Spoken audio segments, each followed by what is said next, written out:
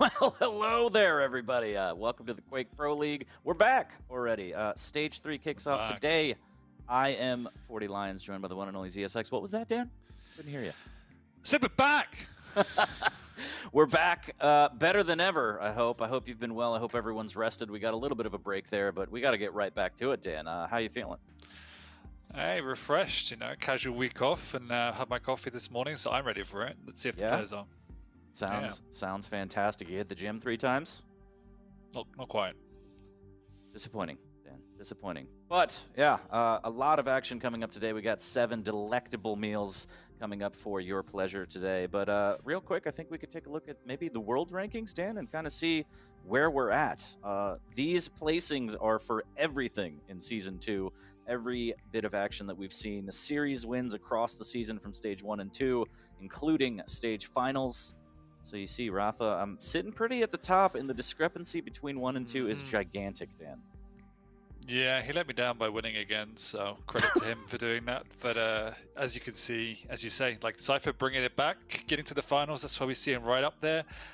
And then, as we would expect for the rest of the leaderboard, some unsurprising standings. But I think, at least on the European side of what we saw in the finals, there's a lot of people now that need to take a hard look at themselves and say, what am I going to do to get back into the game? But Rafa sitting 28-0, 40k is mightily impressive.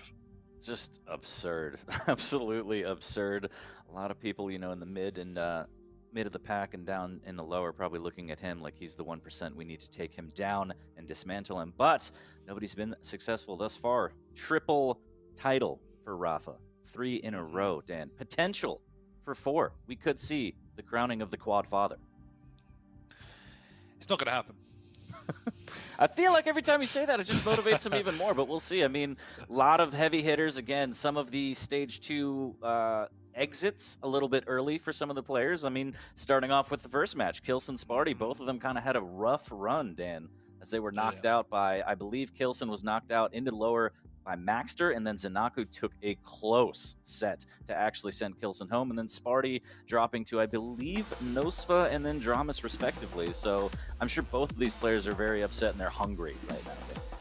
100%. I mean, Kilson's someone we look to every single stage. I know going into this most recent final, he was going in with some very unfortunate circumstances surrounding his form, but that's something else. Like, you would always expect Kilson to be one of these people challenging for the title, a 2-time belt winner himself, and always hungry for more. So super disappointed for him personally to go out so early, but perhaps a motivating factor. And on the flip side, I think that's the best party we've seen for a while last stage, and he would have gone in with some high hopes of not potentially winning it, but pushing for a top 8, potentially top 6 if he really found his stride. And then going home so early, I don't even think having a win on the board. So again, these two players are in a place now where they have to show us what they're made of to get back into this stage, because it's going to be a tough run to start all the way from scratch.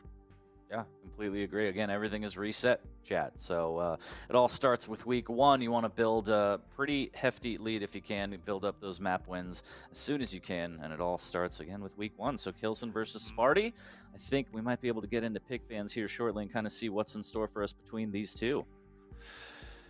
Yeah, and I think just looking at the matchups today in general, before we start on this, there are some really important matchups. I know we're on week 1, but you've got like Sib Effortless later and things like that. Even this one, like we saw getting towards the end of last stage, where every point matters, and there were players you would expect to be higher on the leaderboard that were down in relegation, Cooler for one of them. So this particular matchup could be pretty important going into the later stages. But looking at the draft here, one of the factors is our players going to start picking towards the PTS. The fact that we have heavies being slightly nerfed, Kilson says no, comes out banging with a Sorlag straight up, but Glader is a perfect counter in terms of playing the map on Veil.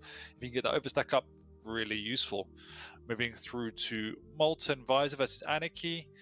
I'm enjoying the Anarchy pick from Kilson. Like to see how he plays that. If he can go super aggressive, he can really capitalize on the downtimes of the piercing sight on Visor. Visor is pretty useful. I just don't think he adds enough value. And on Molten, where you have a lot of sound cues, is the vision going to be good enough to get the whatever in Kilson? We'll have to see. And then finally ending up in Ruins, another Death Knight come out. I think we both like that 40. And Ranger is a pretty standard pick on that map with a lot of utility. Yeah, absolutely. A lot of balls on that last map there, Dan, as the Flame Strike and the Dire Orb could come into play. Ruins of Sarnath, probably one of my more favorite maps, but Vale, Molten, Ruins, that's going to be the 3 maps for the day. In terms of looking at the picks, any kind of advantages that you would give to one side or the other, Dan?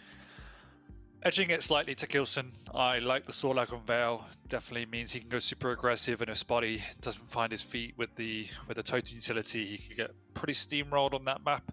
It will rely a lot on him hitting his rails, as it always does for Spotty, but he's got it in him. I think Molten's a little bit more even, but again, I'm just favouring the Anarchy ever so slightly, and then Ruins, I think Ranger offers a lot of utility there. Death Knight's a bit unusual on Ruins. I haven't seen a lot of Death Knight there. It's more common on things like Vale, maps like Keep. There are some encounters where you can use the Flame Strike to maximum ability, like the entranceway to Mega being one of them, but again, it's hit and miss, and if you don't use it effectively, then you kind of wasted the whole utility of Death Knight. So I would give the board ever so slightly to Kilson. I agree, and I also think something you alluded to there, rail will come into play on all 3 of these maps. Both players very proficient with the rail. We've seen Sparty absolutely go ham. We've seen Kilson so many times railson, so that might be the differentiating factor here if one player is just popping off with rails and the others can't quite get them going. The predictions coming in from chat, 63% Kilson thus far, as they're piling in here. So on Vale, I think, as always, chat seems to side with you.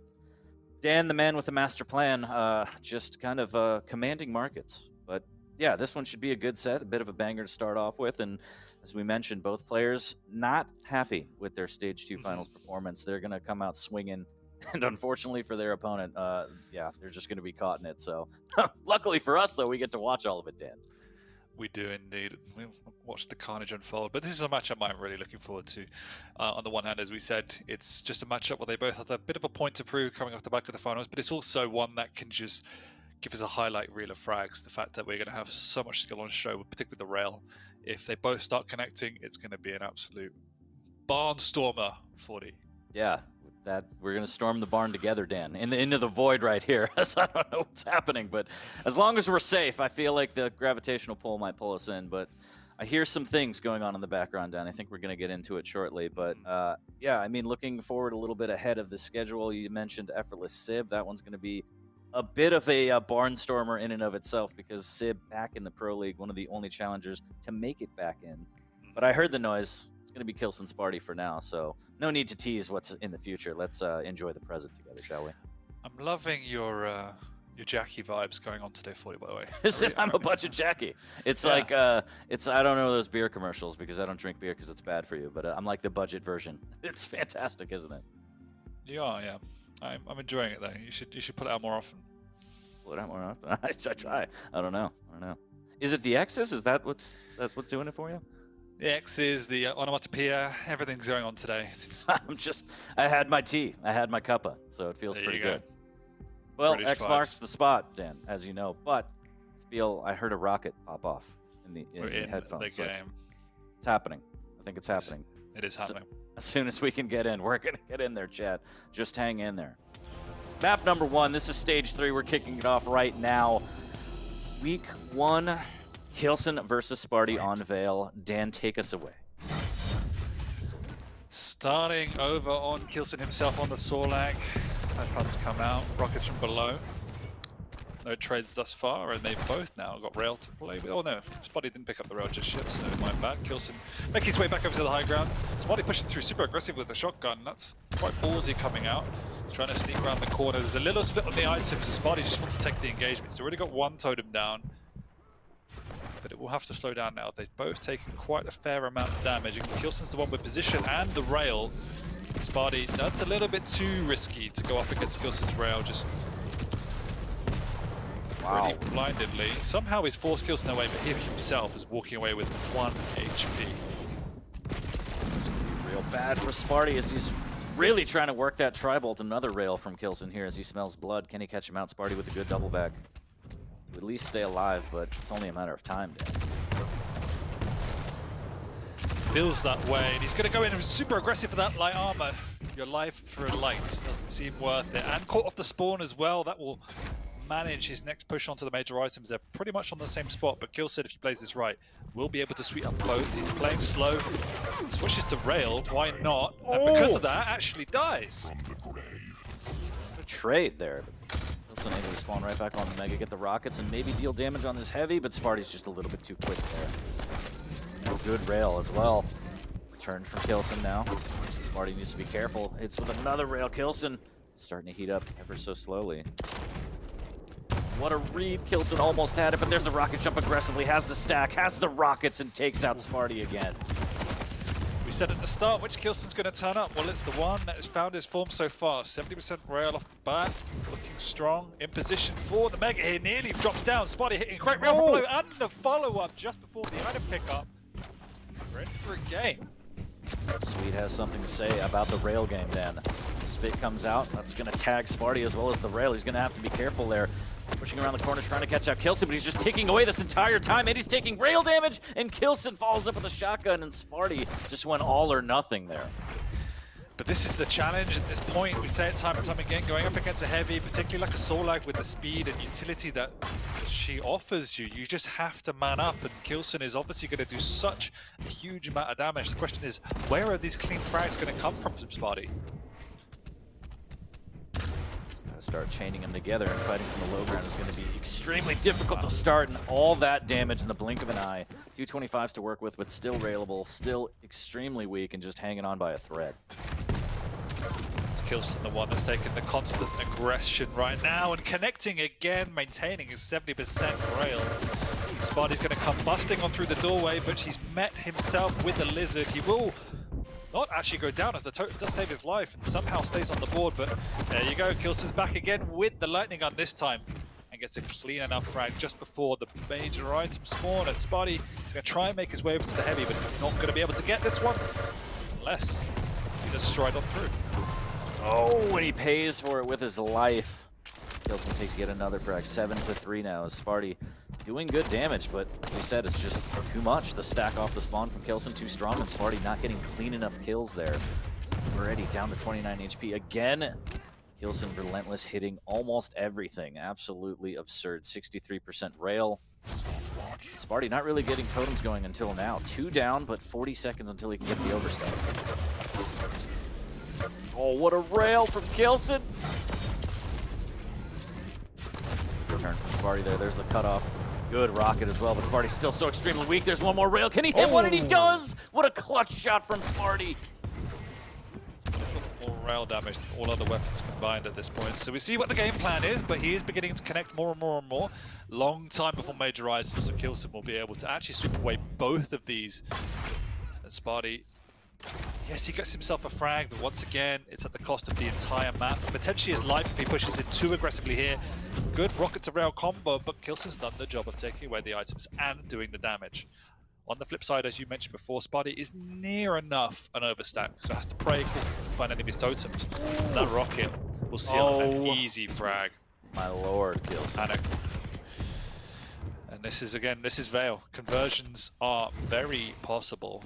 Kilson respects the positioning of Sparty and decides to play the map this time. Does get that overstack finally. Missing with that rail. Kilson's stack is just gigantic. That is terrifying. Good rail.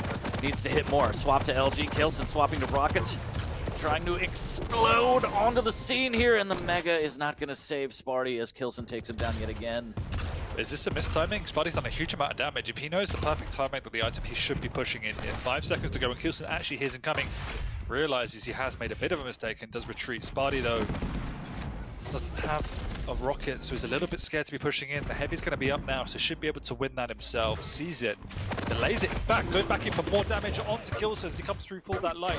Spit.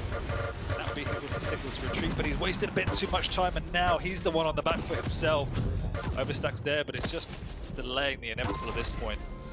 Kilson does get a frag, but not before hitting a rail himself. Sparty's still rocking the overstack, and finally the token goes down, so a little bit of hope there for Sparty is gone as he tries to make his way onto the Mega. He does steal it away, but he's taking so much damage, and Kilson again plants him with that rail finish. 11-4 for Kilson. The rail is on fire as we thought. Sparty not landing the ones that he needs. He's just caught in this awful position, being down 7 with less than 4 minutes remaining on Vale.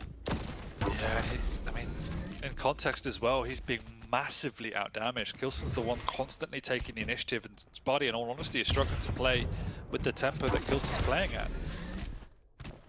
This time, though, a good trade coming out. The overstack was there as well. Sparty has got time to get across to the heavy. Kilson might just stick around for a rail onto the item, which he does, and which he connects with.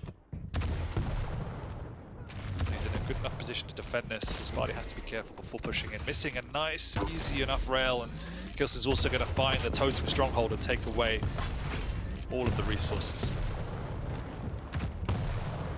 Rockets around the corner. Already trying to get something going here. No There's the way. rocket jump to deny. Oh my God, Kilson, that is not allowed. Right, that's a game over move right there as Kilson stamps his authority, gets the conversion as well, and extends his lead to 9 with 3 minutes to go. It really looks dim for the Swede. I think that was it. That was just insane as Kilson went all in, and he made it work, and that's got to be just backbreaking right now for Sparty here. Kilson extremely weak. This should be a frag for Sparty here, but Kilson is going to make him pay with the time as it's ticking away. The rail's missing. Kilson's just going to stay alive and be a nuisance. Maybe even get in on this item. Ooh, the rocket jump failed. Kilson tries to shrug it off, though. Because again, time is Sparty's biggest enemy right now. Yeah, it was hard before. 4 frags in 8 minutes. Where you're going to find another 9 in 2. It looks dire at best, and Kilson will be walking away with a very commanding victory. The damage output has been insane. I think 50% more than Sparty on this map alone. Absolutely absurd. Rail damage from both players about the same, sitting at 1,700, but Rockets reigning supreme on Kilson's side. Another 1,700 for Rockets, and sub 500 for Sparty. Kilson doing the gentlemanly thing at this point is making his rail percentage look human-like, dropping it to a casual 55. Oh! Oh, don't do it, Sparty. It's just a bait, Sparty! Kilson just hitting everything from down below, making it look easy. And Sparty just having a nightmare on Vale. Not the way you want to start a set, Dan. No.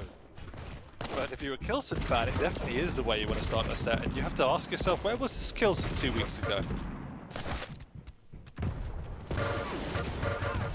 Yeah, admittedly, I feel like Kilson, you know, he knew that he wasn't in shape for the Stage 2 finals. He wasn't really where he wanted to be. He was going to try his best, but I think the performance itself and the result was something that he's not going to allow ever again, as he's coming out swinging, as we said here, and a little bit of shotgun chip as he grabs the Mega. He's like, that was a fluke, and I'm going to make sure everyone in the world knows it's 16-4 over Sparty right now with less than a minute. Making a statement with game number 1. But it is game number 1. And Sparty has shown signs of life throughout this map, so you would count on him to build his way back into this series. And we did say, looking at the map, if Kilson gets ahead of Steve, the Saw lag can steamroll, and that's exactly what happened against the Galena. Unfortunately, you have to play a much slower game, a more positional game, and Kilson just didn't let that happen. So full credit to Kilson, he looked a new player, revitalized going back into this season, so watch out you. Yeah, Kilson's coming for that number 1 spot again, but we can't really base it completely off one map. Sparty might be able to clap back on map number 2, but as far as Vale goes, that was Kilson's domain. A huge victory there to start it off, and I'm sure he's going to love that one. Yeah, 100%. Sparty must feel a bit beaten and bruised, but one map at a time. Put that one behind you, see where we get to a Molten, a slower pace map. He's going up against a lighter champion now, so doesn't have the stack advantage to rush Sparty with. And as we said, there were signs of life, particularly with the rail from Sparty, and he will be able to play around that even more so on Molten and even more so with Visor. So that gives me a bit more confidence for Sparty going into map 2. Yeah, and he's going to hopefully shake it off and just say, you know what, it's Vale against Sorlag. It's a rough matchup, even with Galena. You got to, as you mentioned, dictate the pace a little more, play a little more passive, more positional. Can't really go rail to rail against the Sorlag, especially a Kilson Sorlag, but he tried his damnedest, Dan. He did try his darndest, and Sparty will not back down for a fight, but when you have moves like that and the awareness of Kilson, there you go. that is the best thing ever. Yeah. That is, oh, Just too spicy, Dan. It's too hot. Too hot to handle. He had to take his hand off the mouse. I hope everyone gifts that forever. 18-5, the final scores. We take a look at the stats. And again, the damage, about the same. Well, it was for a little bit. 500 more rail damage, but the rockets from Kilson, just insane amounts of damage in comparison to Sparty. I mean, the damage differential on that is just ridiculous. Like, when you go up against a heavy, you have to be out damaging him, and the fact that, I mean, that's Kilson nigh on, 2/3 more damage. It's just absurd how well he played that map. But again, new map, new champions. Let's go. Start again. Reset, Sparty. Yeah. Reset, start the party over again, because you're going to have to. Molten Falls is going to be the next map, as we said. Kilson on the Anarchy, and it looks like Visor with the Sparty. And you said the kind of vision may not play into it too much because you could play off sound cues, but we'll see. Maybe you can line up a couple additional rails. Yeah, it's going to be hard to catch the Anarchy, I feel like. I don't know. We'll see. Yeah, I'm not underestimating it. Vision is still very, very important. As you said, it is more so to line up the shots and make sure you hit the earlier shots than to kind of give you awareness of where your opponent is. But he's going to have to use it very well, because the Anarchy speed, the use of the inject on this map is very good. And if Kilson plays that slower tempo game, using his rail and the speed to catch Sparty off guard, that's when he's going to find trouble. So going to have to use the vision perfectly and start connecting with his rails a little bit more than we saw on map 1. Yeah, I mean, if you're a Sparty fan right now, you're kind of hurt, and you're like, well, that wasn't the start we wanted, but that's why we have 3 maps every week, so we'll see if he could bounce back and kind of hit higher percentage rail, which will open up more of his game. And Sparty's one of those players where, well, in general, I mean, you hit more rails, you get more options, but you shut down the rail game, it gets infinitely harder, especially against a player like Kilson. There were 2 factors there. Kilson playing really well, and the second one was Sparty not taking his foot off the gas. He just wanted the fight, and that's the way Sparty plays. He was just going up against Kilson, hitting goddamn hard on a heavier champion. So that's the way it goes. It can snowball if you don't take your foot off the gas, and that's what we saw. So this one definitely need to see a more tempered approach from Sparty, because I think Kilson will be able to run rings around the Anarchy if he doesn't do that. Well, 90% for the predictions on Kilson's side, so the Sparty stock has dropped immensely, Dan. I don't know. The disrespect. Yeah, it's a little rough. A little rough for Sparty. Well, as I always say on the show, predict the under, because that's when you're going to build your Twitch point house, if you will. But we're going to get into Molten Falls here shortly and see if Sparty has a little something to say about those predictions. It's very lopsided. That's rough. If he does, then there's going to be some ballers in the chat, so we'll have to see. Oh yeah. It's make or break right now here, as the series is on the line. We are going to play all 3 maps, but Kilson could start off with a bang here, a quick 2-0 to put the series in his pocket. Sparty trying to retort after that Veil display here, as we are live on map number 2, starting off on Kilson with the Anarchy.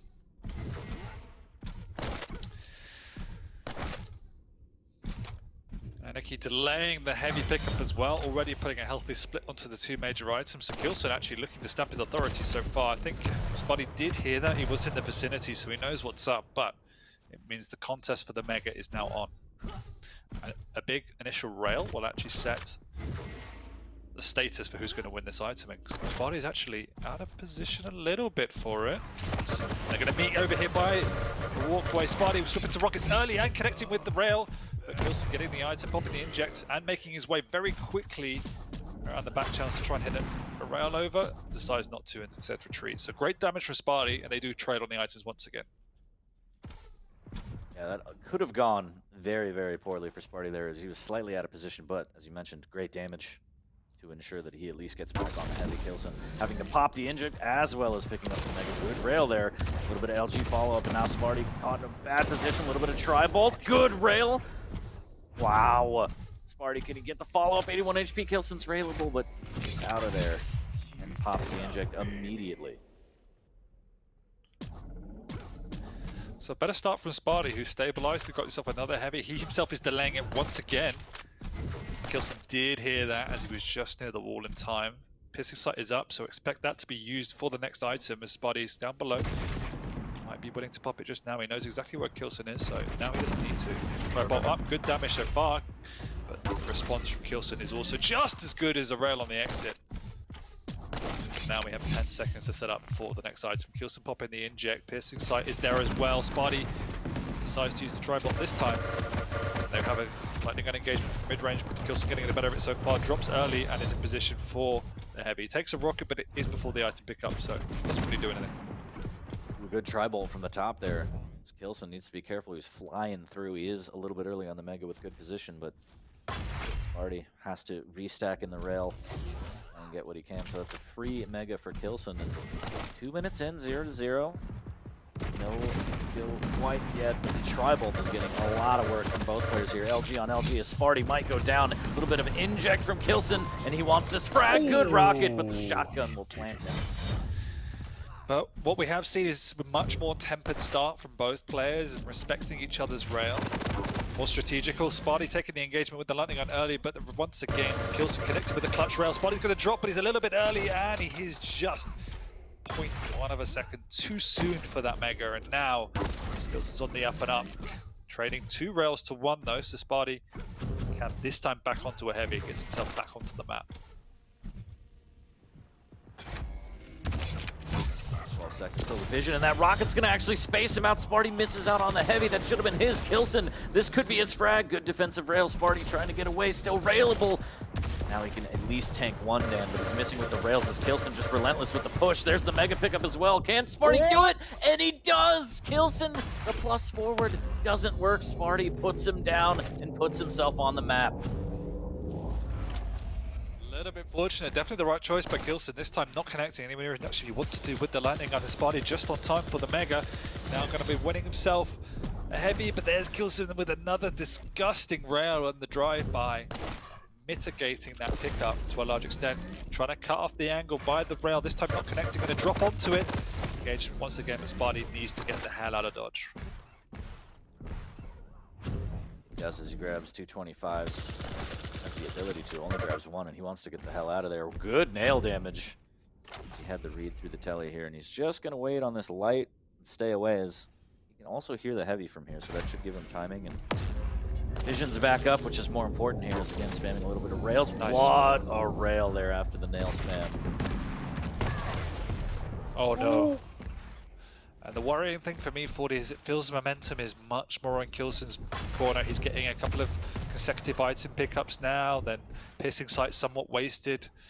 And he's getting the slight edge on a lot of these trades, so it does feel, once again, a matter of time before Kilson converts.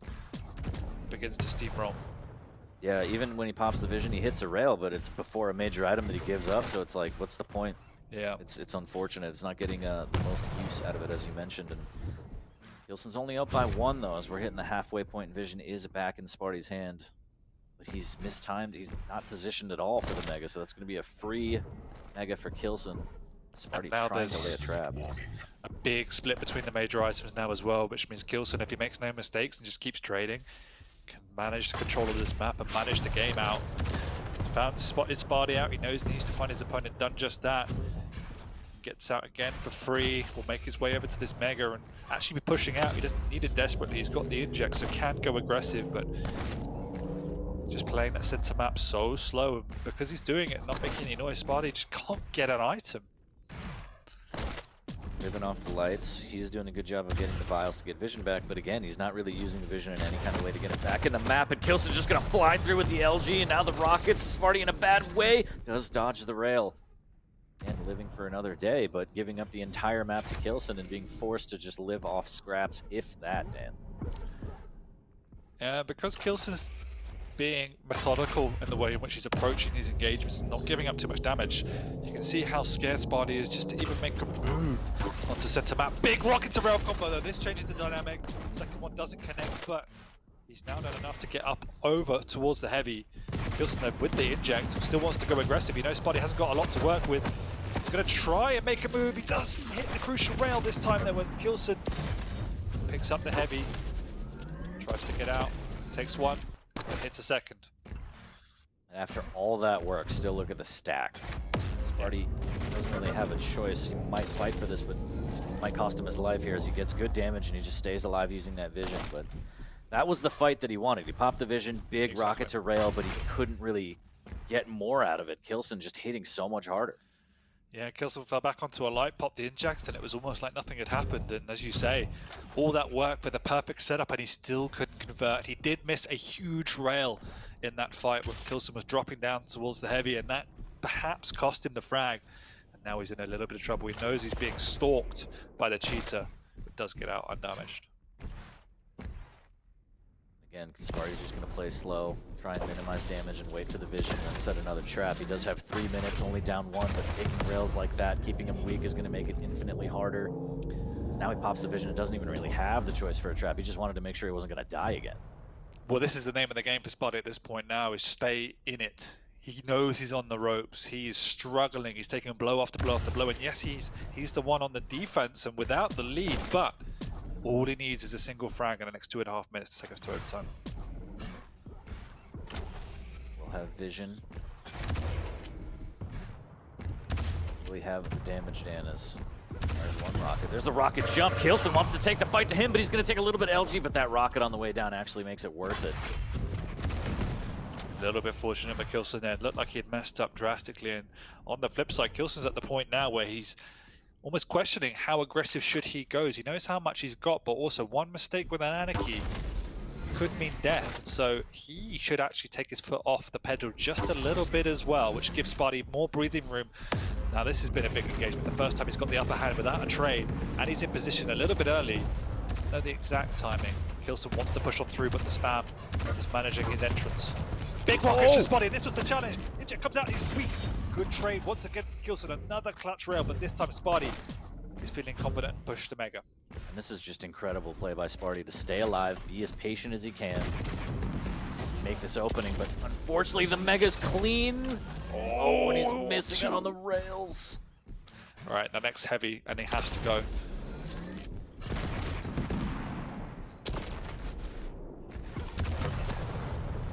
Big rocket from Kilson. Sparty's not connecting anywhere near as much as he needs to. The piercing sight is there, but he decides, all right, Mega is the last chance saloon as Kilson gets a free item.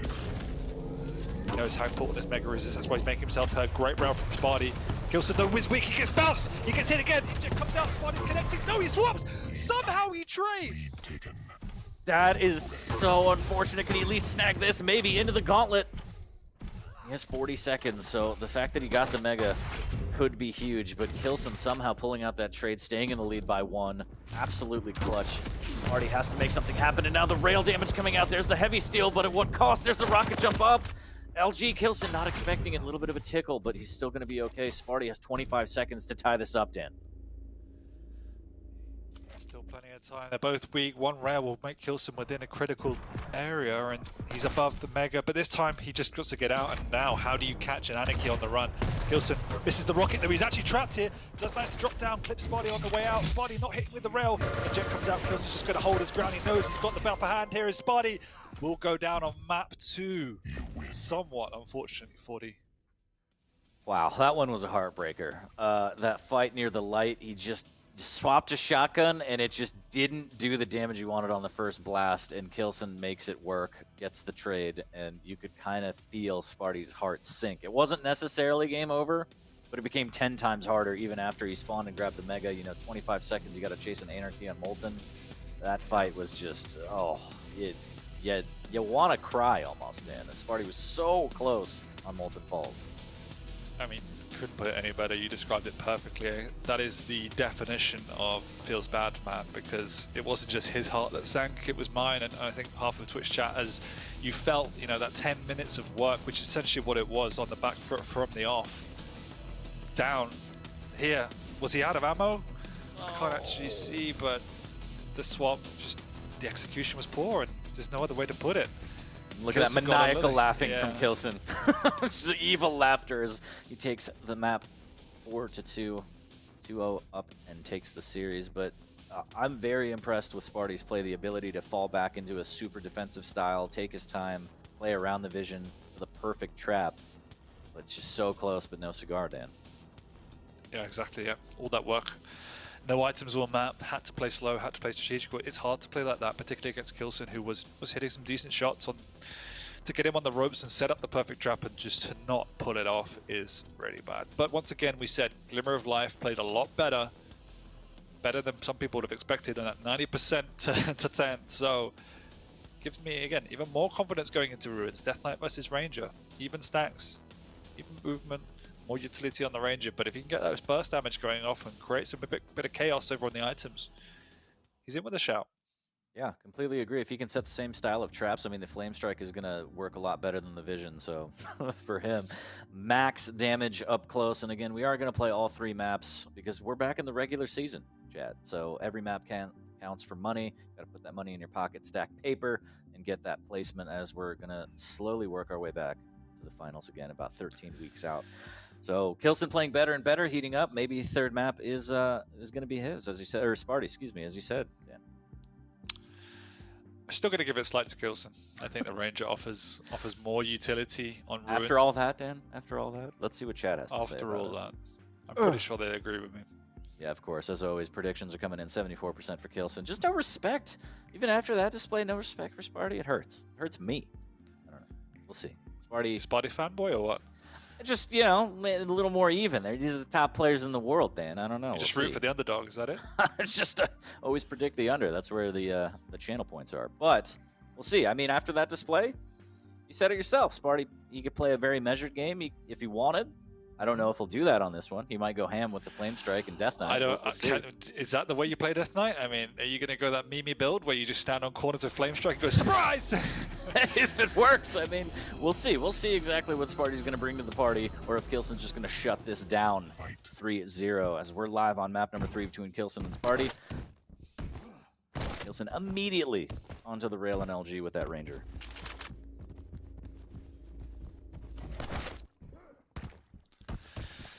Yeah, and then the other factor that comes into the equation is the mental drain that goes into playing a map like that, and whether you can do it all over again, we'll have to see. But let's just hope for a close one. The Flame Strike comes out, doesn't connect this time, nor do the rails as Kilson gets the upper hand for now. And a big split on the items again. Mega is up first, but Kilson's very much in position. They did trade the second round, and a big rocket from Sparty. The orb comes out, but that's not what you want to do, is the timing isn't there. But damage from underneath, his Sparty gets caught a little bit off guard. What a play from Kilson. LG on LG, Sparty barely alive, limping away. What? What was that? Did Sparty slash killed? Is that possible? It's new technology, Dan. I don't know what happened. Anything can happen here on Quake Sundays as the rockets are around the corner, and again, Sparty's so close to a frag, but he can't do it. I'm genuinely bamboozled. It still hurts. I don't understand. Kilson picks up the Mega, goes up 3-0 early, minute 16 in.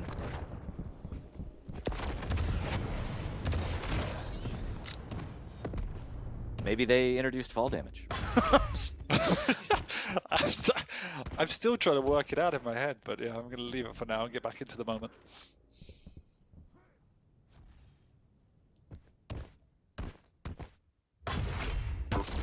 With great control, great rail as well, but he is out of position for this Mega. This should be easy for Sparty as he does dodge that final rail. So Kilson can concede the Mega, but I don't think he cares as he just rails it right off of him.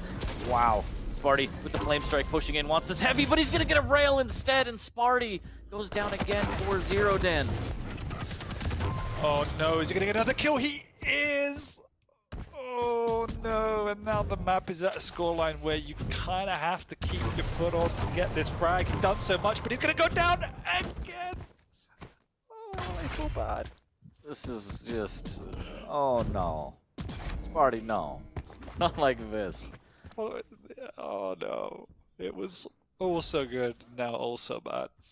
Just 7 points of damage away from getting a frag, maybe stabilizing, and Kilson just keeps hitting everything. No signs of stopping. 6-0, 235 into the third map, already up 2 maps, and looking very much so like a clean sweep. As he waits, he's going to add a split to the items here, ever so slightly. Kilson just firmly in control, Dan. Yeah, Kilson without the stack right there. Knows that Kilson's got, Sparty's got a bit of momentum. Wants to keep the items pretty much on the same timing, so he always has one to play off. Really smart when he's not the one in control. Hitting that rail as well means he's now in position for this Mega. Sparty has to go aggressive here, but not doing quite enough damage. The rail is good. The Mega's just not there, and this time timing is bad for Kilson. He has to go, got the spawn on the heavy. Sparty's coming whirlwinding in, and this time gets a frag.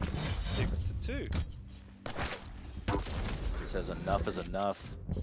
He is popping off right now. That missed time from Kilson, he heard it down below as he was grabbing the heavy, so very interesting that he was a little bit too early, and that opens the game up for Sparty now.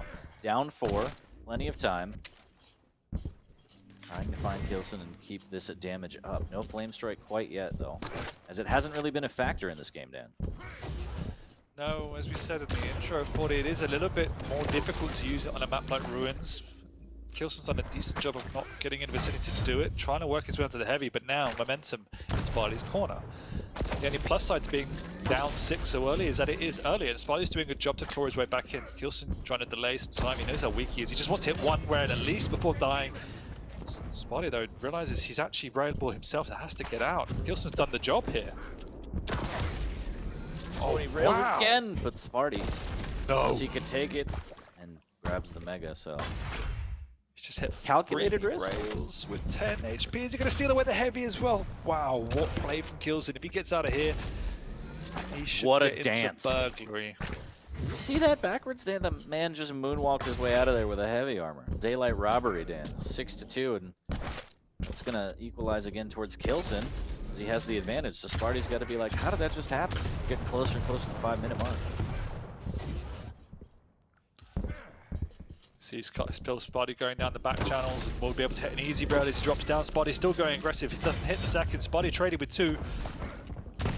Now, can he catch him? Rocket jump up. Kilson on the way out. Another rail. Don't let it happen again, Sparty, please. This is just insane defensive rails from Kilson. He's hanging by a thread for so long. Surely this is going to be it, Dan. There's the Flame Strike, but that'll miss. So will the rail finally. The rocket plants him, and Sparty's got a just deep sigh of relief after that. He is, but he's playing the items. He's getting back into the game, and this time it was a relatively clean conversion. Kilson down below getting the rocket pain. He's going to stick around though, because he knows he's still got position.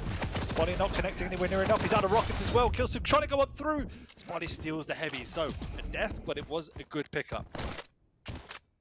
Yeah, I think near the end there, he knew that the chances of him dying were huge, so he just made a play. Just dash for the heavy. Wise move, and he can get back to the Mega, but big rocket damage when he gets pushed off, and no! Kilson takes it! Sparty! Oh, I think he was getting knocked off, so he just went for the damage, but Mega was just waiting. And the Flame Strike from down below! What a play from Sparty. He's definitely in this game, 40, but once again, time is not his friend. 4 minutes to go is quite a long time, and now Kilson's at a point where he will probably take his foot off the gas a little bit. He's got no items, probably no timing. Hasn't got a rocket as well, so he's in a little bit of trouble. He just needs to connect. Sparty's the opening rail. Can't hit the second, swaps out. Kilson's done a lot of damage. Once again, Sparty suicides in the rage of that play. No, the Mega's up! Alright. Sparty doesn't mind. He doesn't want that free rocket. There it is in the nick of time before it disappears. So now he has all the weapons he needs. Almost caught out Kilson as well. Now he's very weak, 65 HP. He's going to double back for the heavy. Taking his time. I think he heard the Mega, so there might be a split here, depending on how long he wants to wait, but very risky as he is still weak.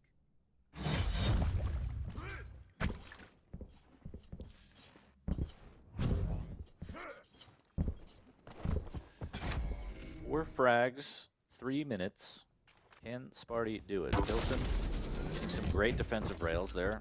Sparty and Kilson. Just defensive rail, a plus back rail. 51%, and half of those are just fadeaways, Dan. Exactly. At least. The defensive rails have been impeccable by Kilson. Once again, he's got 1,000 more damage. Sparty, he's let the rage get to him. 40. Oh, Kilson, like, oh, I think we're witnessing Kilson break someone's just will to play the game at this point. Up 2 maps, hitting all these defensive rails, shutting you out from any kind of aggression to finish a frag, and your heart goes out to Sparty, right? Like, this could happen to any one of us. Oh my goodness. I think his soul died when those 2 frags at 10 HP happened. He just gave up the will to live in this map right now. He doesn't want to be here anymore. 11-3 this is Kilson's world right now, and again another one as nothing Sparty can throw at Kilson will work. Another rail off the spawn, another one. DJ Khaled just lighting them up right now. 13-3. These are all free. Flame Strike won't do anything as Kilson dances and dodges. Maybe Sparty does put another one on the board. But R.I.P. Sparty's mouse. oh, 60% rail from Kilson, 44 for Sparty. And this is the Kilson that we thought we were going to see in the Stage 2 finals. We didn't really get to see him, but he's here now. Again, that performance, not his favorite. And you could tell that he's using that as fuel. Moving forward, what? Oh my, it's just insta-give, Dan. It's just insta-give right now. But we've seen all sides of Kilson in this series. We saw the super aggressive Sorlag, we saw the more methodical play on Anarchy where he had full control but didn't force the issue. And then we've seen the ultra defensive, as you said, fadeaway rails on this map, forced into it, all things considered, He by has a Sparty's family. good play. Oh my word. Oh my god, it's not stopping. Dan, he's not stopping. 3.5k damage rail. No, not the air rocket. I fear for anyone's life that has to face Kilson. So everyone in the league is on notice right now. Be very scared of Kilson. Woof. Said we're going to see fireworks 40. What a way to start the day. Gigas.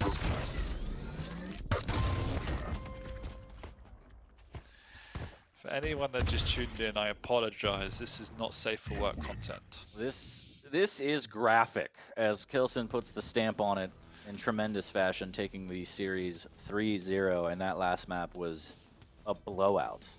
It was painful. Yeah, it kind of spiraled way out of control very early on with the hyper aggression from Sparty. He thought he could convert, and it just didn't happen. At that point, he was like, well, what do I do? I'm down 6. If I don't stop, I'm kind of doomed, so I kind of have to keep going. He got back into the game, but then there was just the super frustrating defensive rails by Kilson that just put him on edge, really. Sparty on edge, that is. And then we saw what happened towards the end. Yeah, and just I think that was the perfect reaction from Sparty. What do I do? What more can I do?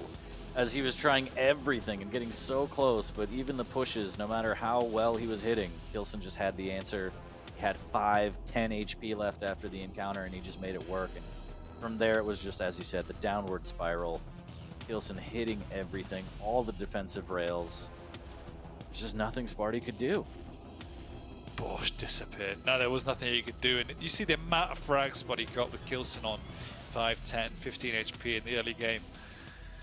None of them went his way. It just wasn't his day. But all credit to map 2. Definitely could have brought that one out the bag. And it could have been a 2-1 on another day. But the execution on one frag wasn't there. And as I said in the kind of the outward bound of that map, saw all sides of Kilson. So much better form than we saw in the finals. And as you said, watch out European side. Kilson is looking good. Yeah, absolute killer there, as you see the scoreline for the last one. Just, what else can you say? The first 2 maps a little bit closer. Molten Falls the closest. Sparty played as perfect of a game, maybe, as you could in the situation he was in. Couldn't convert, and that became the story of Ruins as well. He just couldn't convert, left Kilson hanging with 510 HP, and it just spirals and becomes a nightmare. As you said, trying to push, trying to refrag, you can't do it. Then you're down, and you're like, I have to keep trying to refrag. And Kilson is like, here's my railgun. I'm going to hit pretty much everything. So just absolutely absurd performance from Kilson. And if you're Sparty or a Sparty fan, you just have to throw your hands up in the air, which he did, and say, what more can I do? Back to the drawing board for next week. Yeah, you have to check those plans again. It just feels like the story of Sparty's existence in the QPL. Cannot convert, pretty unlucky. It's just time and time again. So maybe that's something on his side. Maybe that's something in the way he plays. But either way, it's just one of those days for Sparty once again. Could have got another way particular map 2, but map 3, the rage took over and it was all gone. Sometimes it consumes all of us, Dan, but we have a lot more Quake action coming up. That was just the first series of the day, so don't go anywhere. We will be right back with Effortless versus Sib.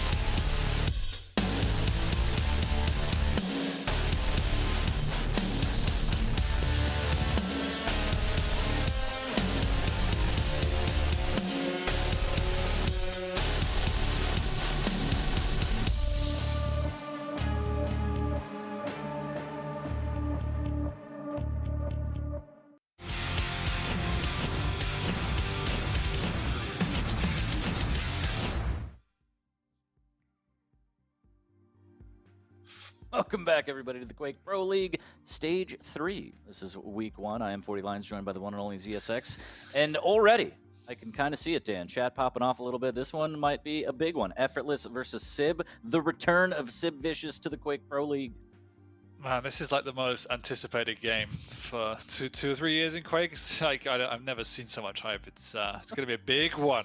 It's going to be good because it's kind of either going to be a statement game or a welcome back to the league hair tussle kind of game. Is Effortless going to, show Sib that, hey, this is the pro league again, don't forget? Or is Sib going to come out and make a huge statement and say, I belong here, I always have? And that's what we're most interested in seeing. Again, Sib's no stranger to it, but it's been a little bit. Tilt versus tilt. Battle of mind games here as we're going to go into. But no, in all seriousness, this is actually one of these games we were talking about that has fairly significant connotations if you look further down the line. That, with all due respect to both these players, the NA scene is very, very strong, and these are two of the players that you would expect to be towards the lower end. I think Effortless showed us a really good side of him last season, a bit more maturity in his game, and did develop, and he was sitting towards the lower middle. And if he could continue that, no reason why he shouldn't be there. But statistically, you would expect them to be more or less competing for relegation, so it could hold a lot of weight in the final standings. Yeah, I agree. Again, it's only week 1, but it all could come back to haunt you. You want to put up every map you can. Effortless versus Sib, it's going to be a good one. My first question right off the bat, before we even get into it, is Sib going to pull out the clutch? That's, I feel like that's one of his staple champions, and when he gets on it, he is very, very dangerous. It's true, and I have no idea how much respect the American scene give him for it. As we kind of spoke about earlier, if this was a Razy matchup, you would be banning it if you had the coin toss, because you know how good he is. I don't think Sib is anywhere near as good as Razy on that champion. Doesn't mean you shouldn't fear it, because if you make a single mistake against Clutch, it could definitely snowball away from you, and you have to just play a very different duel, which no one enjoys to do. It just distorts the way you need to play that game. So it's not only a challenging aspect to play against anyway, you just have to completely change your mindset, and sometimes you just can't be bothered to do that. So I would just ban it out purely off that. Yeah, I completely agree, and I think we could take a look at the pick bans here shortly. And Effortless, I mean, self-critical is a good way to describe him on Twitter, especially after the Stage 2 finals. He's not afraid to kind of roast himself, so we'll see if he's going to come out swinging, as we saw earlier with Kilson and Sparty. But here are the map picks. Dan, run me through it. Tell me what you think. So we do have a clutch, in fact, as it doesn't get banned out in the first stage. Even though Effortless had it in his corner, he decides to take the Anarchy off the board straight up. That leaves Sib with the Sorlag, and the response from Effortless is to play the Strong. Pretty decent counter to Sorlag. You have the speed, you have the burst of the Pika. Do like that. They both have very good utility and strength, so not going to throw it either way. Effortless then picks up the Scalebearer. I can assume he would be picking that off on one hand to want the stacks because he knows what's coming at him, which is the Clutch. Now, Clutch on Ruins is a decent pick. It's a large map. You can slow the pace down. We've seen Razy play it there a lot. Let's see what Sib can do with that champion there. As you said, is he going to pick it? The answer is yes. But we have a Scalebearer, so stacks are relatively even, as is speed. So we'll see how that comes out. I'm actually liking Effortless's pick on that because you have the speed to keep up on top of the Clutch and the stack to man up and fight him as well. And then up in Ruins, we see DK meta coming to the fore. Ruins is an amazing map for that particular champion, and we saw Galeno on that earlier, as we spoke about before. Need to see better total economy from Effortless than we saw from Sparty. Yeah, DK, the burst damage on Veil can be absolutely insane in the Thunderdome with the rockets, light armor, kind of the trap area, both light armors, to be honest. And yeah, I feel like that is definitely going to come into play. Whether or not Effortless can get that totem economy and overstack going and at least dictate the pace of the game and slow it down to his leisure, we will find out. But Dan, predictions as they're swarming in the chat, what do you think? How are you going to dictate the market this time? I'm going to go 2-1 Effortless. I think Sib looked good when we watched him in the finals. Effortless looked pretty decent as well. I think the experience of the Pro League from Effortless' side should give him the edge to come out on top here, and I'm still liking the picks from Sib, which is why I've thrown him up his way. Yeah, looks like the predictions from chat are about even, 52% in favor of Effortless. Swinging back and forth, actually. Dramatic swings. Sib takes over 56, so Chat is split, maybe. We'll see. We'll see. But this, I feel like, is going to be a huge statement game for Sib. He's first game back in the Pro League. He's going to want to make a statement right now against Effortless. Whether he could do it or not is completely up to him. But we're going to go all 3 maps. We're going to see what he can do. And I don't know. Welcome back to the Pro League is the least I can say. And we'll see what Effortless has to say about it as we get into it shortly. But yeah. Should be a good one. That clutch, I'm worried for Effortless on that clutch. I know that we mentioned he's not as good as Razy, but Razy is just an insane level of clutch. I think Sib on the clutch is more than serviceable, and he's just very deadly. But a scale bearer, man. You can't underestimate the power of a scale That's true. bearer. The trump card, right? The scale bearer. I'm done. I'm going to bull rush into you. It's over. You're never going to miss a bull rush in your life. You've got a barn to hit. So that's true. That's true. Well, we might have a barn burner here, Dan. Count it. No. All right, we did it again. Oops, I did it again. As we're going to get into it here, I heard us jump into the server. This is going to be the second set of the day, chat. Effortless versus Sib. And chat is already spicy, Dan. It is indeed, but Sib's got big boots to fill for it. The last challenger to come through NA was who? What? Who? Was Maxter. Doctor? Who is now, oh, I thought we were talking about Doctor. Who is now in our featured matches. So Sib has big boots to fill. We'll see if he can fill those boots now. As right now he's filling up that armor. Grabbing all the heavy and good damage, but no costume from Effortless. He's going super hardcore mode today. Yes. We're not seeing George Washington coming out. Or Napoleon, or whatever he was, I don't know. Oh, we're just all the same to you, Dan. Anyways, 0-0, 30 seconds in here. As Sib positioning on this Mega, is Effortless going to drop down and do some damage? No, it looks like he was waiting on the light in the rail room instead. So Sib with a great stack and a great split on the item should be able to grab this heavy. And Effortless, it's up to him if he can do some damage. But instead he's going to take a rail and a lot of acid spit. And here comes the chase from Effortless. The peeker comes out, but it's not going to do much. And Effortless is trapped a minute in, Dan. Well, how do you get out of this one, my friend, as he just needs to sneak around. There's so much time for the items. You can't even steal one away. It's just delaying at this point. And is it going to be worth it? Probably if you could delay long enough to pick up a major item. But there you go. There's the frag. Sib backs on up towards the Mega end. Not the best start for Effortless. Yeah, a little bit rough. Split might be able to get him on the heavy, but it could be a death trap if he falls down. And he can't even fall down. The LG pushes him back onto the ledge then. Oh, but he did a lot of damage. Actually, Sib is really damn weak down here. If Effortless can connect with a rail, which he cannot. Rail from below. Sib takes it 2-0. Sib maybe taking a little bit of inspiration from Kilson there. So the rails are hot and heavy from Sid Vicious here. 2-0. A little bit of preemptive spit there to make sure that if Effortless drops down, he's going to take that tick damage. And now Sib just positioning, waiting to maximize damage and negate any kind of mega pickup. Effortless drops down, and what a trap from Sib. I mean, a little bit greedy from Effortless. I think he was going to double back around, and Sib just said, all right, if you're not going to drop, I'm going to take it away from you, which he does. Effortless, though, now gets on a heavy, finally gets a clean item.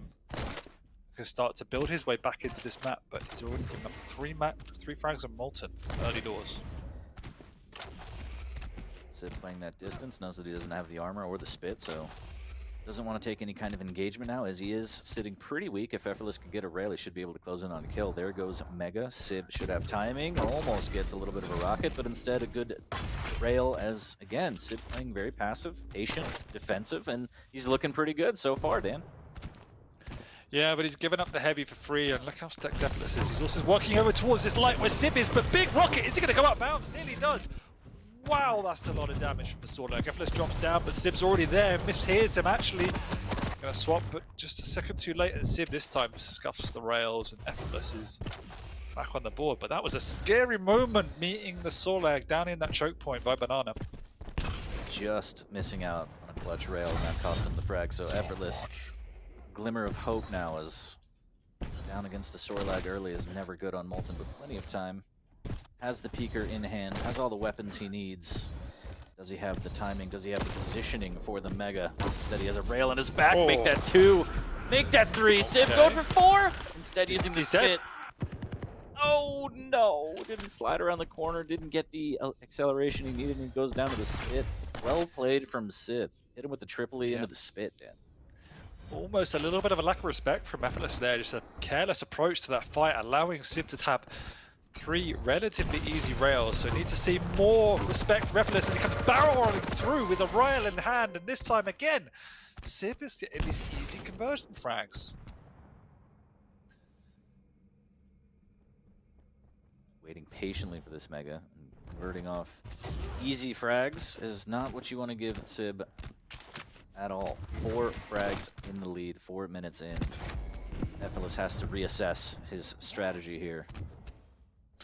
Yeah, and it's going to be tough now because Sib can slow the pace down. He can allow Effortless to come barreling in, which he does once again. Sib's willing to take these fights and just misses out, but it's a long time before the next item. So look at what he spawns with. He's just going to get an easy frag. And this time it's just before the Mega, although he is going to go back for the rail. Interesting why he's delaying it so much. But either way, finally gets the item after putting a long delay onto it. Does grab the heavy, but still lacking items. Needs to be careful here as Sib defending this LG. Good nail damage here from Effortless. Sib needs to be careful. Now he's caught in a precarious position. The shotgun blast will miss, but he's still trapped. It's going to take a little bit of tick. The health isn't there. Effortless trying to make a decision here. Misses with the rail, and Sib, that grants him his entry to lead. Yeah, not sure why Effortless didn't use the Pika there. Seemed like the perfect opportunity, safe on the high ground. But either way, Sib now gets out and gets a Mega, so Effortless lets that opportunity slide, and he's 5 minutes in with a 4 frag deficit. Has to find a way to start connecting with more damage because he's always meeting the Sorlag in his close engagements, which is exactly what Sib wants, and this is exactly why. Because he's got the stack. Again, no peeker from around the corner there. Effortless just wanting to try and beat him with the LG, but instead, Sib again outstacks his LGs. Nothing to shy away from. Sib not afraid to just hold his ground. 5 frag lead. Dan, what a rocket around the corner as Effortless just gets absolutely stopped dead in his tracks. Yeah, Sib is the one looking like the more seasoned professional at this point. Managing the tempo of the game, got good control on the items, and connecting with shots like that as well, and Effortless is on the ropes. 64% rail from Sib, 28 for Effortless. And that is gigantic against a Sorlag. You need to be hitting higher rail than that to stand a chance, and that's a good start there. Effortless, like this play, maximizing health, grabbing the 225s before the Mega, knowing that Sib wouldn't push that. But he needs a lot more, Dan. There's a lot of work to be done. A lot of work. Sib is just playing the plus back game at this point, allowing Effortless to run into him, and Effortless's rail has just not been on today, which has been fairly pivotal as Sib's definitely has been connecting 60%, and Effortless once again just needs to retreat. Left incredibly weak is Effortless, just hoping that the Mega can bail him out. And again, grabbing the 225s before the Mega, and Sib's nowhere to be found simply because with a 5 frag lead, he doesn't need to. He's just going to control the rail side of the map and maybe rotate heavy, and that's his game plan, and that's fine. 3 minutes left. All the pressure is on Effortless. What a rocket again. This time Effortless connected with 2. Can he hit a third? No, as he hits another rocket. And now the items are pretty much on the same time, which, when you're the one on the defense, is exactly what you want. Oh, the defensive rockets are just so good from Sib here. This is Effortless's chance. Almost eats a rocket, but instead drops down, gets the Mega, and he has an opportunity to take this frag, and he needs it now more than ever, as he's still down by 5, and Sorlag is just going to come back with a huge stack. Yeah, but he's just running into the Sorlag in these choke points, which is where Sib wants him to be. Nice little trap, might meet him over here, but Sib ready for it, catching Effortless through the doorway once again, this time not connected with the rockets. It is a clean frag, and with 2 minutes to go, there is a slim hope for Effortless now, but he has to get the next couple of frags in quick succession. But misses out on that Mega, so that just got a whole lot harder. We've seen absolute miracles happen on Molten before. Can Effortless replicate that? It's going to take a lot here, and riding the lightning is not going to be the start to it. Trying to fight back, but Sib just outstacks it. Really well played by Sib. 50% LG, 50% rail. Aim looks sharp. Strategy was on point. Effortless gave away a few easy frags in the early game, and look at it. Sib just took a relatively easy victory, all things considered. Straight to the heavens on that one, Dan, with the LG. That was tasty, looking a little bit like Siblicious maybe. There's another rail here as Effortless Escapes through the telly, but only Oh. for a matter of time before Sib picks him out of the sky again. 10-3, and with a minute left, it looks like Sib does make a statement on map number 1 and says, I feel at home. Welcome back to me. And now he goes on to clutch. And yeah, this is not where you want to be in the series as Effortless, especially going against that clutch. Down a map already. It's up against the wall for Effortless. And he got bullied on this map. Absolutely bullied. 4.1k damage to 2.5. They traded items more or less, but strategically, Sib had by far the upper hand. There comes a Pika, which is pretty much the first one we've seen all game. Again, usual choice by Effortless to pick it and not use that, but either way, Sib is back in the Pro League and looking good. Oh, Effortless! Oh no. Okay, but that's fine. I mean, if you're an Effortless fan or Effortless himself, it's okay. Shake it off. 11-3. The ending of that one doesn't really matter. Well done to Sib. Looking very, very sharp, very on point. Going into map number 2, though, you got to wonder, okay, scale versus clutch. Sib, again, very, very good on the clutch. Maybe not Razy levels, but that's, I think, unattainable for most people. So it's up against the wall time for Effortless, and he's got to pull something out of his hat. A strategy change, something, but was the tale of this stack necessarily, Dan? Why don't you break it down exactly what you saw happen for Effortless and why it went so horribly wrong? It was partly stack, and it was partly just combat execution. Sib was hitting a lot more, and strategy that Effortless you could see just running into the Sorlag time and time again, and Sib just played the better duel, connecting with more, played the items better, and then when he got towards the mid to late game, he just played a nice defensive game. Items were split evenly, so he always had one to fall back on, and then Effortless was on the ropes just trying to run at Sib. And he wasn't connecting with the rail at all. I think he had about 25% towards the end of that duel, so you just need to be performing better on a mechanical level as well, particularly against the Sorlag. And a lot of these clips, as you see, 5 HP, 7 HP, 3 HP is Effortless so close to converting. Kind of what we saw in the first series between Sparty and Kilson. Stacks are important. You got to get those long damage rails and heavy machine gun bullets in while you can to make it weak. But 11-3, first map in the books between these two.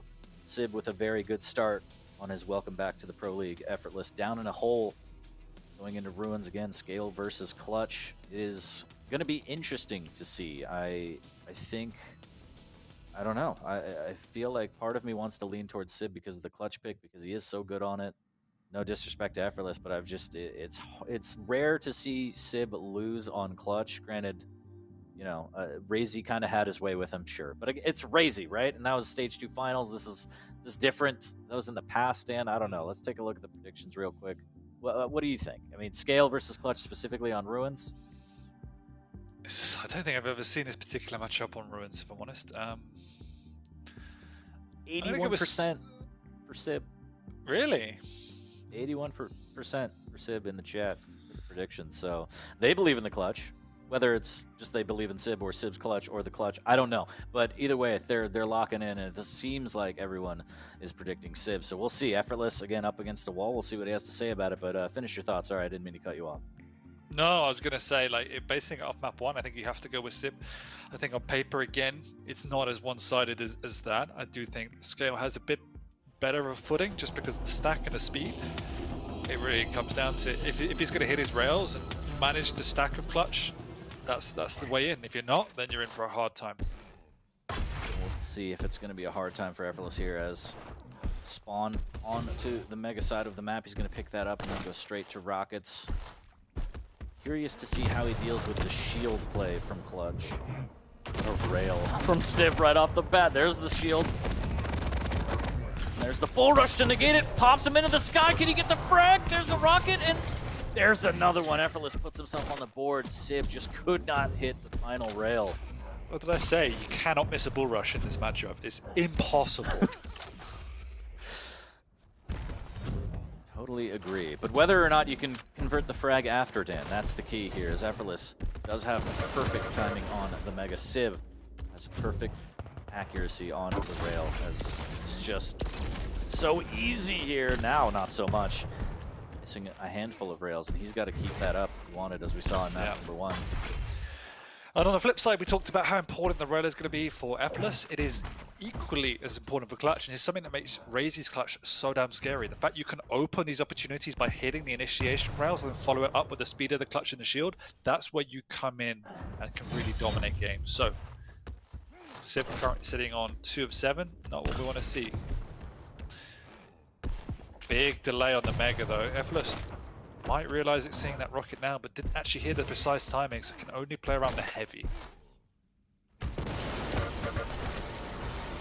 So again with a great rail. There's the shield, and this We'll is not away. the fight Effortless wants. But Sib is just so fast, and the rail was out, and he plants him 1-to-1. And now this delay is going to allow Sib to get onto the map, but he has to back off, and he might be too late. He actually not even down there for the heavy at this point. Effortless not realizing it as well, as that was a awkward exchange, but stuck around too long for that fight 40. So I thought he should have bull rushed away a little bit earlier than that. Yeah, I mean, it's only a matter of time before that shield's going to get popped. You got to have a plan. Seems his was just fight till the death here, as might happen again. Dan, rail from Sib, trapped in the corner, but the shield's up, as you said. LG on LG, can Effortless do it? Sib extremely weak, missing with the rail opportunity. The hunt is on. Hunter's on, Ephesus knows he's weak, Ephesus knows there's no shield, he wants to finish it now, exchanging rails, but Ephesus has the items to fall back on, and Sib is on the ropes. He has to buy another 30 seconds before the shield comes up. He's out of rail as well, so he's just going to be standing there peppering away. Look how weak he is. You don't need to finish it now, just play the items. Sib was playing a platformer there. There's the bull rush. Okay. Shoulder checking that Astrovan, but just like that, Clutch spawns back in, gets the heavy, and now Effortless will go down after all of that work. Yeah, it's one of those things where he spent too long trying to finish that frag. Cannot let Ephesus get onto this, Sib get onto this Mega, which he has done. He's zoomed on by and connects with the rail as well, so that's a bit more painful for Ephesus, who's got no weaponry either. Shotgun blast. Is it going to be enough for the shield? And there's no way. Wow. Sib takes him down again. He's trying to chunk him as best he could. He is going to get the spawn onto the heavy, and actually good chase here. Can he land the conversion? Is okay. Oh. Sib almost hit him with the juke and the bamboozle to steal the heavy, but Effortless gets the rail and he needs, ties it at 3. Good rail off the spawn as well. Sib channeling his inner Razy there, a little bit of a gauntlet, whoop, just to say, hey, how are you? Yeah, it's time to stabilize for Ephesus. Now he's got position for this Mega, so just concentrate on the items. He just knows how important it is to do any damage he can whenever he sees the clutch. Plenty of time before this Mega as well for Ephesus to get back, and he doesn't have a rocket, but doesn't need one against the big Astro van. Just chase him down with those hit scan weapons when it's exactly what he does. This is the challenge for Sib. We've got a chunky scale bearer with a bull rush as well. It's harder than playing a normal champion. Sib does have the shield back up. He's just going to play a slow, measured game, trying to hit some rails in. Working his way slowly to a rocket, and Effortless knows that is the plan here. So Effortless has run of the map. Sib dropping down. There's the bull rush a little bit too early, though. This is going to leave him completely vulnerable with the shield. Sib pops it and gets the frag. That was a little bit messy from both players there. Sib comes out on top, 4-3, and has a heavy. Yeah, messy, and again, it's just one of these unnecessary moves. Sib was backing off. You could have just played it and played the item, and instead trying to force the fight. Now that's given Sib a big in, connecting with that rail and a second, so now's the time for Sib to keep the pressure on. Doesn't even need a shield at this point, just needs to find them, which he does very easy. All because of that big mistake down by the heavy. You have to know when to be aggressive, when not to be aggressive. 5-3, and Effortless is going to be aggressive right now, right into the shield. LG on LG, and Effortless gets melted again. Just bull rushing into the shield. Not the play here. Now that the cooldown is up, has to try and find him and deal this damage, man. Yeah. Time is ticking down by 3 on Ruins against a clutch that's very immobile. This is about go time right now, I'd say. Yeah, one of these things where you just think you have the clutch, but this is exactly what Sib wants. Full stack, shield up. That's the time where you just need to get out of dodge and try and bait the shield out, but obviously a seasoned clutch player, unlikely Sib's going to fall for such shenanigans, and he's not. Got himself a nice little 3 frag cushion.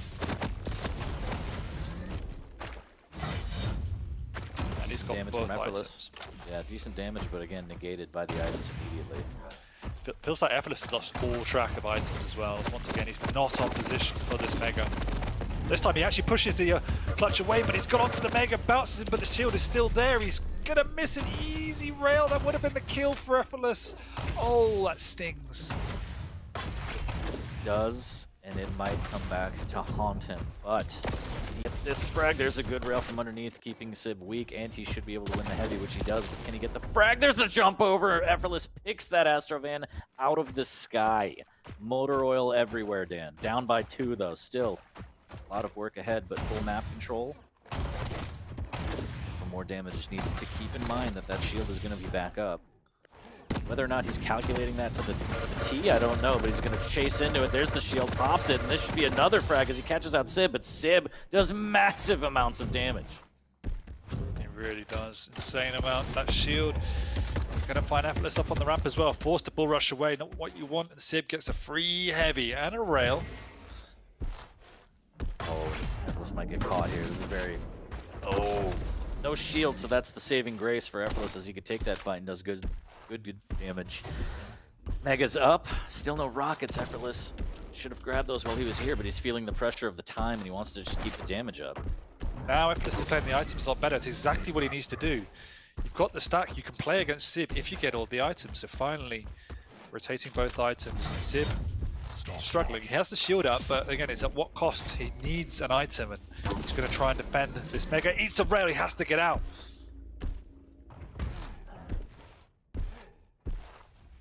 On the chase, just peeking around, trying to get damage. 210 left, down by 1. Plenty of time. Bull rush in hand. There's the chase, and just misses out on the Mega, but negates it with a good rail. Sib's still weak, but does have shield. Effortless just needs to find him. Sib is just delaying, got the shield up again, but he's eaten another rail. That's huge for Effortless. He not only dies, but he also pops the shield. That's a massive window for Effortless to capitalize now.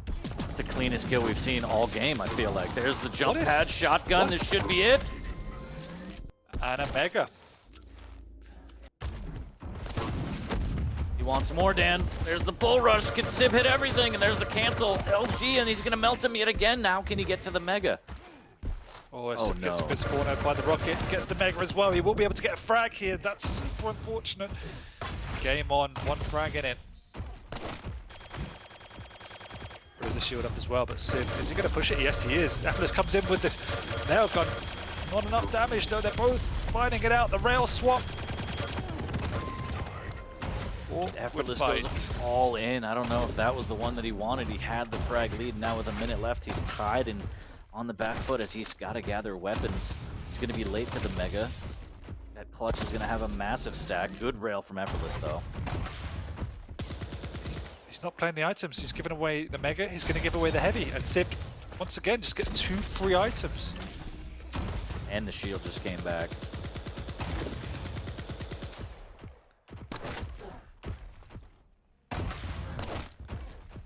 Would be a rough ride for Effortless here.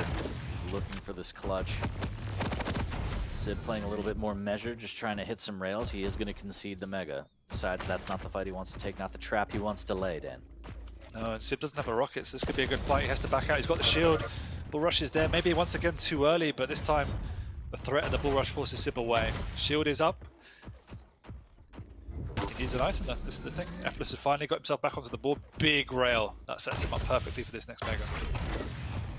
We are in sudden death officially, and we're keeping it thick here. Clutch versus Scale. There's the push. Is it going to be with the shield? No. There it is. Last second. Is this going to be the fight? 39 HP. Effortless will escape. Sib grabs the Mega mid-fight, using it very, very well here. And Effortless on the back foot does have Bull Rush, but needs to be very careful. Heavy will go for free as stacks about even now, Dan. Yeah, you got to ask yourself why you're taking that fight, but he did. And as you say, fights are even. No shield though. No rockets for either player. The Bull Rush comes out. Oh my word. Really good cancel there from Effortless. Just using it to bully Sib away. Get Effortless the Mega. Now he's trying to hunt, trying to catch him out, playing by the telly. Sib goes through. This should be it, and it is. Effortless puts himself on the board in the series and takes Ruins in a nail biter, Dan. Can I say, Scale Bearer, rise up. It's Told true. you. Scale gang gang, I guess, as the sandals walk all over that car. And Effortless puts himself on the board, ties it at 1. And we got a series, Dan. We're going to go to map number 3 as the decider for who takes this one. Or you plebs in chat questioning the scale bearer pick. How dare all of you. Can I What say? a, What can what I a say? play. What a play from Effortless. Well, it was Historically, really well.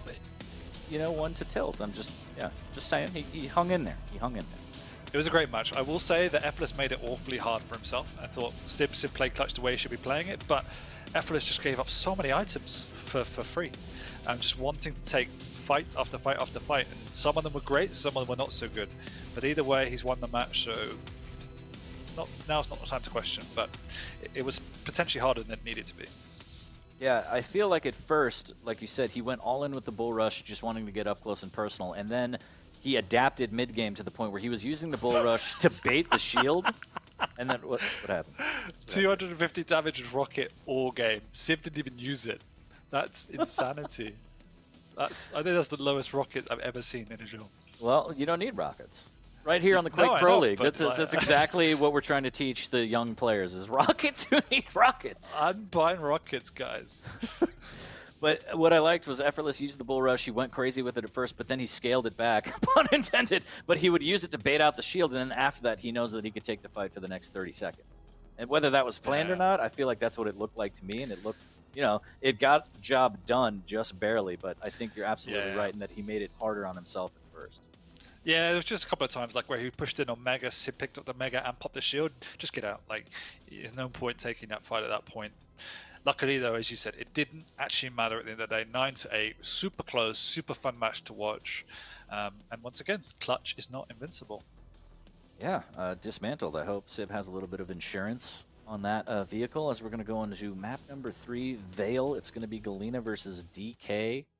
And I feel like it's going to be a little more of the same that we saw kind of map 1, where Sib can kind of be hyper aggressive and Effortless has to play a little more measured simply because of the picks. But if you get the frag with Galena early and you get the totems going, you can definitely be the aggressor. But with that flame strike, it's just so bursty. You have to be very careful where you are. Yeah, exactly. Even if you have that overstack up and the items to flame strike can just turn a fight completely on its head. So you have to always be careful in your positioning.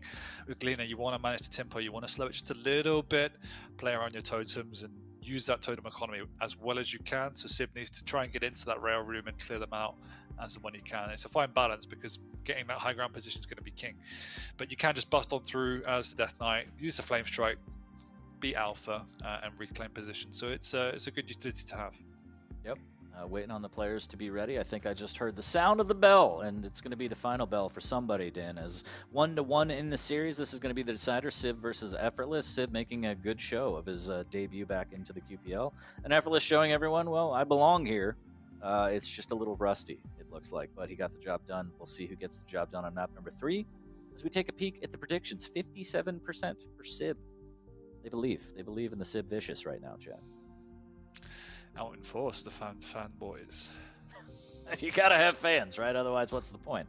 It's all about status, Dan. I'm sure you know more than most. But we're gonna get into map number 3, and yeah, it looks like the predictions are locked, 53%. So I don't know. We'll see. This one, hopefully, another barn burner. Hey, Dan, let's have another one.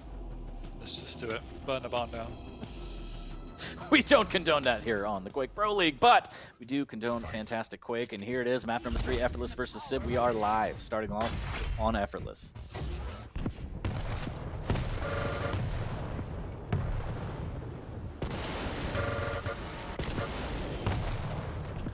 Early fights coming out. Neither one picking up a frag. Effortless just getting the upper hand of that. But the trap is set. The flame strike is ready. Doesn't even want to use it, saving it for the next fight. Good patience and awareness by Sib. Also double back in to get the Mega, which allows him to pick up both items potentially. Wow. Oh, there's the flame strike. Hello. Taking away and now big rocket to combo. Nice rail by Effortless though. That keeps him in the game up the spawn. Yeah, really good damage from Effortless. Almost got that turnaround somehow, but really good use of the flame strike there off the top earlier. I think Sib nailed all 3 great balls of fire. He's maintaining position now. Effortless looking for some sort of damage on this Mega Tribolt on Tribolt, and Sibs wins on that encounter here as he makes his way back. Big rocket, and he's going to be able to drop down. Good defensive rail from Effortless, make that 2, but he can't hit the 3rd as Sib takes him down again. Is weak though, but a rail off the spawn. Absolutely incredible from Sib. It really was, and the flame strikes up, which means he can just go through this TP if he wants to and just lay down the smackdown. He's seized, maybe not seized the totem up top, something you've always got to be careful of against the Galena.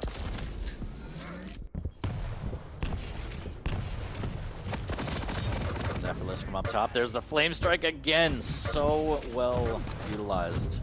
Sib, the tick damage going, but Effortless still has a decent stack here. Now that the flame strikes down. As well. Yeah, now that the flame strikes down, this is the chance, but the rockets are going to put an end to Effortless yet again, Dan.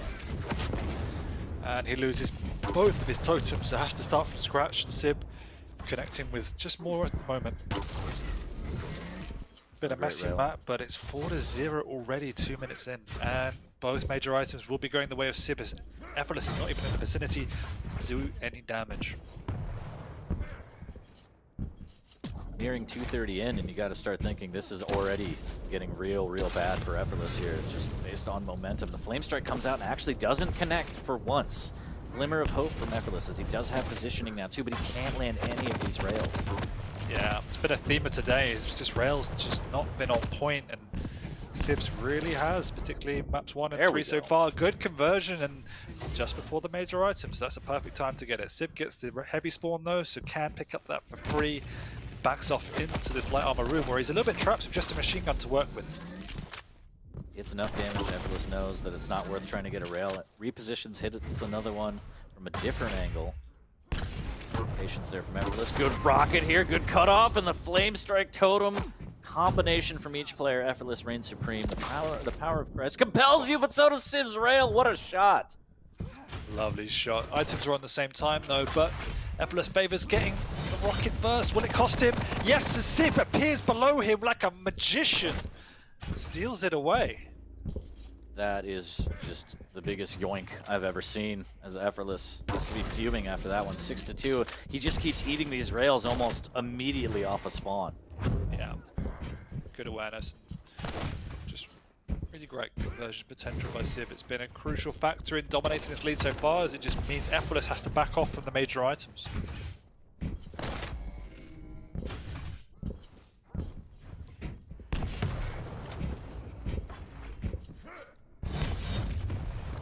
Sib 6 minutes away from winning his debut game back into the Quake Pro League here, 6-2. Effortless trying to find a way in here, but he just keeps finding rails instead. Oh. Wow. Youch. Sib, inspired by Kilson earlier. He's just hitting insane rails. 61% rail. And no signs of stopping. Make that 64. And oh look, a Mega. 5 frags in the lead now. Flame strike in hand. Huge stack, item control. I mean, this is just the Sib show. Yeah, and Sib actually plays a lot better not on clutch. Maps 1 and 3, he's been playing exceptional in terms of item control, positioning, aim. Just gets to play that normal duel, and it's definitely suiting him a lot more. It might be a, you know, I have clutch and a shield, so you play a little looser kind of a situation, but I think you're absolutely right. A lot tighter of a game. Execution is on point as well, and it feels like he's just been running the map this entire time. 7 heavies to 2 for Effortless, 7 megas, 3 for Effortless. Oh, he's trapped up here though, so how does he get out of this one? Effortless connecting with 2 rails, but he's still not dead. Has to back on down, and he's nowhere near the overstack. Doesn't look like he'll get at this series whatsoever. Sib's had a good job of clearing them up, and he's just, as you said, patrolling the map, playing the items. He's also got Effortless trapped down here. Big rail, nice return from Effortless, but Sib, hey, I'll just back onto 2 items and see you later. Yeah, it's just so much work that Effortless has to do to even up the stacks now. He does have 2 totems down, but overstack hasn't been a factor. The flame strike has been fantastic from Sib. But the item control, the name of the game here, Dan. Yeah, and Effortless has now taken his foot off the tempo a little bit just to get back into the game, not give away any more frags, play around the overstack. Ever since saying that, he's now just managed this rail room, and he will have the overstack for the next engagement for the heavy. should have timing on it, so will work his way through this mid-level to try and steal it away. Sib trying to plan his attack there. There's a good rail. Effortless jumps over, can't land the rocket, but does steal the heavy. Rail's not landing from Sib and actually taking another one. Effortless gets the better of him this time. Does have a light to work with the Sib as he makes his way down the other light. He's gonna find a whole bunch of totems here, but he actually flame strikes and he turns the tables on Effortless. The power of the flame strike compels you this time. As you said, like 0 to 60 right there, and Sib now has got himself a mega, and Effortless has to go back to the drawing board. Just an insane turnaround, and Effortless does steal away the heavy, but it looks like he might go down here as the LG will melt him 8-2. And I think Effortless has to be thinking, what do I have to do? I went aggressive, I played passive, I played patient, I played methodical, and nothing seems to be working. And now it's all but over as another frag goes away. Sib will pick up another major item uncontested unless Effortless can make something happen, but no! Rocket to rail and Effortless goes away licking his wounds. 2 items for Sib, and this is really the icing on the cake to return to the QPL. Flame strike again, nowhere to go. Sib just, he really has torn this one open, Dan. 11-2. 2:30 left on the board. And I think he, as I said earlier, kind of used this as a statement match. I'm back, and maybe in similar fashion to Kilson, putting everyone in NA on notice.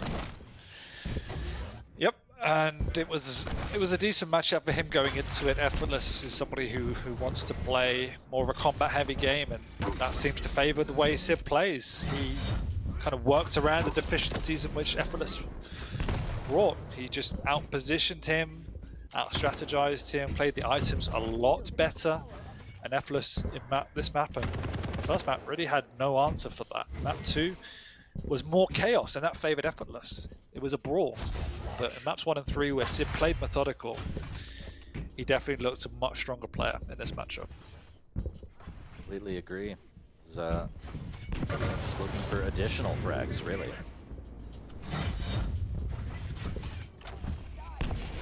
12-2, maybe a little bit more to end this one as teleplay comes out. And ooh, okay. Sib flashing the gauntlet. Maybe he wants one of those, Dan. I would not be surprised.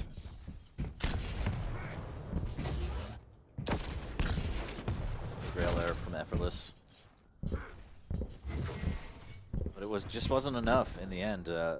Hitting 46%. But I think the major issue, again, as you mentioned, items. 13 heavies and 14 megas for Sib, 4 and 3 for Effortless, respectively.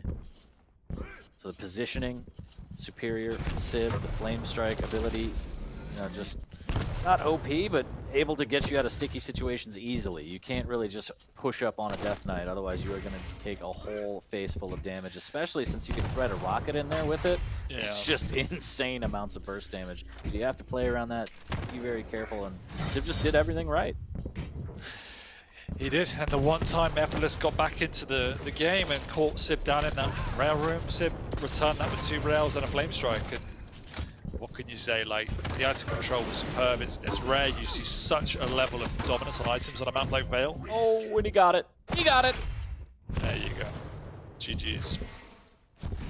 GG's indeed, as Sib will take map number 3, putting his stamp on his first series back to the Pro League. 14-2 is going to be how Vale ends. 2-1 is going to be how the series ends for Sib. And that's all she wrote, Dan. Sib takes it over Effortless.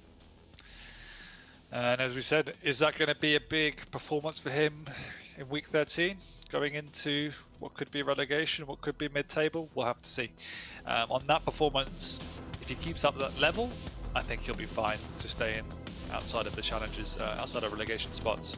Effortless, on the other hand, definitely needs to have a look at what went wrong, because that map in particular was an absolute manhandling from Sib, and it looked just too easy. The item control and the aim were on point, so back to the drawing board for Effortless. Yeah, definitely a rough way to start stage 3 for Effortless, but I think, again, to harp on it, the items were the name of the game. As the highlights right now, we'll take a look at the recap shortly after, and just a huge discrepancy in terms of items. Sib with complete map control. If you take a look, insane. Insane. There's rarely ways that you can win with that level of item Yeah. control. Not only that, the damage difference again. It just shows you that Effortless was in that duel, unfortunately. So that level of item control, that level of damage difference is, yeah, it was just a bullying from Sib in this one. Yeah, and Sip kind of showing everybody, you know, you can't really bully me. Items aside, his mechanics are on point. He can hit as hard as a truck, and you're going to need that firepower here in the Pro League. Again, Sib, no stranger. It's his welcome back, and he performed the way that he wanted. I'm sure he wanted the 3-0, as everyone does every week, but 2-1 is going to be just fine with him as he takes his first victory back. And Effortless, like you said, back to the drawing board, has to figure it out. A rough loss for week 1. Yep, and we'll see if that comes back to haunt him, because he played extremely well in map 2. Unfortunately, maps 1 and 3 really not his day, and it just wasn't the normal Effortless. We see a lot cleaner execution from him. His rail really wasn't on, and that was a big decider because he relies on it so heavily. And as you said, Sib was hitting like a truck today. Yep, absolutely. Well, that's 2 in the books, Dan. We got one more. Well, we got more, but we got a banger on the way. Wenger and Garpy after this break. Don't go anywhere. We'll be right back.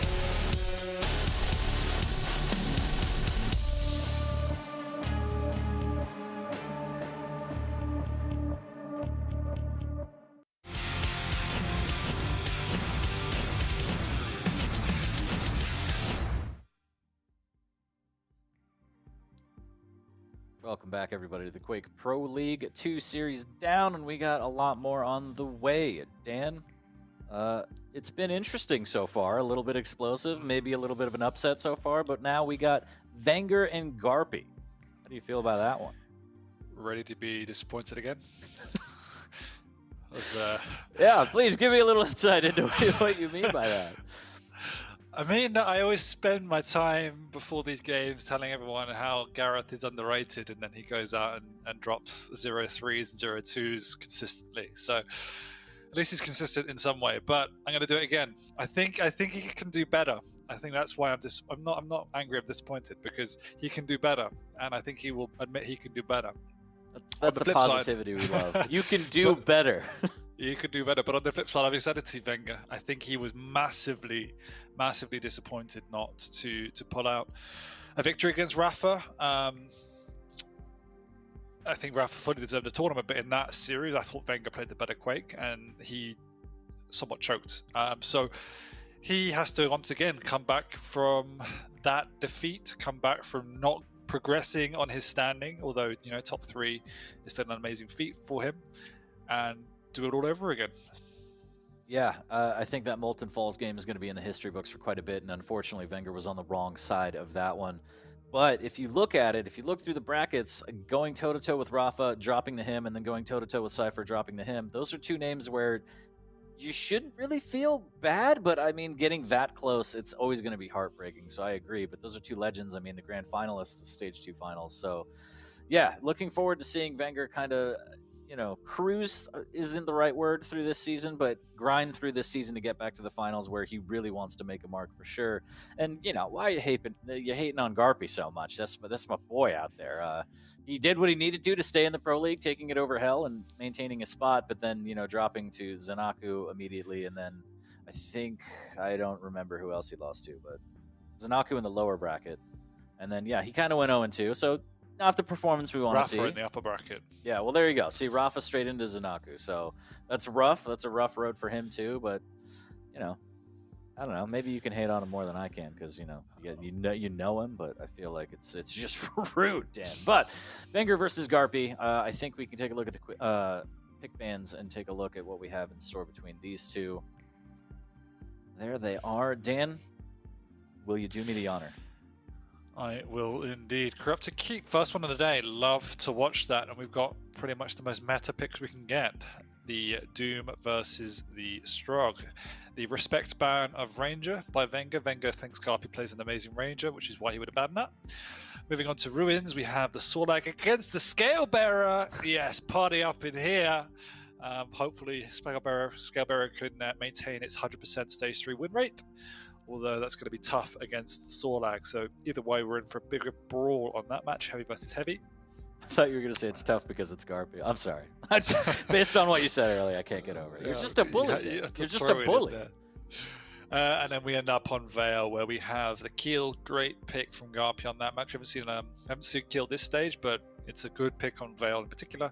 And then BJ, a bit off base of Wenger. Haven't seen him play that an awful lot, but obviously still a solid pick, particularly on Vale, where you will have these big encounters in the mid-range, so you can get maximum usage of the dual wield. We obviously see that a lot from Rafa. Base enjoys it as well. So yeah, I pretty enjoy that. It's obviously good against Keel because you can just pop that and melt his big stack. I don't know why I'm laughing at this, and it's almost rude, but right now, predictions are 100% for Wenger. I don't think I've ever seen that in my life. It just dipped to 98%. I'm actually going to drop some points at Garpy just because that is so disrespectful. That's so you all are dirty. That is rough. But now that we took a look at the pick bands, what do you think, Dan? What can I say? I can't disagree with 100% to 0. Oh my god! I don't think I've ever seen that. Jesus Christ, that's so harsh. Yeah. 1,700 people say, Garpy, you're out of here, friend. I don't know. I think on terms of draft, I actually think Garpy's got some really good picks there. Wenger's come with some great counters as well. So it's pretty even in terms of the picks and bans. It really is going to come down to who plays better. And I think most people don't agree. Wenger's got a better caliber at this point in time. Although saying that, I know Wenger has a lot of respect for Garpy. He does struggle against him in scrims, and so Garpy can at least keep it close. I think Corrupted Keep is one of his best maps, and so this is the one I would highlight if he's going to overturn Wenger. Could be on this one. He has a Scale Bearer on Ruins next map. It could cause somewhat chaos. Who knows? I think it's going to be a real tough road for Garpy, as everyone obviously recognizes. I just want him to see him do himself justice. I just want to see him succeed. It's dipped to 93% in favor of Wenger. I think with that's the just predictions. pity points at this point, which is even worse. You know? Oh, poor Garpy. All right, well, I got tears in my eyes because I feel like this is going to be beautiful Quake that's going to bring a tear to everyone's eyes, or maybe just Garpy fans. I don't know, but we're going to get into it here shortly as Corrupted Keep going to be the first one, Doom versus Strong.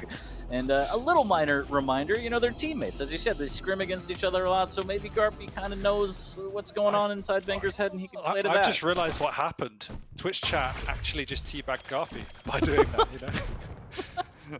Oh, they hit it with the Liptons. All right, we're inside the server now. Wenger has the heavy. We will see if he can get inside Garpy's head and figure out exactly where he is. Deal some initial damage here, playing it slow in the red room. Creeping by each other. I don't know if he caught a glimpse of them or not. It doesn't look like it.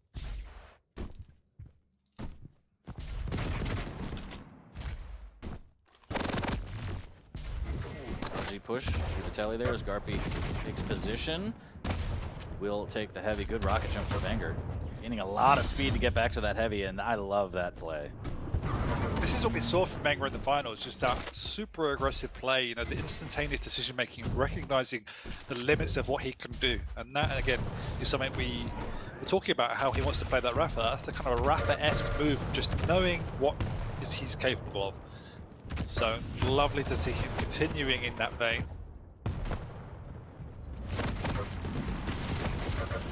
Good use of the tri-bolt there. Garpy trying to pepper with machine gun. Let's get the heavy. Overall, kind of a slow start until now, where Garpy has to pray, and the peeker just will not answer his prayers. 1-0 for Wenger. Looking to snowball here off the spawn. A little bit of shotgun and a machine gun, but Garpy gets away, sliding out of there. Time for the items. Garpy trying to set up a trap, but just not connecting with the rockets. The double jump is way too strong. One of the key reasons why Doom is so heavily picked in this kind of map, because you don't have a rail, so you can just double jump all over the map, relatively risk-free. It causes so much pain for anyone trying to hit the rockets. But nice nail guard defense by Garpy there. Continuing with the aggression. Maybe this is a step too far. Wenger just backing off and taking away other resources. Wenger reading it well, but the rocket's just not landing, unfortunately, as the peeker comes out. Garpy has to dispose of it quickly. Lot of LG, but the light will save his life and a little bit of health. And the Mega, actually. Good donk with the rocket. Pushes into the corner. And Garpy with the trade! What a turnaround. And he gets the heavy spawn as well, so fortunate for Garps there as he flies on by. Wenger, though, already got a lightning gun and rocket, so he's okay to contest for his next Mega. As Garpy slows it down around by the mid area.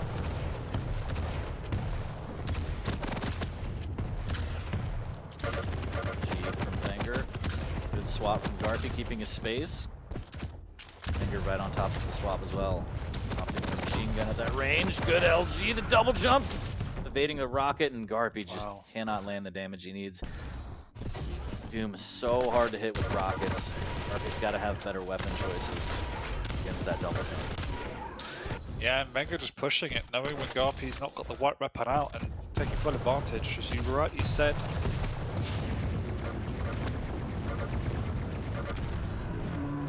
Oh, that peeker causing such chaos. Yeah, decent pop there, and Wenger caught with the wrong weapon out. Didn't really have much of a choice, had to fight it with machine gun. Didn't have shotgun either. I feel like he hasn't had shotgun most of the game, if not all of it here. Machine gun chip. But the damage catching Garpy out. LG on LG. Garpy almost takes it. But Wenger comes out on top, 225s, and stacks back up off the death armor here. And again, in decent shape to fight for this Mega. Long time before the Mega though, so Garpy's just got to try and get out without taking too much damage. As I say that, he just sticks around and dies. And already 6-1, Wenger looking very comfortable. He's been low most of the map, but just causing such pain with his Doom that Garpy cannot handle it. Garpy can't handle it. Peeker can, as he does get a frag back, 6-2. Venger's still firmly in the lead here, but Garpy at least slowing the bleeding for the time being. Maintain position here. No items up for a very, very long time, so this is going to be a straight-up battle. Venger's going to win out on that one. 18 HP as Garpy is sent packing to the red room. Yeah, lovely swap by Wenger to the rocket. Just the decision making again has been on point, and he's just grinding a lead at this point in time. All of the fights are very close, but the way in which Wenger's taking them is always in his favor because he has the items to fall back on and restack and go once again. Good peak damage from Garpy there from down under. Makes his way over to the light. Good swing around to catch him. Did he see the gun? Wenger getting caught off guard. The rockets too erratic here, and the LG won't be able to do it as Garpy takes back another frag, putting the chat on notice, Dan. Yes, still very much in it, but Oh, Wenger, no. oh no! How did Garpy not get the item? That LG was so ridiculous. Here's the peeker play. Is he going to get the damage? Wenger almost. Actually, he does. He slides right by him. Takes that frag while Garpy's just hopping a squat. And 9-3. No signs of stopping Wenger. Just the shaft is ridiculous. Yeah, and what was a very close game all but 30 seconds ago is suddenly now not so close as Wenger's got himself a 6 frag lead, soon to be 7 as Garpy has nothing to work with over by this light. Wenger, they're biding his time, will just wait around for the Mega, pick it up for free, and then go straight back at his opponent. Or should I say his prey. It's 40 HP. I think that 90. Garpy is being hunted for sure. He's trying to make a play on this heavy. That rocket splash just won't connect. Goes through the telly at the wrong time, trying to calculate it, and Wenger's just right in front of him with the rocket launch.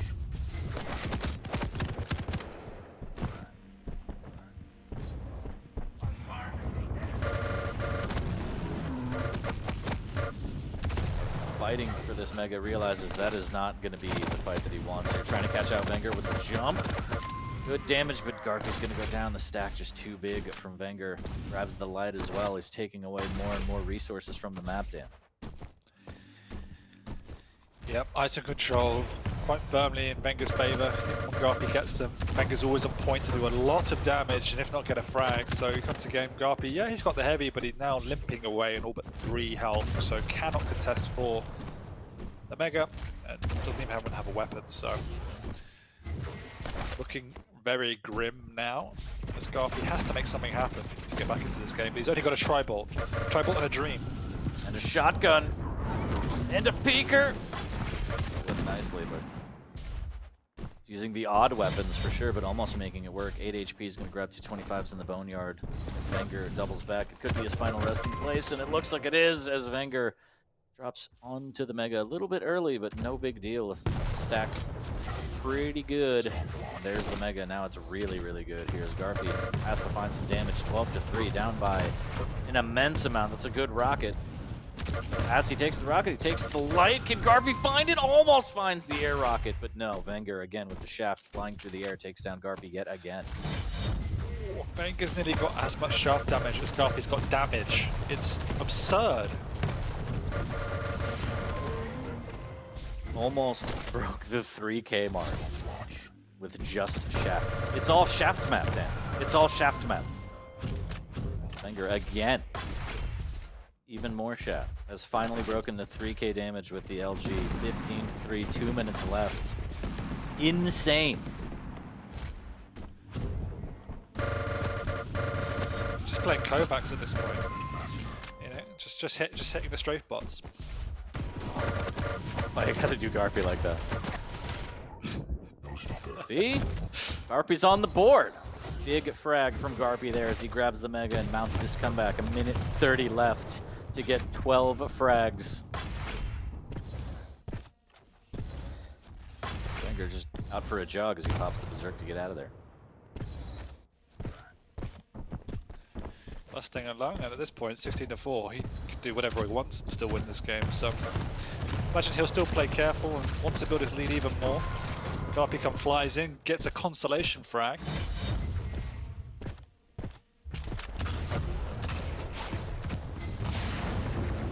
swipe the Mega off the spawn. There's the peeker play as Venger's stuck behind the statue, but wow, that rocket was so good. Into more shaft. Garpy, no, and he goes down 17-5. Opportunity here for Wenger to break 3,500 damage with LG. Wow. Insane. 3.5k damage with LG. And it's important to note, Garpy's overall damage is 4k on the dot. And Wenger has, oh, that's such a good rocket! Dancing on the bones, but Garpy takes that frag with the shotgun. And just, you know, okay, and Garpy with a little bit of a friendly smack talk. Love it. Absolutely love it.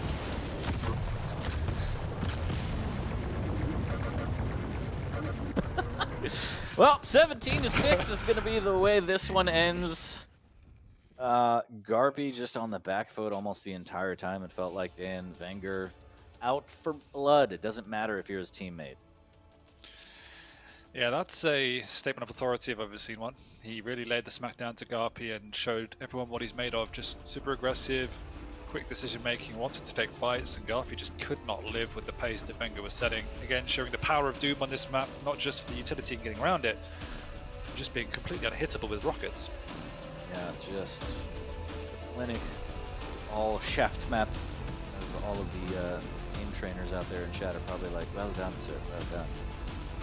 35 100 damage to Garpy's 4,000 on the dot. Is we'll take a look at the stats later. Right now, it's just the highlight reel. It really is a highlight reel, and Wenger just played. He just played exceptional at this point. And again, it was just continuing that momentum that we saw in the stage finals, where he just showed us a new side to him. And I love the fact he's continuing with that, perfecting it now. And that's the key: is taking that style, taking his evolution, making it who he is and making it better. And if he can do that, then he will move forward from being a third place to a second place to potentially winning Quake. It all starts with week one, and he's putting on a great display right now as we take a look at the stats. And again, the shaft's just insane. Never take a shaft battle with Wenger, ever. 3,500 damage, it's just nuts, absolutely nuts. And what could Garpy do, really, when Wenger's playing at that speed, playing the items perfectly, great decision making? It's just, yeah, once again, someone who is on top form. Absolutely. Now we go to Ruins, Sorlag for Wenger, Scale for Garpy, so we're going to get real thick, Dan. We love that here, but in terms of the matchup itself, what do you think? How do you think this might play out? It's heavy versus heavy. It's going to be a brawl. It's very difficult to cement any sort of control and methodical play. You just want to take fights, you want to rush at each other, you get that refrag. If you begin to string a couple of clean frags together, that's when it gets scary, because you can spiral, just throwing your body at the wall. They might stabilize, but I don't imagine that will happen. I feel like chat's just rude at this point. 97%. 97% prediction. I'm going to support chat's prediction here. I don't think Scale is going to maintain the 100% win rate. Wenger just looks way too good. He does look very, very on point. And yeah, Garpy, if you're out there, we all support you. Not gonna be out there for long. It's going to be map number 2 here shortly as we're going to load up Sorlag versus Scale, getting thick on Ruins. And it might just be more of the Wenger show. Rail in play here. We'll see if he heats up with that. He has the ability to pop off with that as well. But I think the chat wants to see more of that shaft, Dan. No, but on your point about Rail, I actually think Garpy's the one that needs to rely on the Rail a bit more. He was obviously struggling to keep up the close combat tempo that Wenger was playing. So if you can keep him in check with Rail, that's where he's going to get most of his in. See if he can do it as we're starting off on Wenger live on map number 2 right now between Wenger and Garpy. The Maestro boys going at it.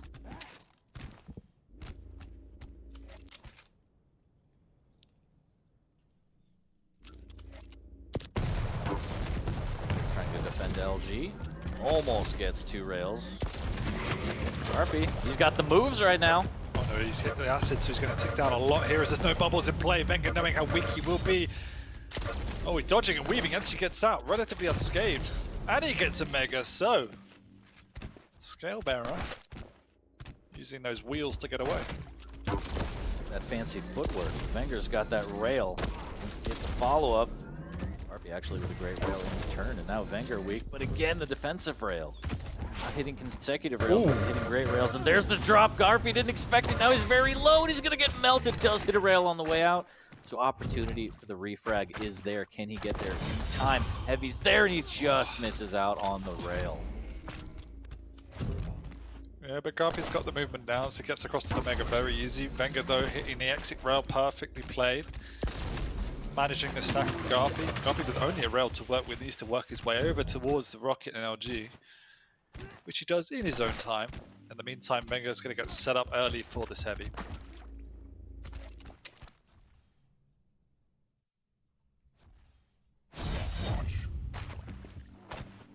Will the Bull Rush come into play with this next fight here? No spit again for Wenger.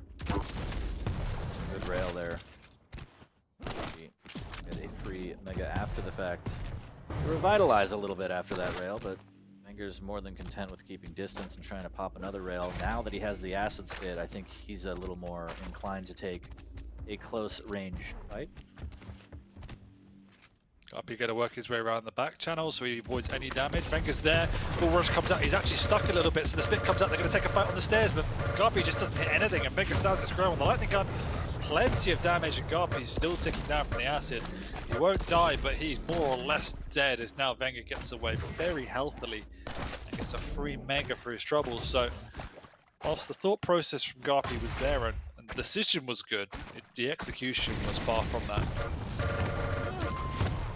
Although, good two big rockets rockets on the way out.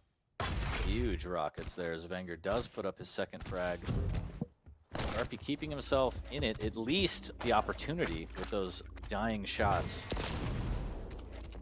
Missing with the follow-up, unfortunately, needs to get some damage before this Mega, but the Bull Rush will actually bully Wenger off. So he does win himself an item yet again. It's just a little bit of the execution, as you mentioned, Dan. Just needs a little bit more damage.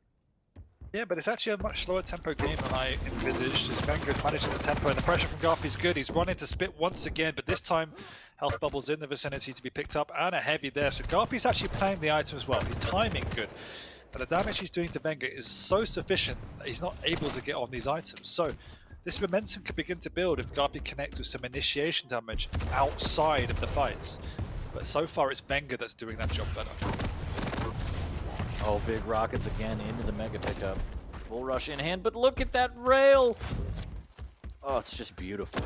And that's case in point. Garpy playing the good methodical game, getting on the items and timing well, but Wenger's just hitting all the shots. It's... Wow. What can you say? Did he just dodge that? Yeah, that dodge was beautiful from Wenger. I thought Garpy had the fancy footwork, but no. Hits him with the Olay, doesn't take any damage. Now the Bull Rush is down, and Wenger has the spit and a 2-frag lead, 4 minutes in, and it's just difficult. Garpy's playing a lot better for sure, but how do you deal with the sword lag? How do you deal with these rails? He has to back away from the spit. Wenger using it to just push in at will and converts. Very smart swap there. Doesn't want to let him go. Machine gun ended. Does need to be careful though, off the spawn, taking a lot of damage. Garpy with the cutoff. Getting stuck a little bit. Actually, didn't want to take the fight. I guess thought he was stronger than he was. I'm not really sure. Garpy could have maybe gotten the frag there. Yeah, with the heavy machine gun, I thought definitely as well. But there is no items for Wenger up, so Garpy just setting himself. Wenger knows exactly what's up. Missing the rail, though. She's in a little bit of trouble. The Bull Rush comes out, but Olole once again dodging around. The super shotgun, though, this time connects and dismantles the lizard, who spawns up above, but there's no items up. Once again, Garpy, the one playing the items better. A lot of LG. There's the spit, making sure that Garpy gets punished for pushing after him. Does grab one of the bubbles to negate the spit damage. Big shotgun blast around the corner too, as Wenger does hit a rail on the way out. Both players extremely weak. Wenger has also gone full sip and hasn't even bothered making his way over to a rocket launcher. 0 shot. I personally welcome the new meta of no rockets being used ever. It's a new dawn. Quake rail league. Good rail there from Garpy, but again the Mega's right to Wenger's back, and now it's going to be a mad dash to the heavy.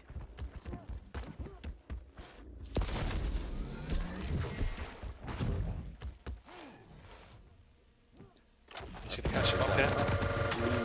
Big damage. Spit again. Really Garpy nice. making sure he can't maintain. But I mean, Bruins is quite easy to get a conversion frag. Oh, we forced the bull rush out. So Garpy now is really in this game. 4-3. Wenger comes charging in. He's how much damage he's done, and he does get a very easy follow-up. And this is the challenge in heavy versus heavy. Yeah, very unfortunate that Garpy popped the bull rush for insurance on that last frag. If he had it there, he might have been able to escape, maybe turn it around from 5-3. As Wenger gets caught out with the double barrel again, needs to be careful. Garpy chunked through that dinosaur rather quickly, and there's still a lot of time to end. Garpy pushing in with LG, and well done, 5 HP. There's the Mega, so not all bad. Yeah, but oh, he's caught in the air, and he actually gets a conversion. He's going to tick down quite a lot here, so I expect Wenger to come charging his way back in, exactly which he does. Garpy, though, gets the item and the bull rush. He wants to take the fight. Is this the right choice? Yes! Wow. Garpy 3 minutes away from running through everyone's pockets. All the Twitch channel points, Dan. All of them. But Wenger says nay. 2 rails in a row. Makes quick work of Garpy and ties it at 6. Oh, what a rail and an item to go with it as well, as Garpy's a little bit on the ropes here. He's only got a rail to work with. A tribal and a dream. Seems like map 1, but this time the scores are tied. Wenger, though, 2 clean items, so the chase is on. Missing with that rail. That could have been huge. Garpy getting caught out. There's the bull rush. It's all gone horribly wrong. As that, we're just going to call that Lemony Snicket because it was a series of unfortunate events. And now Garpy getting railed down from above. Wenger swapping the shaft to try and finish it. There's a lot of damage actually coming out from Garpy for that one. Wenger still has such an amazing stack. Exactly. Garpy, does he know the timing of the heavy? Is he going to back? He does. He's backing down to it, but eats a rail. Wenger dropping onto the LG once again, but the big rocket to rail combo. Wow. And Garpy's dreams, Twitch chat, Benson's dreams are slipping away as those points look like they're good for Wenger. He's on the ropes a little bit. Garpy's chasing, and again, this is still definitely not over. He hasn't got a rails. We have to get the close combat. He hits this time as he boshes his way through. The Mega's up. Wenger doesn't get a good spawn, though. There was no health, though, so he ran through the spit, and he has to go all the way out to grab that. Can he make it back? And I don't think he can, so the Mega goes to Wenger. Whether he wants to ride the lightning a 3rd time is up to him, but Garpy has good positioning on this heavy. Good rail as Wenger misses with his. Unfortunately, the follow-up lands for Wenger, so Garpy's still very weak. Yeah, but once again, 1 frag. He can just get a good spawn conversion. That's all he needs. Oh, the bull rush, but he does connect somehow, taking a lot of damage in the process. Wenger's a little bit trapped here. Lovely rail, he knows how weak he is. And a conversion! Heavy's up as well. Wenger doesn't get the spawn down below. So Garpy is in with a big chance here. This could be... Needs 1 frag to send us to sudden death. Amazing LG from down below. Good rail from Garpy. He's got timing as well. He got time to pick up the Mega, if not the heavy. And Vega's actually going to go down below and contest. Garpy's coming from behind. Vega hears him though. Scuttles his way up the side alley. Goes back up to the high ground, and now it's just a case of running. But look how weak he is. If Garpy does find him, it's going to be a frag. Is he going to read the TP? He hears him. He does. Spits. Bull rushes up as well. Good job to negate it, but he falls down. Now he has to bull rush. He has to bull rush to try and get in, but... He hits him! Conversion! Yes! 3 seconds. Wenger holds his ground, and we're going to overtime. Wenger's there. Nearly kills Garpy already, and overtime's already over. Why? That was just too sudden. But I don't think he had a choice, Dan. I don't know. In that position, being that weak with the Mega up, would you have gone for it? I think you kind of have to, but he didn't expect him to hit as much as he did or get the spawn right by the Mega, so it was over as fast as it started. But really good match, a lot slower tempo than we thought it was going to be. Garpy showed again great mental awareness to keep control of most of the items, but Wenger's aim just keeping him in the game. More importantly, all of Twitch chat had a collective heart attack there. They're like, oh my sweet mother of God. My sweet, sweet channel points. All of my highlighted emotes are gone. Highlighted messages, emotes, all of it. But Wenger comes out on top, steals that one away. in a very sudden death, but Garpy showing that, he's not done. He belongs in the Pro League, and he can push even a player of Wenger to his limits. But this is why I always give him praise, and this is what he does to me. He gives me hope, and then he takes it away. It's almost an abusive relationship. It's unfair. Yeah, You it have to have really a chat with him. But really, really well played from Garpy to keep it that close, but Wenger just being able to read the situation well. Look at this clutch, sending us into sudden death, and then 3 seconds later dying immediately. But that's a testament to how much damage Wenger did in that fight, reading the situation, knowing that he was going to go for the Mega because that was the next item up, and just doing all the damage he wanted. 10-9 as we take a look at the stats and just all across the board. I mean, LG, Rail, really, really good damage. And again, as you said, Rocket's really not a thing. 5.2k damage without them, though. Like, what can you say? Yeah, they're not as an effective weapon, or as consistent damage against a heavy, because if you can hit 50% LG, don't really need it. But a strategical choice. Unfortunate by Garpy, just wasn't as clinical as Wenger in a lot of these occasions, and Wenger just kept on top of the stack. Every time Garpy got an item, he was always receiving a rail in return. So that item pickup didn't mean as much. So moving into map number 3, do you stay on the Wenger bus? I think you have to, right? Garpy made it a little bit rougher of a road, but I think maybe we'll take a look at the predictions in Twitch chat. 88%. So ever so slowly, Garpy is climbing his way up the predictions, but yeah, it's firmly in favor of Wenger here for the predictions on map number 3. 1 away from a clean sweep. Quite the way to start the stage 3 if Wenger can do it, but Garpy still has some fight in him, Dan. You have to believe, no matter how much it hurts you. Yeah, I think you have to. Garpy didn't get whitewashed that much last stage, nor did Wenger pick up a lot of 3-0s, so if we look at it that way, you never know. Never know indeed, but we're about to know as we are live on map number 3, Wenger versus Garpy.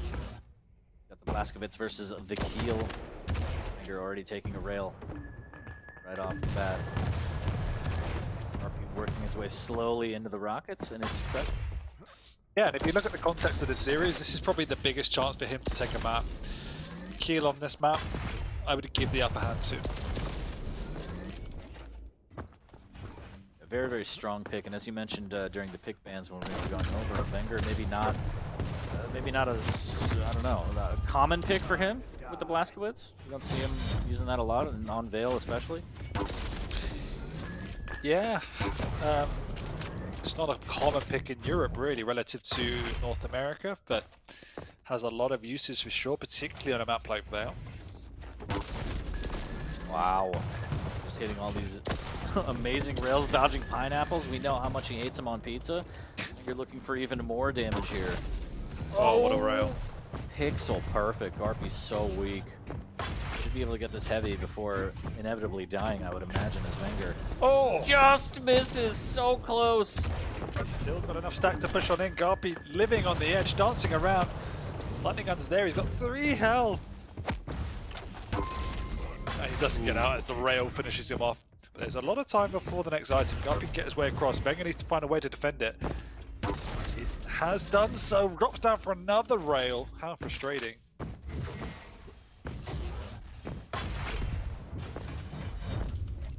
%60 rail for Wenger, 55 Garpy. So he's hitting what he needs. It's just a little bit of positioning situation.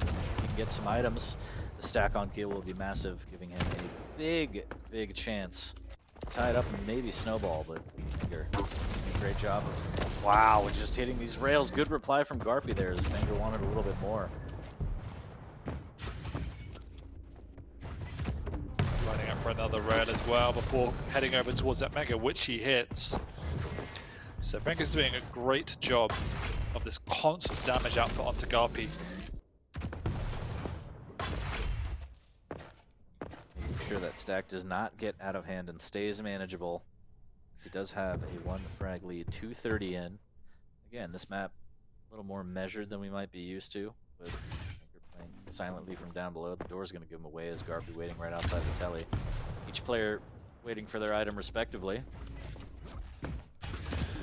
Wenger's also playing exceptional around the lights. He's got 9 lights to Garpy's 2. So he's been playing that Mega until now, also delaying that Heavy, showcasing he wants to make a big play onto the next Mega. A little bit of splash there. Give Garpy the information to know exactly where Wenger is.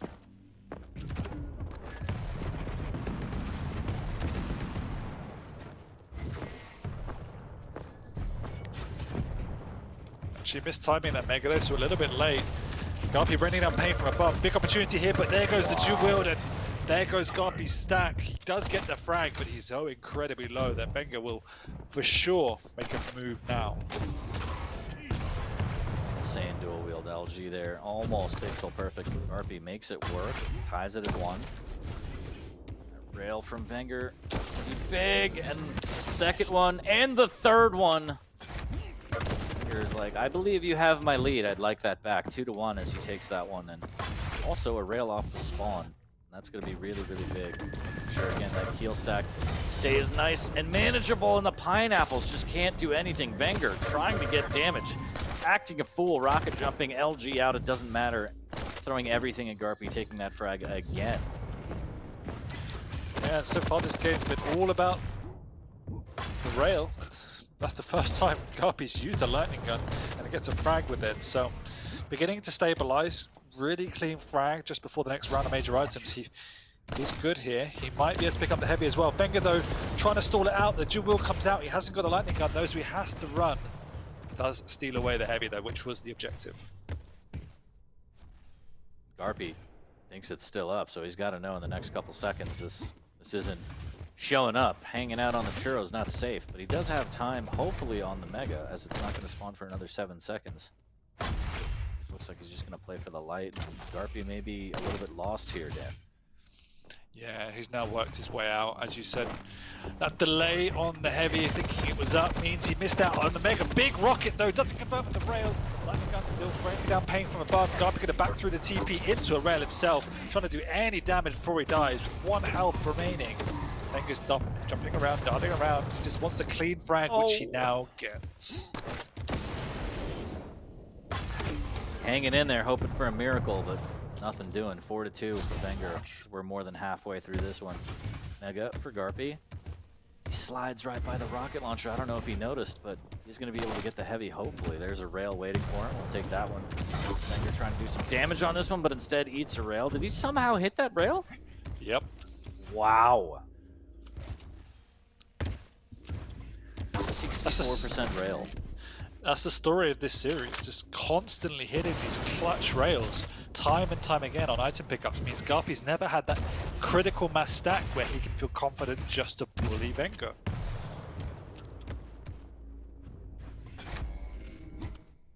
Just ridiculous rails. 4-2 though, all things considered. Beautiful rocket jump there from Garpy. Secure the heavy. Split between the items. Huge, so Garpy just has to come up with a plan of attack. I mean, he has less than 4 minutes, down by 2. It's all a matter of where he can position himself to do max damage, and that's pretty good with the pineapples. Into the rail, and there's the conversion. Garpy takes one, and oh look, there's a Mega. Now he has the split between the items. Should catch out Wenger here for free. Relatively free, as he ties it at 4, Dan.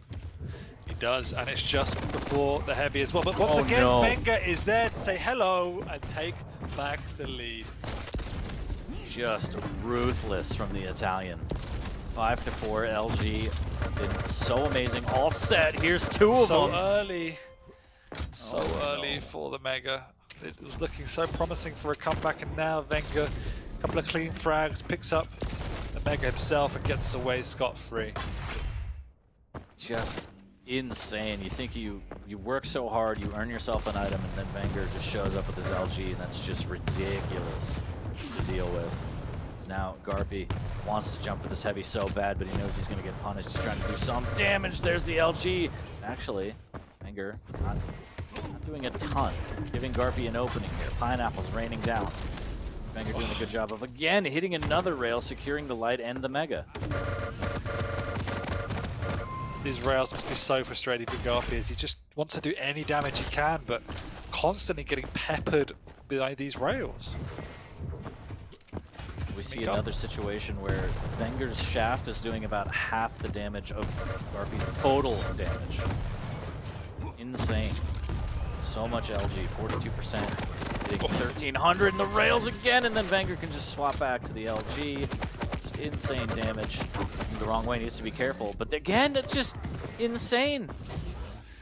The rails from this boy are crazy, Dan. It's just insane. He's got 60%, but virtually all of them are flick rails and clutch rails, peak rails. It's so frustrating for Garpy. He's not overexposing himself, he just can't get away from the damage. Gonna grab the heavy, but he might go down here. This is an opportunity, though. Okay. He can't land it. Again, the clutch rail.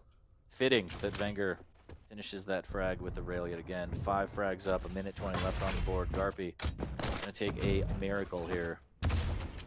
It's been rough all series, Dan. I mean, this map has been so close, and now it's just spiraled out of control as Garpy has to take more and more risks, and now it's obviously game over now, but you have to give credit where credit's due. Garpy kept it extremely close on map 1, I'm sorry, maps 2 and map 3. Map 1, not so much. But this map was very good by Garpy, and last map he definitely could have won, so credit where credit's due. 5 HP rail kill. I mean, that boy special right here as he drops down, and again he's hitting all these rails. Oh, we almost hit that one, and I would have just lost it again. It was a highlight reel. Garpy does get that frag, though. 6 frags in the lead. But look at the work he had to put in to get that frag. Absolutely absurd.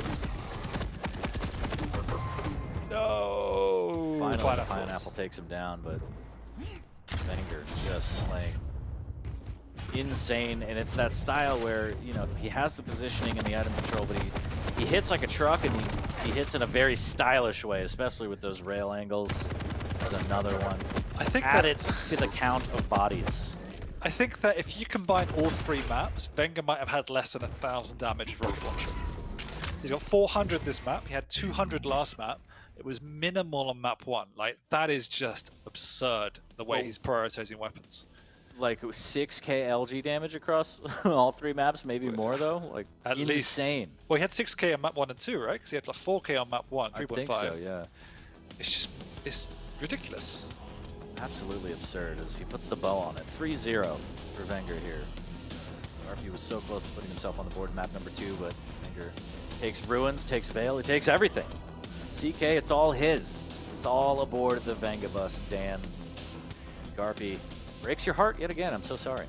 He really does. Particularly on map 2, he let me down on scale. Like, now DJ Wheats can have a field day when he finally decides to turn up. So, what can we say? Really well played by Wenger. He just looks super confident. His aim obviously is incredibly crisp, and like, he's looking better and better. But Garpy shows us why I always give him the benefit of the doubt and say it's his week, because he's always in these series. Very rare we see a 3-0 against him. Could have taken a map against top 3 person in the stage finals, and yet he didn't. So there's always next week, Gareth. Yeah, I mean, by all accounts, it could have been another 2-1. That Ruins map was so incredibly close. So yep.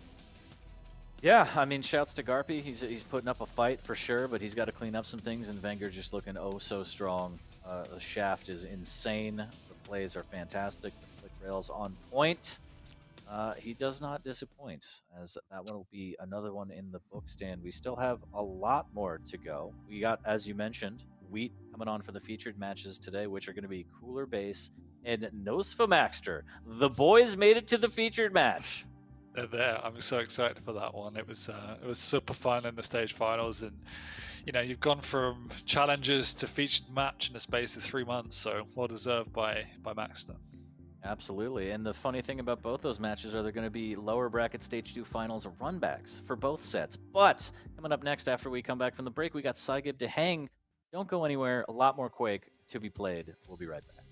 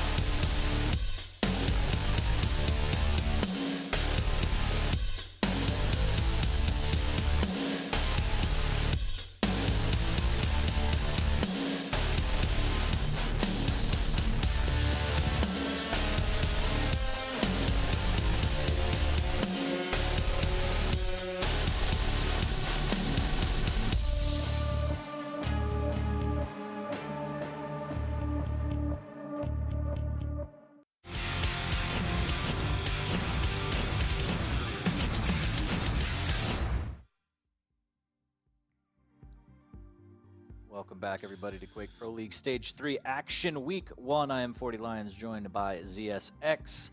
And Dan, we have Cygib versus Dehang coming up. That should be a barn burner.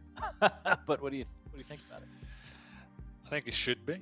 Both of them had pretty decent finals. I think Dehang is someone you'd expect to get as far as he did, going down to Cypher in the end, but looks again good. Probably a little bit of disappointment given how well he played in the last stage throughout the season, but then Cypher made the finals, so what could you say? And Cygib had a really poor, all things considered, him context last stage, but a good finals. So hoping he can pick himself up and push further up the leaderboard this time round, because I think that's where he deserves to be. Yeah, I mean, as you mentioned, Dehang having a great stage, overtaking Rafa for I think a week at least, and then falling down to the second spot in NA, but firmly there, as I think he dropped probably 3 maps total, 4, like not a lot. So really good stage. The stage finals, dropping a Cypher, as you said, Cypher making it all the way to the grand finals, back to form. So maybe not the biggest failure there by losing to Cypher, but Cygib is interesting. I'm looking forward to seeing how this one shakes out and seeing what form he's in, because it's just, he has the ability to absolutely hit like a truck. Mechanics off the charts, movement like just a leaping gazelle, Dan, just through the maps. But we'll see which Cygib shows up on that one. Calm down, all right? This is a professional show here. As always, if we can get into the pick bands, I feel like that might paint a better picture as you can walk us through if we have those available. But we'll see. We'll see. Cygib versus Dehang should be a good one regardless. But here we are, Dan, please. Scale bear respect ban. Cool, Corrupt. Lovely to see it. As we said, in the NA, we do see more of Vasquevich, and that's exactly what Dehang picks on Corrupt to keep. Definitely got some good uses there. Do enjoy a good old Strog as well. So nice little match to start us off. Then we go on to Deep Embrace, first one of the day. Excited to see that. Dehang picks that one up. Cygib picks up the Ranger, so good utility to get around the map, but now we have a Death Knight. So again, a more unusual pick on Deep Embrace. Let's see what Dehang can bring out there. Medium versus medium, so it's going to come down to the execution again. I actually do prefer the Ranger just on paper, but there's neither here nor there, not a huge difference between the two. And then we end up on Exile for a bit of a brawl. So we have the Sorlag against the Keel. I prefer the Sorlag here, but Keel is again a decent pick. Just got to be more careful with your positioning, given you're not as quick around the map, and it just favors that air control in some of the areas. So really good set of maps, 2 new maps that we haven't seen today to get back us into stride. And on paper, give the edge to Cygib on paper. Interesting. Only, but it's really 50-50 because it comes down to playstyle. I really like Dehang's picks as well, so it's even. Let's just say it's even on paper. Yeah, I would say about even. I'm really excited to see a Deep Embrace. Love that map very much. Ranger versus Death Knight should be very interesting. And then Exile, Keel versus Sorlag, definitely looking forward to that. And Corrupted Keep is always a favorite too, Strog versus BJ. So I would agree with you. I don't know. I would actually maybe even give the edge to Dehang just because he plays so calculated. It's insane. Off the charts. Oh, but yeah, in terms of the matchup, I give it Dehang, but in terms of the picks and bans, actual picks. Yeah, in terms of the matchup, slightly to Dehang, but again, Cygib, if he has this ability to just play the game that he wants, where he just pushes you and uses those mechanics, because he has insane rockets in LG as well. If he could turn that on against Dehang and maybe frustrate him a little bit and take some fights that aren't optimal, but catch Dehang off guard, I feel like Cygib can get in there, maybe steal this one away, but take a look at the predictions in Twitch chat. Let's see. Wow, okay. 94% in favor of Dehang. So it depends which Cygib turns up. That's what I'm saying. Cygib turns into Cygod. He's got the aviators. He's got the gum. Like, how do you say no to that? We'll see. We'll see. You don't. You just swipe right and then you go. So I'm gonna super like it, Dan. Yeah, it should be good. I think we're gonna super like this series as we're waiting for the players to ready up before we get into map number 1. But in terms of the first map, Corrupted Keep, is there any kind of approach either player should take to try and capitalize on the other? Play the items, I think, particularly with Cygib. Okay. Play the items. We know that's what Dehang's going to do, and we've seen it time and time again. Like, if you're not in and around the items, then you're not going to chance. He's got the Strog, so he's got the speed. He has to use that utility to open up the gap and use the heavy machine gun. Dehang obviously wants to close the gap, get close and personal with the dual wield. So use your maneuverability as strong, use the Pika well, and play the items. All right, you heard it here. Get your last chance predictions in.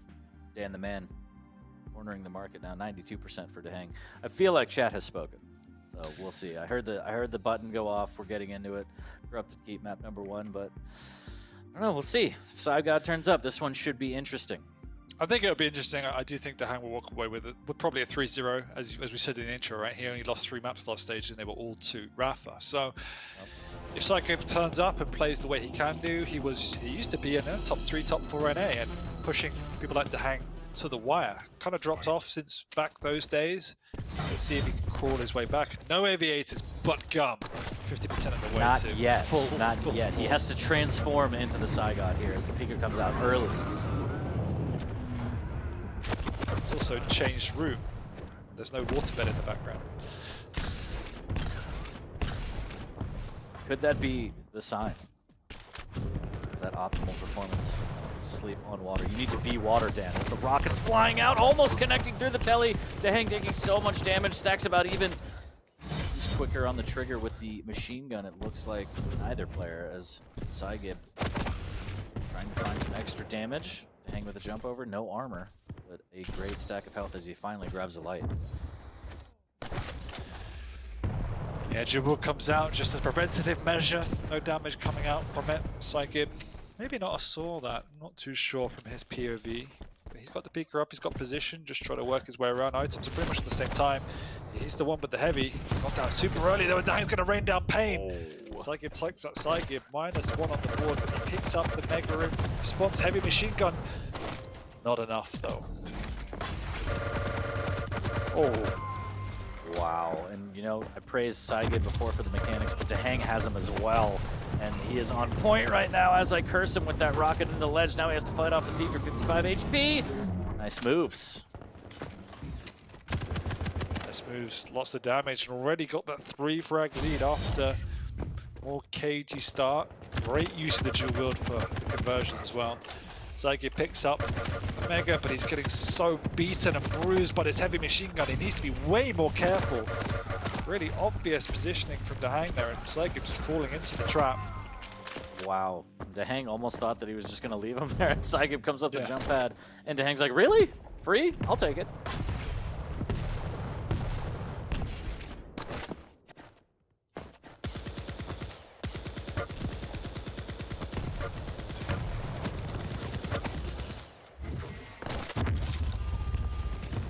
Preemptive from Dehang, trying to make the read here.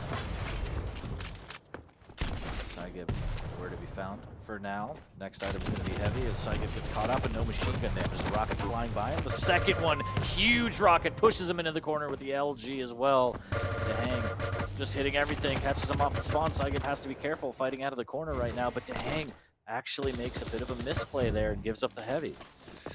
He didn't really have the stack to push in for it, so decides just to take position, pick up a free Mega, take the rest of the resources to defend the LG. So I quite like the decision from Dehang, and once again, it's just so calculated, and this is the problem Saigib has to come up with, is that someone like Dehang will just be playing pretty much perfectly around the map. And at the moment, Saigib's falling into these traps and just taking buckets of damage. Dual wield, rocket. Pretty decent here. Can't get one through the grate, but importantly doesn't take damage. Backs up onto the Mega. Saigib trying to get back to 0. Out comes the Peeker. Dehang just has bad weapon choice and he's got to deal with it. He does. Saigib being a pest, but stacks about even. Saigib has a little bit more armor. Dehang using that passive, but he gets taken down. Saigib finally pushes through the telly, puts him back on 0. He took so much damage as well that Dehang will go and cut the lid for a free heavy pickup. Won't be able to get the Mega, as that is now Saigib's territory. But he also has to try and protect the weapons to get back into this game. Relentless spam from Dehang. That nail gun. A lovely switch to the heavy machine gun, and the Pika from Saigib is just enough, but once again he's taken a lot of damage. So much damage with the nail, and Saigib just gets bolted down. Insane. The heavy goes to Dehang. Won't be able to make it back to the Mega. Cautiously waiting Make those rockets as safe as possible. And Cygib just sliding on into so much damage, but the conversion goes Cygib's way. Big rockets for both players now. Dual wield, the Cygib wants to push the advantage, but he's going to take so many bullets to the face. The dual wield comes out on top, and that's why DJ is so dangerous, especially with the heavy machine gun. And with this frag padding as well, Dahang can afford to take these slightly riskier, high-risk, high-reward plays that can extend his lead. So Cygib's in for a lot of trouble now and has to get himself onto the items and slow the pace a little bit.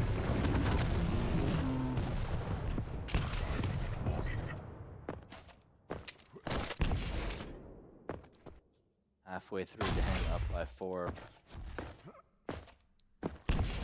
Item control pretty much split, although Dahang doing a much better job of controlling the lights. Good damage there. Cygib now stuck, trying to make his way through Banana, even taking additional damage on the way out. Dahang with the rocket read there and the tickle around the corner.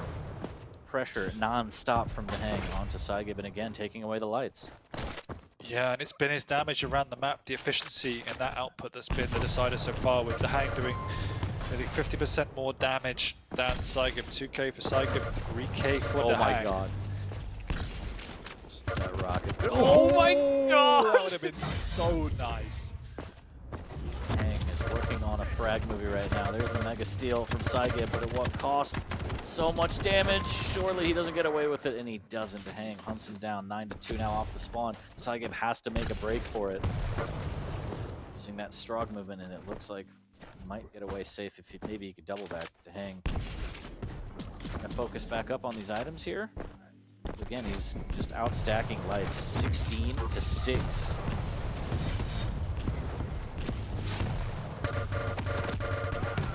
He's able to take these slightly aggressive postures now because he's the one with the stack, and as soon as he's the one with control, the pushes and the traps are much more effective. We saw that when Cygib was in control, you found it very difficult to break the defense into Dahang, but it's all a little bit too easy now when Dahang's got control to make these conversions count. 8 frags in about 3:15, you think so? Dan, do you believe in a thing called love? No, sir. No, shut it down! And Dahang might with rockets like that. Again, so much damage. There's the mega pickup for Cygib. Looking a little bit better now. Rockets around every corner just waiting for him.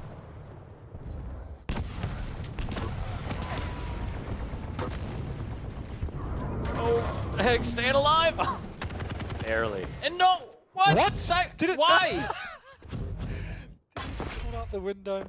He did. He fell out the window. Gosh. Cygib, no.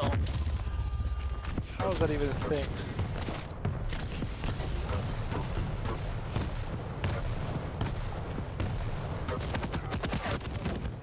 Dahang almost turns that around. Cygib doing a good job of capitalizing. Dahang being stuck in the corner, but he's still got so much work to do. There's the jumping LG from behind the statue. Dahang knows that he's weak. Trying to do some housework with that nail gun here as the peeker comes out. Gonna chase Dahang. There's the cutoff. Shotgun deals with it nicely. And he's right in time for this mega. Cygib has to respect his authority and get out of town. He's done virtually nothing as Dahang's just going to roll on through, and he also has now Jewel emerging for the next fight if he needs it. Cygib's going to fly on in, but at this point he just has to rush. And wow! Okay. Good night, Mr. Cygib. That's it. That's it. Just cut it now. That was beautiful air rocket from Dahang in the red room into the double super shotgun. 13-2. And there's no coming back from this, Dan. No, there is not. Cygib has been ruined in this game, unfortunately. Items pretty much even, but as you said, the lights, just the damage, a little rocket jump, the efficiency, the calculation has been sweet.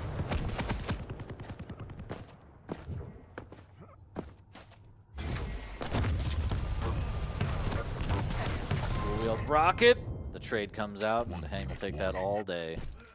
It's a big 11 frag lead for Dahang on map number 1 here. Rough road, Cygib. Yeah, rough indeed. This is slightly reminiscent of what we saw last stage from Saigib, but at the same time, it is a Dahang who is in full flow, and he was very good last stage. He was decent in the finals, lost to someone who got to the final, and he's just continuing what we saw. Big rockets went out from Dahang, looking very comfortable, confident, just so on point with his mechanics and damage. That is one scary Dahang. Again, traditionally not maybe known for how much he can hit, but when he does, in combination with his calculations and positioning, it is just ridiculous to deal with, and that's why he's so strong and coming out blasting on this first map. Yeah, and as you said, he's not known for it, but he's definitely incredibly solid all round with every weapon. But again, this is the level of mechanical skill we haven't seen from Dahang for quite a while. Throughout the map, LG and rockets, and then combine that with his big brain and efficiency, timing, everything came together, and that's why it was, well, that's a close-up and a half. That's why it was pretty brutal for poor Saigib. Yeah, a rough map for Saigib, absolutely, as we see him there without aviators. He has not evolved into Saigod yet. You feel like when he starts heating up, that's when he's going to pop them on. But with that map start, it's going to be a rough one. Already down one in the series. How? To pop back. I don't even know. I don't even know. Look at that air rocket, though. A little flick of the wrist to hang there. Going into Deep Embrace, Ranger versus a DK. Take a look at the stats from CK. Yeah, just a beatdown. Beatdown by all accounts. I mean, the damage is the most worrying thing. I think even if you lose, even if a big scoreline, you kind of want to aim to keep the damage close because that shows you are going toe-to-toe, but that just shows, again, the control, the damage output, mid-range, long-range, just shows that Dahang was reading him like a book throughout. So then going into Deep Embrace, Dan, what do you think? I mean, different map, different champs, but in terms of overall strategy, what do you think Saigib needs to do to try and pull this one back and send us to a third as the decider for the series? Slow it down and play around rail. I think if he can do that, then you'll make Dahang second guess himself. If you could nullify his stack before he advances on you, that's even better, because Dahang was controlling the tempo. He was pushing in on Saigib. Saigib couldn't control and couldn't manage that, and then he was being beaten up in the mid-range because Dahang had the read on where he was going. There was a rocket greeting him around the corner, then switching to the heavy machine gun, and before Saigib knew it, he had no stack to work with. So if you slow it down and you play more methodical and play around the rail, hopefully you can get the one-up on the mechanical side of the game and start to grind your way back in. I think that's probably what I would suggest, and see how it goes. We'll see if he takes your advice as I took a look at the predictions real quick. 94% in favor of Dahang on Deep Embrace. I feel like these Brutal blowouts today, haven't... Yeah, it hasn't always been this much of a blowout, right? Like, what is up with today? People are just out for blood, I guess. I mean, they're smelling 3 points, 3 predictions, and they're just saying, I'm going to take them. It's ruthless in stage 3. Yeah, I guess stage 3 is everyone is out for blood and money. And what's better than that as we're getting ready to load up these players into map number 2.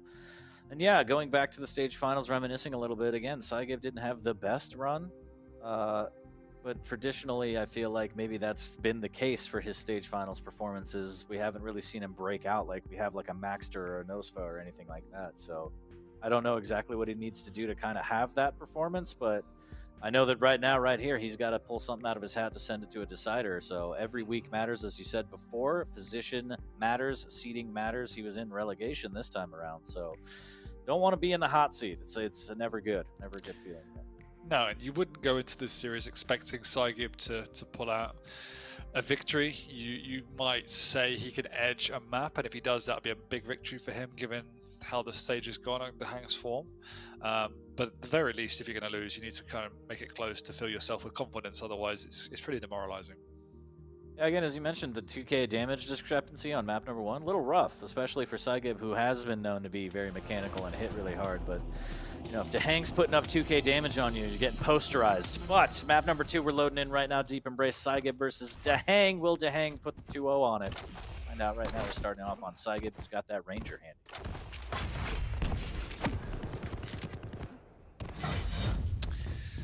See how he plays this one. Obviously, got to be very wary of the flame strike. It can just absolutely turn a fight on its head. And Dahang creeping around corners, wanting this rail early on, gets it for free as well. Oof. Lovely return. Rail. Yeah. Saigib pops him around the corner. Dahang, cat-like reflexes. Fights back.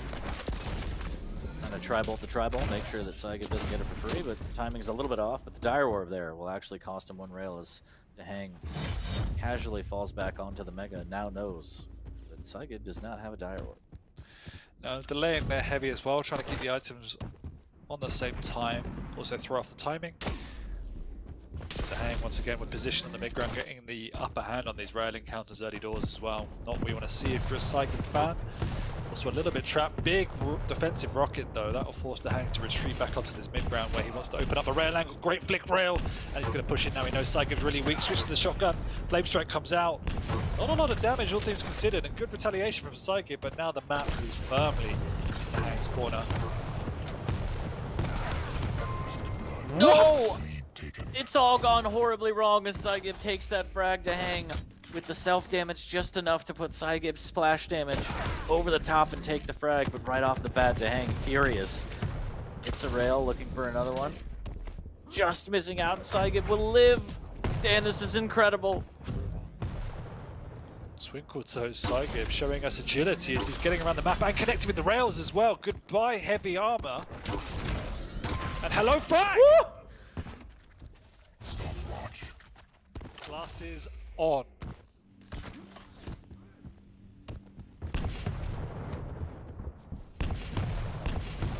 What a start. 2-0, 2 minutes in. Saigib just stringing together beautiful rails, ending it with the orb, and Dahang on the back foot now as he takes another rail. And this is it, you have the rail, then you follow up with the orb. It's a pretty easy strategy. Just hit all your shots and win the game here, as now Saigib struggling a little bit, but he does have an immense stack advantage. And again, another heavy in his pocket. So Dahang on the back foot right now, playing measured as he usually does, trying to find his way back in. These defensive rockets are going to give him that, but the rail, again, he has to rocket jump, making him even weaker just to get out of there. Saigib, make sure there's no exit. Sorry about that one, Dahang. Cannot leave. And this is what we said, get the upper hand on the mechanical side of the gameplay, the rail game. Dahang sitting on a measly 27% rail. Saigib up on the 53 mark. Dahang desperately trying to get onto this heavy, but he's taking so much damage. Saigib misses the rail, but that's the opportunity to get in. Switching to the more consistent damage. Nope, stick to the rail. This though, Dahang has stolen it away, and he's just trying to do enough damage to push it off the spawn. But Saigib wisely repositions over to the heavy early on. It's a beautiful defensive rail. 56 rail, as you said, Saigib relying on it heavily, and it's working as he's just hitting everything he needs to. Buries Dahang yet again, 4-0. And Dahang takes out Dahang with the flame strike. It's too spicy, Dan. Oh, extra hot warning. Dahang didn't heed it. Instead, he eats a rail and a rocket. Boss is back, ladies and gentlemen. Is he going to take his hands off the keyboard and mouse to put the glasses on? That's the question. But the LG is just absolutely annihilating from Dahang. Puts a stop to this madness immediately. Good rail off the spawn as well as Saigib trying to grab that light. But the LG from Saigib, not too bad either. Now Dahang has to think twice before trying to play this Mega, making sure it's safe. But there's the Dire Orb! What a play. Dahang is desperately trying to push and push and push to get back into this game and just get a frag, and finally he's done that. He also realizes he's just not hitting any rails, which is why he's so desperately trying to take these mid-range, close-range engagements. Saigib knows the stack is there this time, he's going to burn himself up and has to retreat. But he's done also a lot of damage himself to Dahang, so Dahang won't be able to contest this Mega. He needs to do something. Nice flick rail, but lost his life for it. Saigib missed times and actually forced the spawn Mega, so that's actually a big mistake from Saigib. He should have forced the spawn the other side of the map. Yeah, unfortunate play there from Saigib, but wow. Wow. Still gets it. Going on, this is now TDM. Yeah, this is a bloodbath now. It's the shotgun in the chest. The buckshot will take him down. Dahang puts himself on the board again. 3 to 8. 5 frag deficit, make it 4. We're picking up the pace, Dan. Saigib's had his spinach, he's come out swinging. Daheng is clawing his way back into it. We know how fast this map can spiral, so 4 frags is not a lot on Deep Embrace. Daheng just trying to run in. He's actually... You madman! I know you're undead, but come on, you can still die. Yeah, a bit of a death wish there from Daheng as he just wanted to get around the corner and steal away that heavy, trying to make the play on it. Make sure that the momentum is not in Saigib's favor anymore. Both players weak. The machine gun will reign supreme. 4 frag deficit now for Daheng. He has timing on the Mega.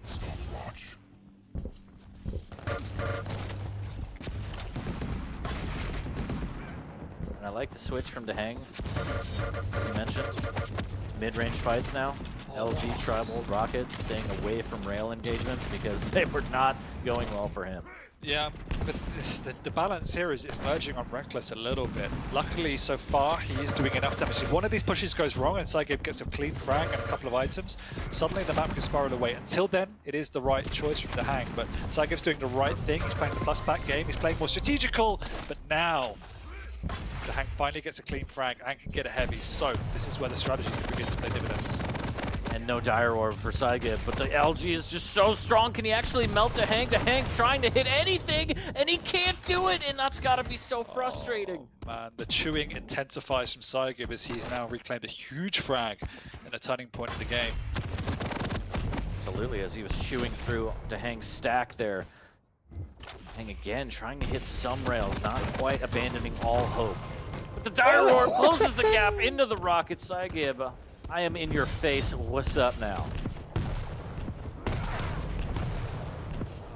Loving the start from Saigib. He's meeting fire with fire. He's now actually turned away from his rail game. He's enjoying the close combat that Daheng's bringing at him. This is where he thrives. And he's got himself a decent lead. That's some nice damage from Daheng. So Saigib wants to do some damage before he dies. He does quite a lot, in fact, nearly 100. Big rocket though. Trying to land another one, and he does! What a long-range rocket there from Daheng. Pixel perfect right at the feet, and he's going to be able to grab the heavy. Maybe even a little more health, so he's looking good. He has the flame strike as well, and there's plenty of time here. 3 frags. Saigib has to be careful. Oh no, that's big damage there. He has to go for this health bubble, but Daheng reads it perfectly, knowing that he had no choice and takes him down. Now it's a 2 frag deficit. Saigib definitely needs to go back to his rail game. What are you doing? Oh no, and he gets denied on the jump. Daheng rejects the slam dunk. Puts him down. Full public mode. Let's see. He could put an end to this. Daheng trying to pull into the lead here, doing so much damage.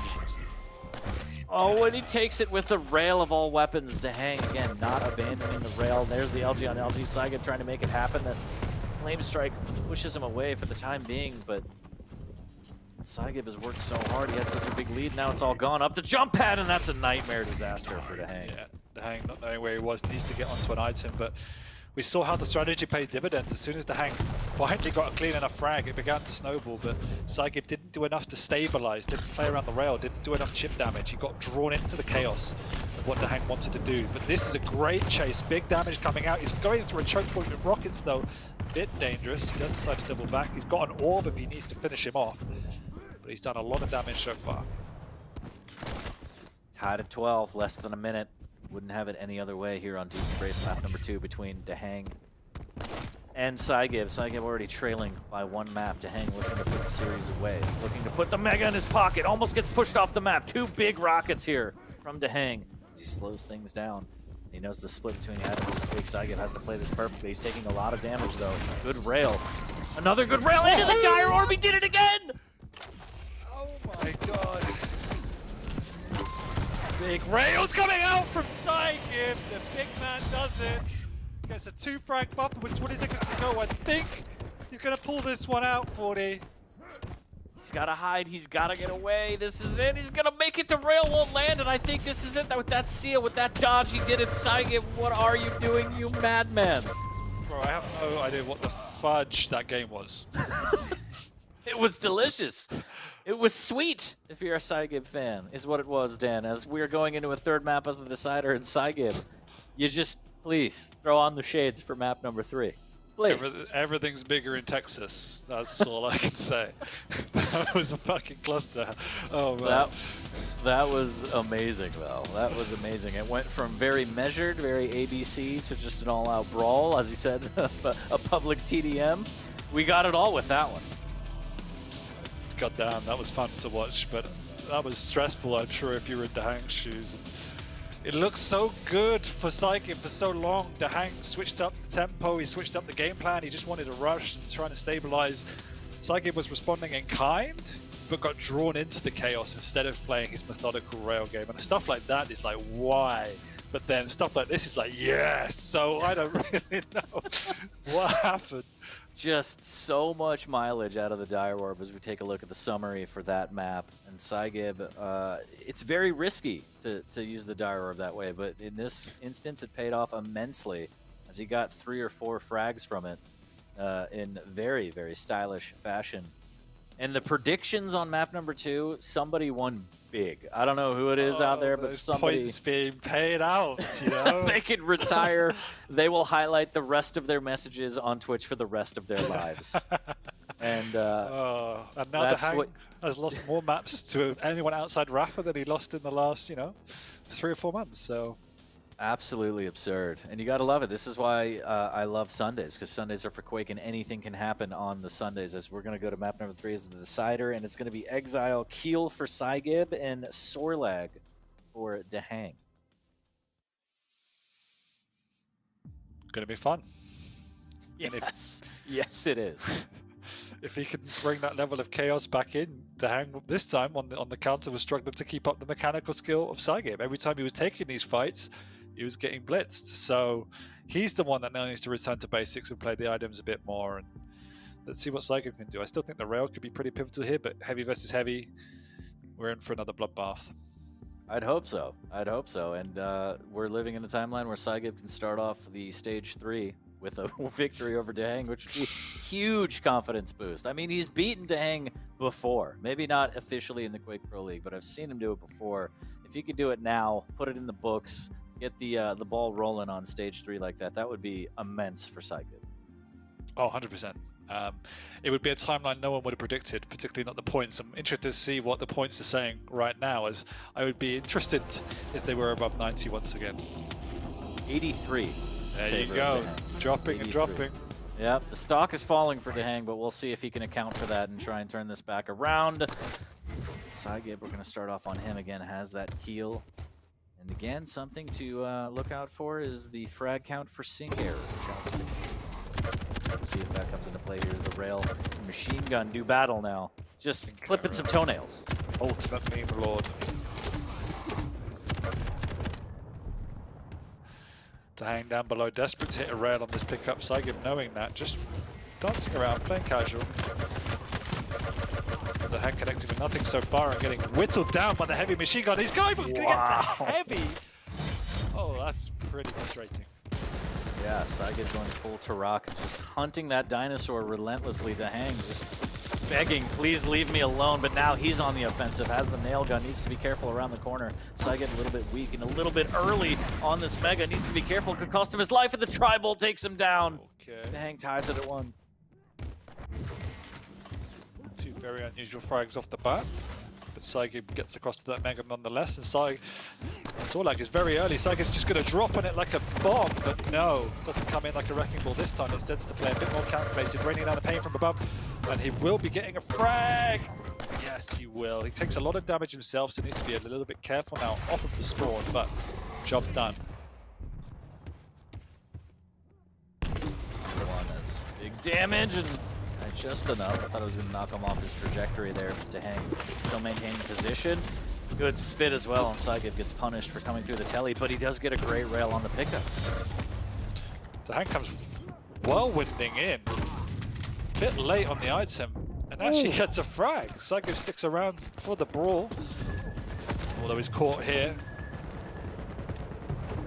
Which door? Door number 1, 2, or 3? Dahang trying 2. to peek it through 2. Oh! Awkward. Pineapple! Right. 3 to 2.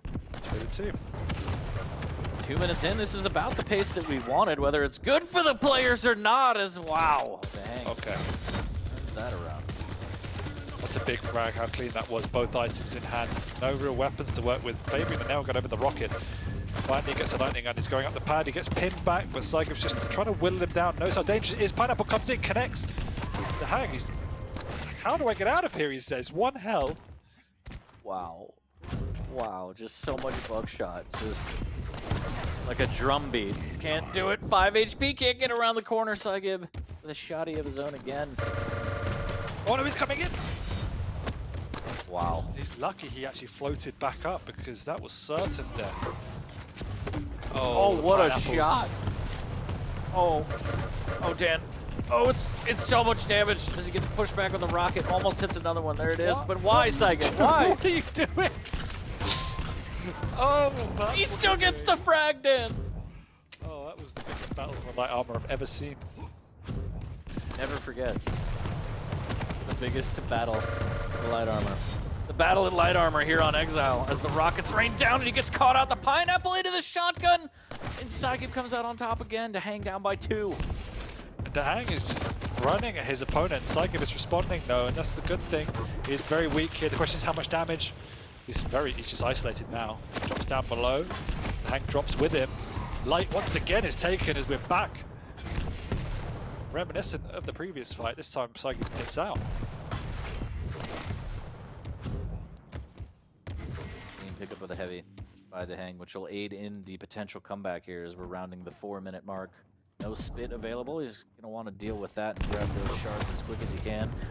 Ooh, big rocket through the telly there as Saigib was just waiting, trying to get some easy exit damage. Saigib said, I've had enough of this chaos. I'm going to play slow, strategical here. If you want to run around, fine, but you're going to eat pineapples on the way through. He eats 2 through the telly somehow. Saigib gets away, having done a lot of damage. Free pickup, but gets the timing. Oh, right in his damage! Wow! Hits him with the rail on the knockback. Like How many times? Damage. How many times have we seen the hang just lose out on a fight like that? Well, Saigib is falling backwards, doing a cartwheel, has got 1 HP, like trying to fight from down below, and again Saigib just puts the hurt on him.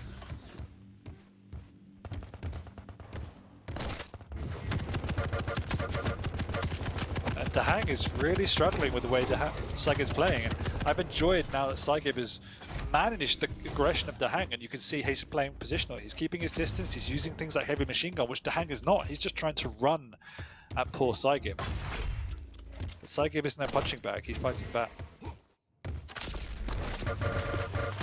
Hang missing with a rail, that would have been a big rail to stop momentum, but instead, Saigib can bully his way onto the heavy and steal that away again. All things considered, items about even across the board. Even lights, and Saigib melts him before he can fall into the void. Saigib wants all the frags to himself. Saigib is incredibly comfortable. He's the one getting clean pickups. Every time the hang's going for a major item, he's eating a lot of damage in return. Again, Dehang trying to fight in this lower position on the heavy, and this time a little bit cleaner as the rail exit will miss from Saigib. Oh, thought he was going to fall into the void. Dehang's so weak now, 31 HP. The pineapple's closing off his exit. There's the spit. Oh, you're dead now, Saigib. But look how much damage he's done. If you can get over to the Mega, which he can do, but Saigib's already there with the rockets. Big rockets coming out, blocking the entrance to the hang, and a full rocket to nullify it. Wow. Yes, he gets the frag, but he's still very weak, and Saigib spawns right by the heavy. He needs to be careful down here. The hang's patrolling, misses the rail though. Story of his life in this series.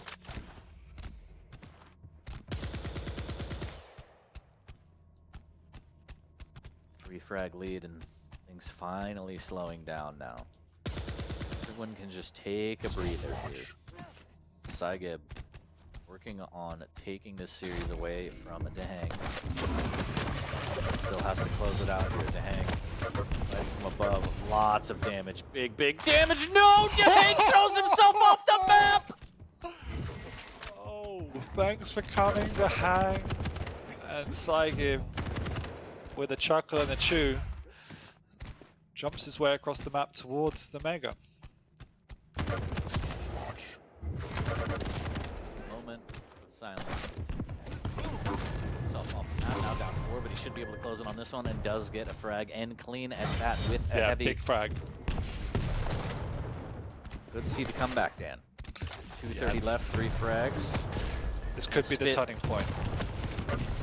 It has to be here. Big rockets here. Pushing Saigib all the way back. The reads are there, but the execution just a little off for Dahang. It's also about delaying at this point in the map now. Time is obviously another asset in his corner for Saigib, so how much damage can he do to control the tempo of Dahang, because he's got a big opportunity here, big pickups.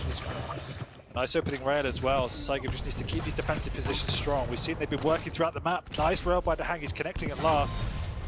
Free pickup and a free frag. Huge comeback potential. Big rails from Dahang now. He's starting to heat up. Starting to hit every shot that he needs to claw his way back into this one. Saigib needs to be careful not to get caught out here above the jump pad. Gets knocked down, gets knocked around, and Dahang takes that one. 1 frag away now, Dan. Yeah, the pressure's on for Saigib. You can see him there not being clean with his execution, hitting 0 damage on the way up. He's only got a nail gun, now got a rocket. Long time before the Mega for Dahang to patrol the area and set up for it. So how's Saigib gonna get it out? And this one, big rockets coming out.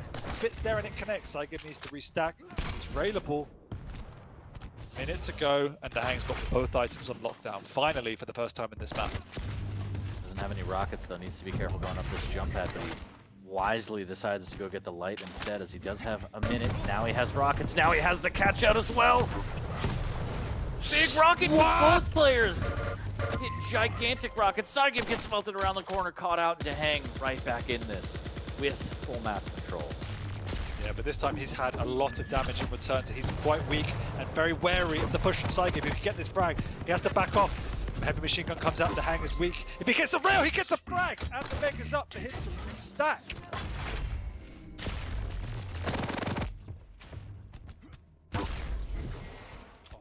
Even then gets an exit rail, and now positioning perfectly, has the lead, 20 seconds. He doesn't have to make a play. All the pressure is on Saigib to turn into Saigon in this very moment. There's the play, can't land the first bug shot, a little bit of LG, but nothing is connecting. Dahang is out of there, now the spit damage will track him through the wall as well, but this is gonna be it, the final battle, and he can't do it. Dahang will take it. Oh my gosh.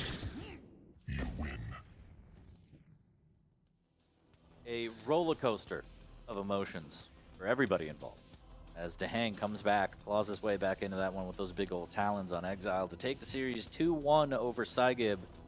I don't say this often, but Twitch chat molding over those predicting the under. Everyone was so excited, and now they're crying. Yeah, we're very close to a massive points crisis in the community for a few seconds, but Dahang restored the balance somehow. It was chaos, he was throwing his body at the wall, and eventually it paid off. I think Saigib will feel a little bit haunted by some of his decisions there. It was definitely his match to lose, and somehow he did indeed lose it.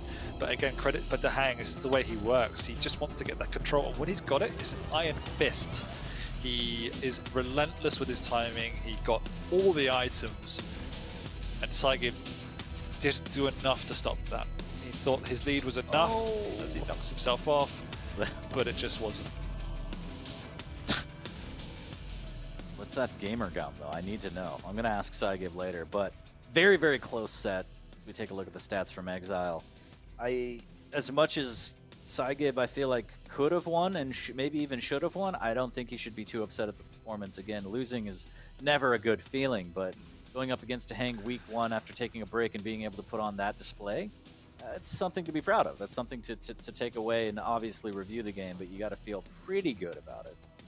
Yeah, particularly how well Dahang played, particularly on map 1, to get back into the series after that level of beatdown. Really well played by Saigib. Nothing impacts him, and as you said, went toe to toe. Dahang had more items, but even on the damage, another day that could have been a 2-1 Saigib, which no one would have expected. Yeah, and DeHang coming out and showing everyone, I could play from behind, I could stay in the pocket, I could hit all my shots, and I could play a little bit crazy if I need to sometimes, as we saw map 3 whiling out on both sides. But that's done. It's in the past now, Dan, and now we're going to look to the future here. We're going to take a quick break, and after that, we got a little thing called Rafa versus Dramas coming right up. So don't go anywhere. A lot more Quake coming at you. We'll be right back.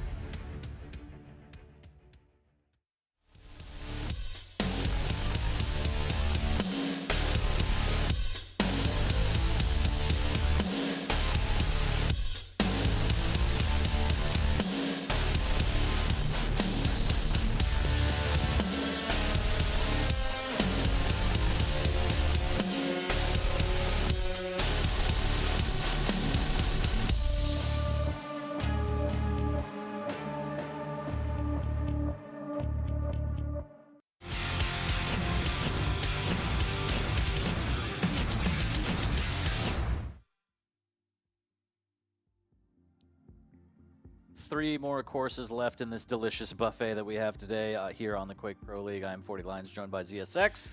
And coming up next, we have Rafa versus Dramus. Dan, how do you feel about it? Why is it always a food analogy with you, 40? What is it? Just look at me. Look at me. Look, you're not the only one with a PhD, okay? I have a pretty horrible diet myself. But let's get into the matchup. Dramus versus Rafa. Dramus fighting the end boss of Quake. It's going to be a tough road for Dramus. I mean, all due respect, but Rafa working on, the potentially 4th championship. He's got 3 in a row so far, trying to crown himself the quad father of Quake Pro League. And Dramus is running up against a wall week 1. I mean, we've seen some pretty one-sided predictions today. I dread to think what this one's going to look like. Because if you go into any series against Rafa, particularly in the stages, and you predict anything but a 3-0 for him himself, you're a bit of a moron. But Dramus. Tell me how you really feel. Dramus is someone who I think can disrupt the status quo. He's another one of the North American side that didn't have the best stage last time, all things considered, but another one we have to put into that bucket of having incredibly close games and putting some really good performances, just not having the results to reflect that. But he's also somebody that has that X factor, that eccentricity in his play style. If he's on and he hits good shots and he gets the champions he wants, he really can challenge people like Rafa. And because he is such a name-heavy player, that's the type of level that Rafa can struggle, quote-unquote, at. So you never know. If there's one person in the league that you have to pick, Dramus would probably be in kind of a 2 or 3 person list. You might say they could take a map from Rafa just because of the way he plays. Yeah, and what can we say about Rafa that we haven't said a billion times before? I really don't know. The greatest of all time, the one that you want to constantly fail, Dan, for whatever reason, but he keeps on just putting up championships and adding to the resume. So he loves to prove me wrong. He does. He loves to prove everybody wrong. So the more people that deny him, the stronger he gets, I feel like. But let's take a look at the pick bans if we can and see exactly what we have in store between these two. If Rafa was a superhero or villain, who would he be? I don't know. That's a really good question. All right. Thanks for the quick answer. Yeah, I'm quick on my feet, Dan. That's why they pay me the big bucks. That's why I got that yacht money. But yeah, why don't you break this down for us while I think of something witty to reply with 20 minutes later. Well, we've got 3 maps of rail, so Dramus is something he can work with, but he only has 1 champion with speed, so something we normally classify him as having in his corner is playing with slashes and strogs and anarchies, really fast champions. He doesn't have that, but he has 2 heavy champions and a Death Knight, so he can cause some havoc with that. Deep Embrace Keel has kind of fallen off the meta just a little bit on Deep, just because that players love to play it fast now and are a bit more accustomed with it. So it's okay as a pick. Ranger as well, as we just saw in the hands of Saigib, has a lot of utility on that map. So if Rafa can play a super fast game, I actually think Dramus might struggle a little bit there, but it's one of those maps where it can just snowball either way. So there is a chance it slips away. It's Rafa's pick, don't imagine it. Vale, Scale Bearer Rafa's side, insta win, but we know as well can cause a bit of havoc, and I prefer Scale Bearer on that map. I think the Bull Rush and the speed is just a bit more effective, but the Swordhug is still a very good pick there. And in Exile, I'm really interested to see how he plays Athena there. We don't see a lot of Athena come out, but when Rafa gets it in his hands, it's a lot of fun. So glad to see that come out. And then again, the Death Knight is a bit more unusual. There's not that many opportunities to maximize the flame strike around the major items there, but you can, just cut out the angle to the mega, so it's still pretty useful. So we'll see how he plays it. Yeah, definitely interesting, getting real nice and thick on map number 2. You'll love to see it, but yeah, keep an eye on that Athena on Exile. Wonder what tricks Rafa may have up his sleeve. Very interesting pick indeed. Feel like DK probably gets the edge on that, but the mobility is huge, so that's going to play into it. Taking a look at the chat predictions while I ask you for yours, Dan. 94% for Dramus. No, I'm just kidding. 94% for Rafa. I guess, yeah. Sure, that's probably the most sound bet I've seen. I mean, it's less than 100 to 0 Venga Garpi, so... I will never forget that in my life, taking a look at predictions and just seeing 100 to 0. I just want to give Garpi a hug, but we'll wait for land for that. But yeah, map number 1 firmly in Rafa's favor, at least to the chat. Dan, how do you feel about it? I agree. I do agree. We'll see what type of Dramas turns up again. Banking on last stage's performances, Rafa almost perfect, Dramas less so. Caliber, Rafa champion, Dramas knocked out quite early. I hope he can make a good game of it, and again, if his rail starts to click and connect, that's when he will really cause problems for Rafa. So if that can happen, who knows, he might put a map out. I feel like if Dramas is watching game tape like he should, maybe taking some pages out of Maxter's book and whatnot, you got to play a little crazy against Rafa just to catch him off guard. Just a little bit. It's got to be measured, because if it goes wrong and it spirals, Rafa just pounces and takes complete control. So we'll see. I hear us loading up into map number 1, but this should be absolutely interesting at the very least. And again, tough road for Dramas, but if he can come out swinging week 1 against Rafa, the champion of Quake Pro League, it's going to be a good confidence boost going into the rest of the season. Yeah, no, what you said is exactly right. You need to play fast and aggressive in his face. You can't be fearful of him, but it has to be measured. So if you can do that, that's when you start to cause a bit of chaos and he starts to have to push boundaries a bit more. And if you can keep your position strong, you can build your lead. But it's always a tough ask, because someone like Rafa inevitably plays every map to his fullest and inevitably plays pretty much perfect. Well, let's take a look. No longer shall we have to wait. It's Dramas versus Rafa live on map number 1 right now. We're going to start off on Dramas, and he's got that keel and he's got that railgun as his headband right off the bat. Well, there we go. And he connects 1 for 1. Make it 2 for 2 as he hits another layup of a shot, catching Rafa a little bit off guard. Jump pad here. Rafa just biding his time, using his audio cues to dodge the other way from Dramas. He's got a lightning gun and a tri-bolt, going to work his way over to the heavy as well. Gets on it early, so should be able to defend it with the shotgun if Dramas barging through, which he does. Misses a rail this time, pineapples galore, but Rafa somehow dodges them all and gets away. Back to the Mega to deal damage here. My bolt weapon of choice is he's lacks a rail, and we're a rocket. Rafa still making sure that he keeps the damage up, knowing that if he lets Dramas get too big of a stack, it's going to be a nightmare to deal with. Yeah, really well played, considering he didn't have the weaponry to do it, just a tri-bolt. Spamming on down. And already over by the heavy, nice and early once again. Dramas spamming up, but nothing going to happen here as Rafa stabilizes.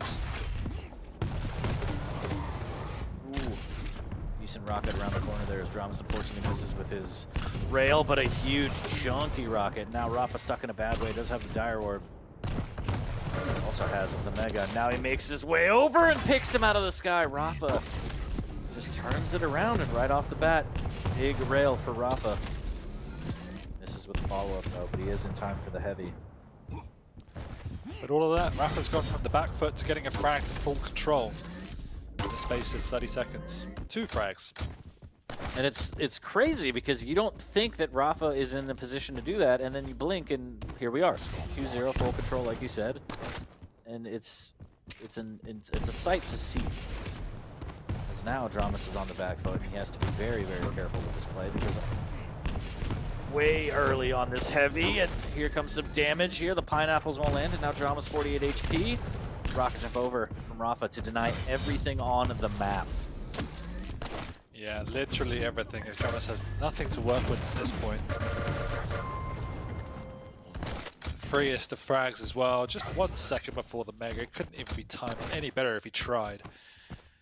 Wakes his way back up above. Dramas is there with a rocket. Not really connecting at this point. Now is very vulnerable as Rafa's just going to pester down with that heavy machine gun. And Dramas, what are you going to do here, my friend? The answer is not a lot. Just trying to beg out for that light, but Rafa's got the lights on lockdown as well. Ooh. A little bit of damage there. Shotgun not going to do it quite yet, but the machine gun bullets will, as 4-0. Rafa just making it look too easy. Does give up the Mega here, trying to hit a rail. A little bit of LG as Dramas pushing in. So much damage, but the dire orb bails him out. It's so methodical. Rafa's got all the items and the lights. And Dramas just running around the map at this point without a hope and a prayer. So he will get himself a heavy here, but he's already taken a lot of damage. Is somewhat stuck. 5-0. Yeah, you're right. It's a bit of a death cycle. We did finally get in on an item, but it looks like everything's going Rafa's way, including that Triple E, and he's gonna be able to cut Nice. off body block. Can he get the frag though? And he does with 2 HP. That is back-breaking, Dan. It is, but this time he is very weak for the first time in the game. But oh, wow, okay. Drama's missing a crucial rail up the jump pad, hitting the second, and the pineapple to secure, but he's pretty weak himself, and Arafa actually gets a good spawn over by the heavy. No orb though, so just has to plus back. Drama's just missing out on that opportunity to get an exit rail. You could see him trying to be threaded through that bridge there. So Rafa gets in on the Mega, does take good damage though. See with the rail, Dramas needs to be careful through the murder hole. There's the dire orb, and he steals the light. And he gets another frag, 7-1 for Rafa. Weak now though. This is Dramas' opportunity, but a rocket right into the face. Oh, another one as well. Full rockets. Yes, Dramas may get the heavy, but at what cost? Once again, as he needs to spend more and more time trying to stack up, and he just cannot do that. Just brutal. Anytime there's an open door, Rafa kicks it shut right in your face. 8-1. We are about to cross the halfway mark. Great rail there from Dramas, but the return damage. So early though. Oh no! Yeah. This is one of the reasons why we see Keel fall off the meta just a little bit on this map, is because he cannot play with the tempo, or it's very hard to play with the tempo. You just see how fast Rafa's playing in all situations, how much damage he's doing consistently to the Keel. And using that Ranger passive to be able to rocket jump around and take full map control. This tribal not quite landing. Drama's getting decent damage here. Finally. Makes it safe to move on and get out. Still down 8. Rail into the pineapple, into the rail. Dramas makes it happen. What a combination there. But every single time he gets a frag, it's at what cost, as he's just left so low, and then becomes a massive steel sitting duck just rolling around the map. Caught out around the corner. 74 HP, railable, needs to be careful. Okay, Rafa. Just self-damage with the tri-bolt so we can steal away another light and leave Dramas with clutching at straws to find any items. That's why he's the best in the biz, Dan. 19 HP, Dramas has nothing, no resources to work with. It's a nightmare. Rafa can take a rail, do a 360, hit a shotgun blast, and go up yet another frag.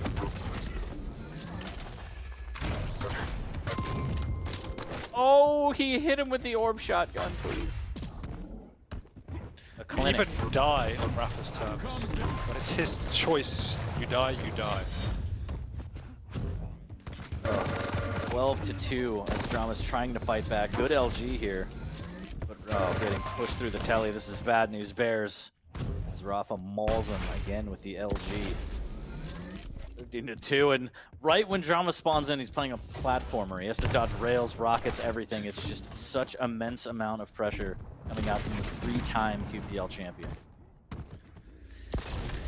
Yes, it's dire, and once again, what Rafa does best is just to take fights, absorb damage just before items spawn, and then restack. So he's back to his full stack once again, taking all this damage, but there's going to be a light here in just a second for him to restack. Then there's going to be a mega for him to restack even further, and there's going to be another light on the high ground for him to restack even further again. So he's got all the map on lockdown. Here comes this light, he knows exactly what it is. There it is, hello. And yes, the mega's gone, but at what cost? Jamis has got nothing to work with except a shotgun. Getting a lot of mileage with the heavy machine gun there. Rafa has the dire orb, has some armor, also has the tri-bolt that we've seen before. Just little bits of damage here and there, but they add up. Dire orb for misdirection just to stay alive. Drama should know that he's weak. This is his opportunity to pounce. 2 minutes left, down by quite a bit, and the rocket splash from down below is just too strong. There's this light, and there's the rotation. Now we'll go heavy, he'll take damage, pick up the heavy. Okay. What is as that? Rafa got the moves like Jagger, Dramas weak, and this is just insane. Great rail from Dramas through the murder hole there, but the shotgun's just too strong.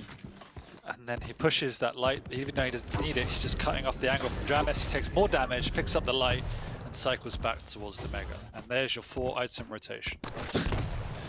And there's the light. And now Dramus, I think, heavy. deer in headlights. He's like, please stop. And here's the heavy, and now he'll go find his opponent, take loads of damage, and steal the light and the Mega again. 17-2, and I, for one, am waiting for the YouTube ad one day where Rafa has his own masterclass. You know those terrible ads? Where it's like, I could teach you how to be. I mean, Rafa's just insane. He teaches us every week. 18-2 has just no signs of stopping. He's gonna play till 10 as he always does here. Hi, I'm Rafa. I'm good at the game. Ask me anything. And there's the rotation once again. He's now had 3 full rotations, at least, of all 4 items.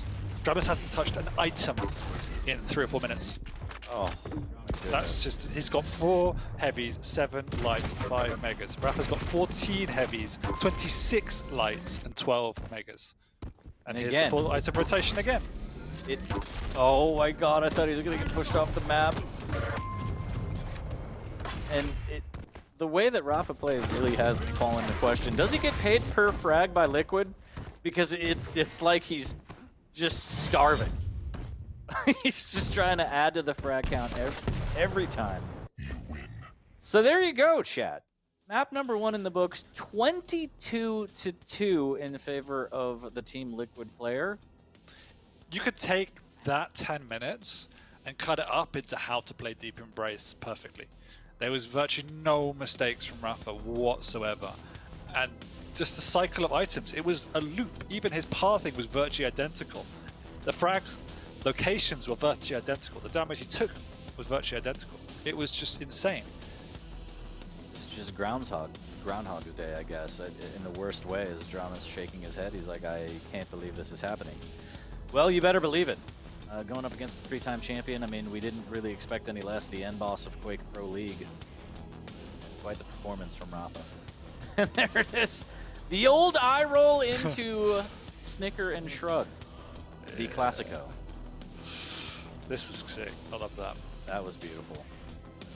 Gorgeous. Lovely. Going into map number 2, Veil. We're going to get thick with it, Dan. Sorlag and Scale. Do you think it's going to be bad? I don't know. Dramus, how does he play this differently? Veil could be... It could be slower, of course, but it could also be just as fast. And if you let Rafa dictate the pace, it is good night. So what does Dramus have to do to kind of get his foot in the door, stop the bleeding, and make sure that he has an even playing field on this one? He just needs to play better. I mean, you can't. What can you say? Like there was a clear rotation of items, and it just seemed that Dramus, I guess, slightly demoralized by that point, but did nothing to stall that cycle. Didn't try and get on any lights. I mean, it's hard when Rafa's in his rhythm, right? So Bale should be more chaotic, should be less one-sided. We know that Deep can snowball. We've seen it in perfect action.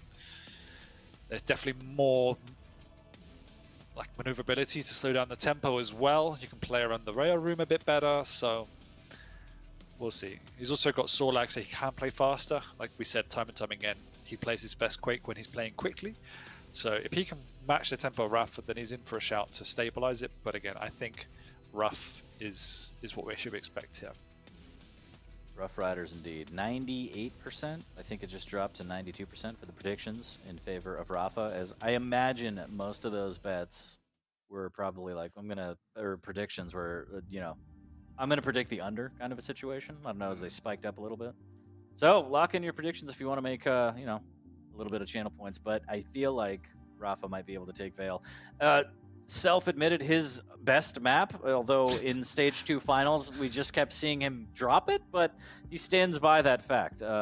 So we'll see. Well, he didn't pick it. Dramus did.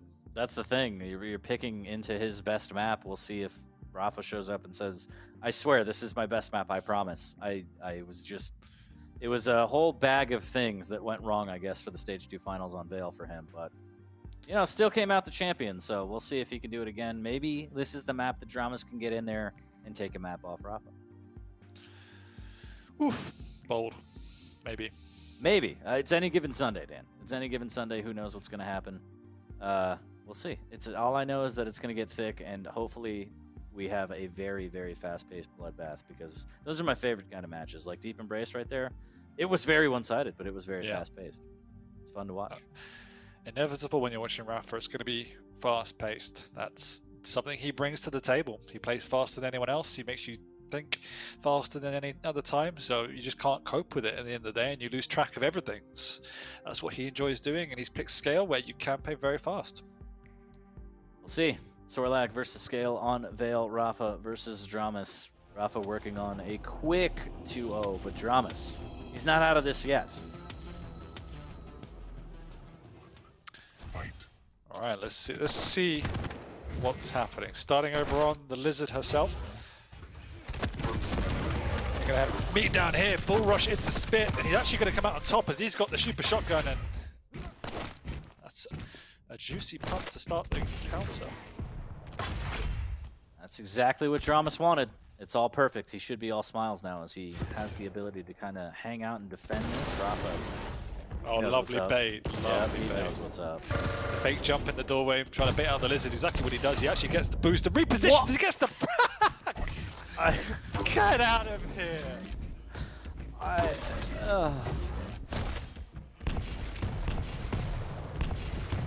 was just waiting for the teleplay. Rafa and the stroll on in with the LG and take the lead. Oh my god, man. Yeah, 2-1. Rafa a minute in, and no signs of stopping. Similar to what we saw from map 1, the job is not done. Good rocket there, but Rafa does get hit with a spit.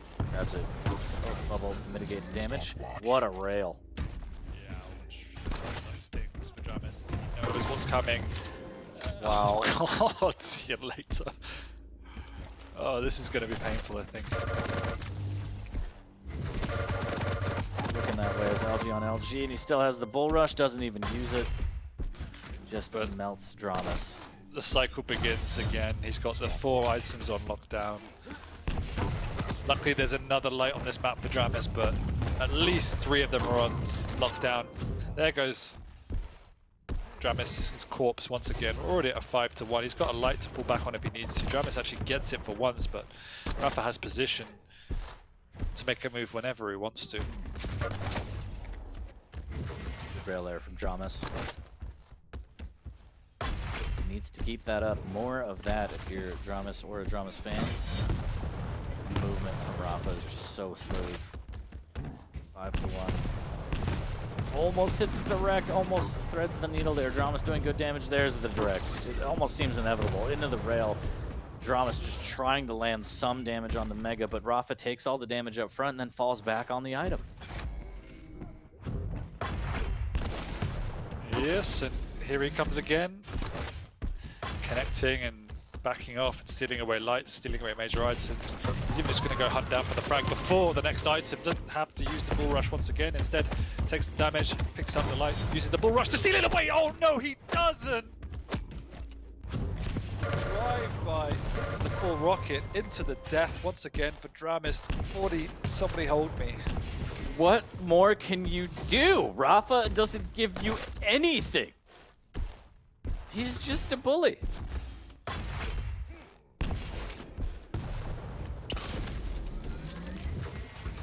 Rafa just running the map, saying, this is mine, these are mine, this is mine. Good rail from Dramas. Needs a little bit more. There's the rocket jump up. Good moves with the air rocket will land for Rafa. 99 HP, can take at least 1 rail here. Dramas trying to land the damage. Both players extremely weak after that rail. Rafa does have bull rush, and he pops it to ensure that he can pick up the Mega and the light without dying. But look at the craziness Dramas has to do to even get a heavy, and he still dies. My goodness, the bullying, especially with the scale of error. Good refrag from Dramas there, catching Rafa out by the rail, but it's just insane, Dan. Dramas, though, isn't done. He does miss out on the heavy, but good LG damage as Rafa only has a machine gun to work with, and Dramas pulls out the shotgun rail to take that frag. Good rail off the spawn, too. Dramas fighting back. He's not done yet here. Good rails off the spawn, keeping Rafa low now.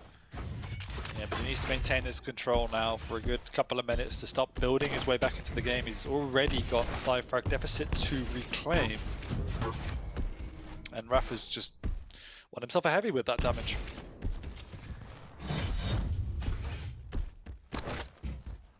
5-frag lead. Doing his job, as you would say, Dan, as the bull rush comes out. Doesn't want to go through the telly. Again, pressure is applied from Rafa, but it's not uncalculated. He's very, very specific about when he puts on pressure, when he has advantage, and that's what makes him so incredibly deadly, especially when he hits rails like that. Almost connects with another one. And this is just a insane Rafa, but he gets caught out. Good rockets from Dramas to stop that. Still a little bit weak. He does have the heavy pickup. Good rail. Still trying to get in onto this Mega a little bit early. Rafa has positioning. Almost begging, but the timing's all off. Dramas might be able to do it, and he does. Perfect delay through the telly there. Yeah, great. And now he's got timing. He's looking good. He's got onto the items. Rafa's job is to do as much damage as he can before he dies. And he might even get a frag here, just missing that final rail. But he's done a lot of damage, which gives him the confidence to push in here. Dramas needs to hit some great shots and plus back because the rocket's going to be big from Rafa. 2 rails and a third rocket out of nowhere. It's going to take down no one health. Rafa survives for now, but Dramas is back and we're in for a game.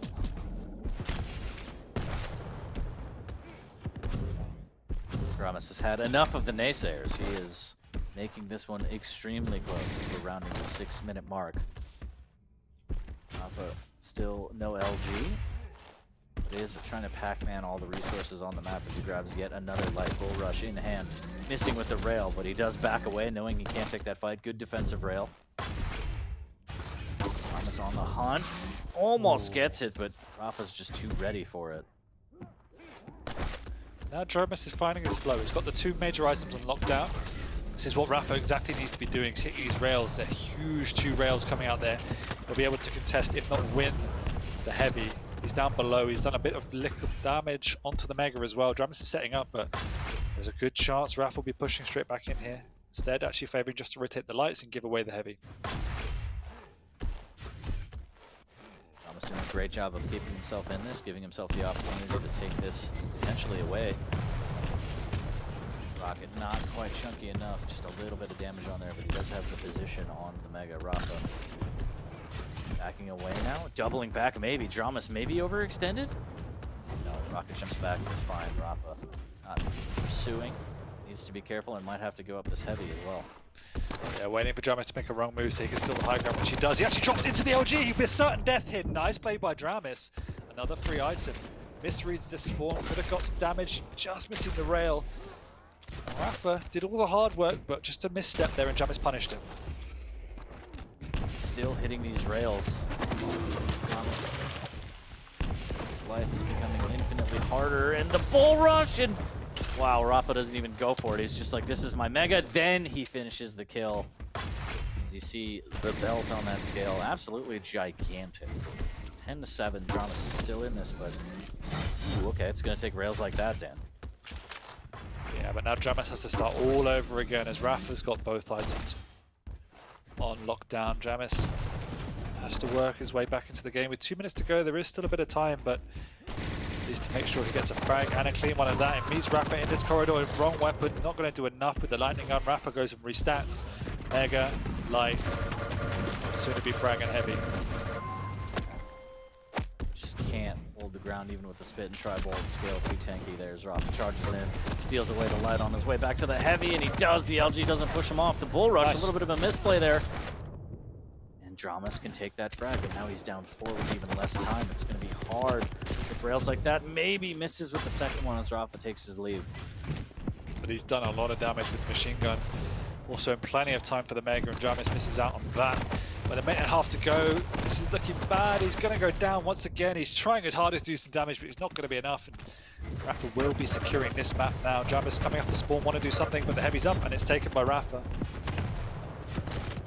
Like the little dance there from Dramas through the telly. Ooh, good catch out there. Couldn't get the damage though, unfortunately. Rafa actually almost gets back into his face, and Dramas just wants the Mega for one more cycle, but I don't think there's any way to get 5 frags in a minute. Dan, I think this one, as you said, sealed. No chance at this point, but he made it competitive. It was looking really dire off the bat with Rafa once again playing all the items, hitting all the shots, but As soon as Dramus got back into the game, we saw what he brings to the table. Some really good skill, good item rotation. Just had a long mountain to climb, and by that point, it was just a bit too far. Totally agree. 30 seconds. Maybe another consolation frag here. Whoop! A little bit of the gauntlet. Why not? 14-11 and very, very close. Dramas here. Close but no cigar, as you Americans say, right? We do say that. Yeah, that's what I thought. Quite a bit. Every day, right? I don't know why. I don't know why. But unfortunate. Rafa again coming out on top, 15-11. In a close one though, especially after the blowout that was Deep Embrace. It's good to see Dramas bounce back, make it competitive as you said, but still Rafa just coming out on top, working on his first 3-0 of stage 3. And I imagine not the last, Dan. No, definitely not the last. He'll be pining for another perfect season. Who's going to be the one to stop him this time, if anyone? Based on this form, it's going to be a tough ask, because Dramus actually played really well, but once again, Rafa's showing us perfect decision-making, great mechanical skill. And once again, it just seems that all aspects of his game just continue to improve when you think they can't. Particularly impressed with, obviously, his aim, but just the aggression, the pure aggression that came out. Nice to see Dramus making much more of a fight of this one, but just gave up too much room in the early game to come back into it. Yeah, really nice catch there on the jump pad earlier with the LG. Perfect tracking as we take a look at the stats, 15-11. Veil will go to Rafa, as will the series. Does put it away 2-0, but we're going to go to the map 3 because, again, regular season we play all the maps. Maps matter, they're worth money, and it's points for seeding. So going into, I believe it was Exile, DK versus Athena. Athena, yeah. Interesting. Interesting, as we mentioned before. I don't know what to expect. Nor do I, but you never want to give Rafa and Athena, so it's often banned out for a reason. DK, again, a bit more unusual pick on Exile. It's becoming more and more meta though, so it has a lot of uses and can always turn a game on its head with the Flame Strike. However, Rafa's playing exceptional and he's got potentially his favoured champion, which is just good in any matchup. Have to again back Rafa in this one. Yeah, if you can deny, you know, maybe an item or two, that Flame Strike could really turn the tide, especially since the Light doesn't have much of a stack anyway, even maybe with the item. So yeah. I'm very interested to see if Dramas can get good traps set up with the Flame Strike. And maybe that's exactly the issue, is that Athena is just so mobile that she doesn't have to touch the ground. The ground is lava. It's literally built into her voice line stand. We'll see. We'll see. But definitely interesting and always a treat to watch Rafa on Athena. And Dramas, if you're Dramas, you want to put up a map. So head in the game, no matter what happened the last two, you came out swinging on the second one. It was very, very close. This could be the one that he takes away and blemishes Rafa's record right off the bat, week 1. It's been a week of surprises so far. I don't think, again, the prediction points are reflecting your optimism, nor am I. Yeah, I mean, yeah. How bad is it right now? Let's take a look. Okay, 92% in favor of Rafa. There's always some scalpers Chat has spoken. There. Yeah, short in the market. Yeah. Well, this is it, chat. Round map number 3 between these two. We'll see if Rafa puts another clean sweep into his record books. Dramas got close on the last one. Let's see if he can pull it out with the DK, the Flame Strike, work some magic. If you play your cards right, it should be impossible for you to be pitted in this game and fall into the void, right? As Rafa. So we'll see. Yeah. We'll see. Early. Always have a hook handy. Oh, it's... Oh, okay. I was going to say the UIs were mixed up for a second.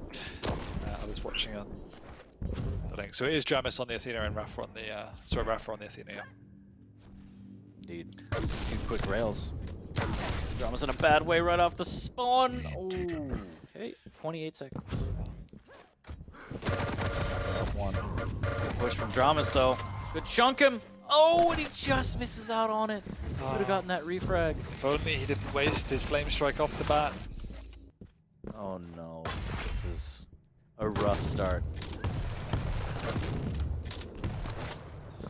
chipping away, again taking away all the lights. Just good presence of mind by Rafa, maximum damage, and then positional perfection. Waiting for that tele exit. Playing around the items, setting traps. It's just the mobility already seems absolutely deadly on this map, Dan. Yeah, and the key for Rafa is keeping the distance. You don't want to be drawn into the chaos of the flame strike. There it comes. You're never going to get that item. It's just about how much damage you can do. And Rafa just take away this item as well and get the frag. Wow. Ability is so powerful.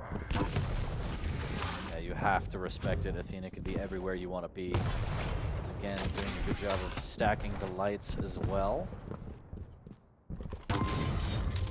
Oh, the full 100 damage blast dropping down. Death from above indeed, Dan. 4-0, 2 minute, not even 2 minutes in. Dramas on the back foot already, has to reassess exactly what's happening and how to go about this. Yeah, and often we see a bit more of a faster pace back and forth on Exile, but the way Rafa's just patrolling the high ground on the map is just really scary for Dramas. You see any corner he goes at, there's Athena in his face. Flame Strike comes out there, but it's just before a major item once again, and Rafa's patrolling the spawns. -1. Oof. He's trying to get a rail. Finally gets it, but Rafa's already picked up the items. Looking for maybe a rail, just missing out on the opportunity. Good rail from Dramas there. Rafa had his back turn trying to get this light. Doing a really good job of, again, controlling that light. So that's Rafa's light, it seems.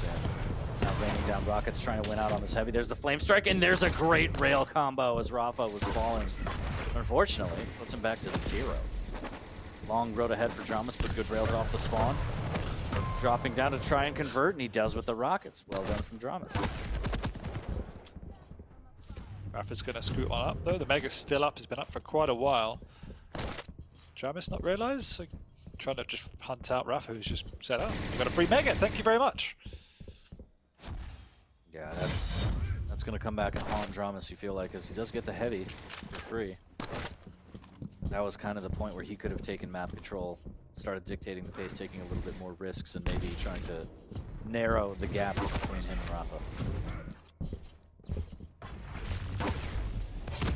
Rails. Oh no! He's gonna go for a ride. The LG from Rafa, just insane. Yeah, caught a little bit off guard. They're levitated down. You feel very helpless when that happens. Rafa just absolutely dictating the tempo.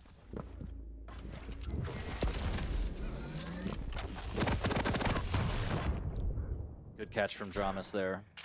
Catching Rafa out that light. Might be able to convert, maybe, although Rafa does have rockets off the spawn. 2 big ones, 1 rail for Dramas, though, as he backs away. Very, very weak. Needs to be careful. Almost hits a beautiful jumping rail. And goes up. It's going to be a mad dash here. Misses with the rail and the machine gun. Rafa with the weapon switch.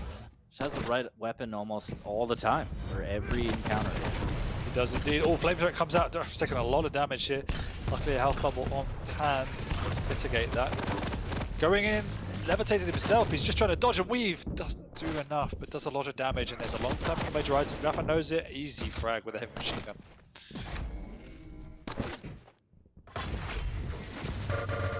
We find ourselves in a similar situation to last map, where Dramas is beginning to stabilize, but he's already given up a lot of early game frags.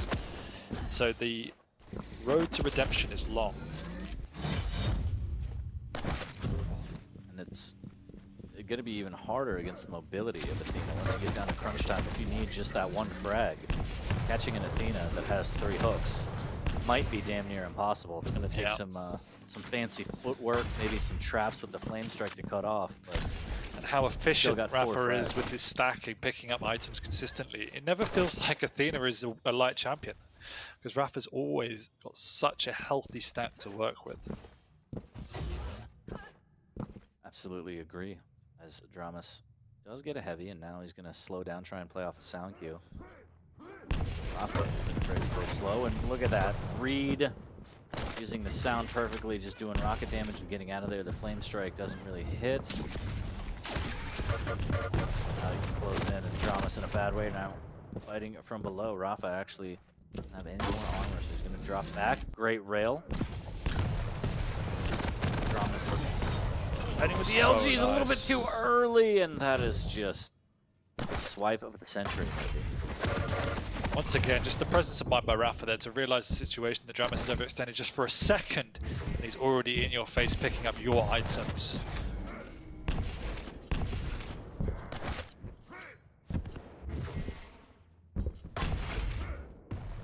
Dramas grabbing light, making his way back to the heavy, but now hit stop for damage. Unfortunately, takes a little bit more than he'd like.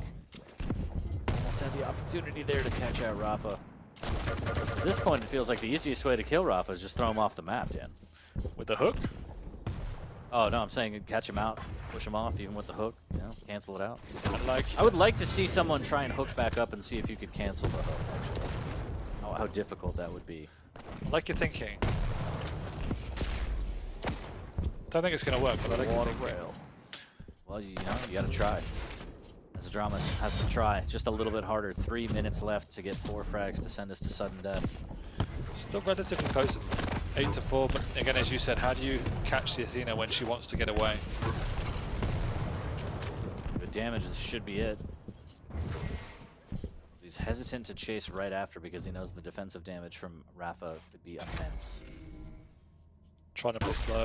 Does catch Rafa with the rail. He should just watch the MG do something. That's one way to do it. Heavy's up though, and Rafa's already got it. So an uphill battle. The shotgun comes in. The good rockets from Rafa to secure another frag to restore the balance of the 4-frag lead. Oh no, Dramas gets caught off the jump pad, and that is a trampoline of death, Dan.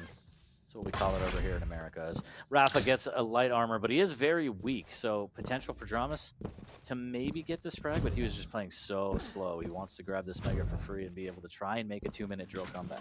Yeah, hasn't got the weapons though, so now needs to give up the heavy in favor of picking up a rail, which gives Rafa a lot of time and resource to get back onto the center map.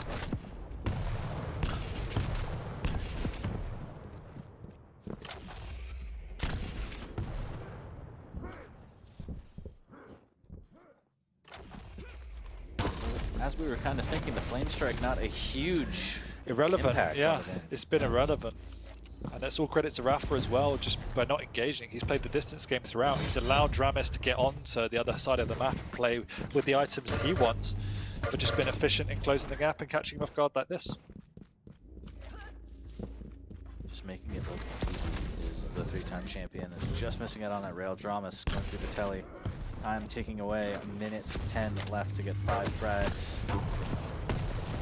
Going through the telly, missing with the rail again, but taking big damage as Dramas. Rafa can't land a rail now. Just escape back to the heavy.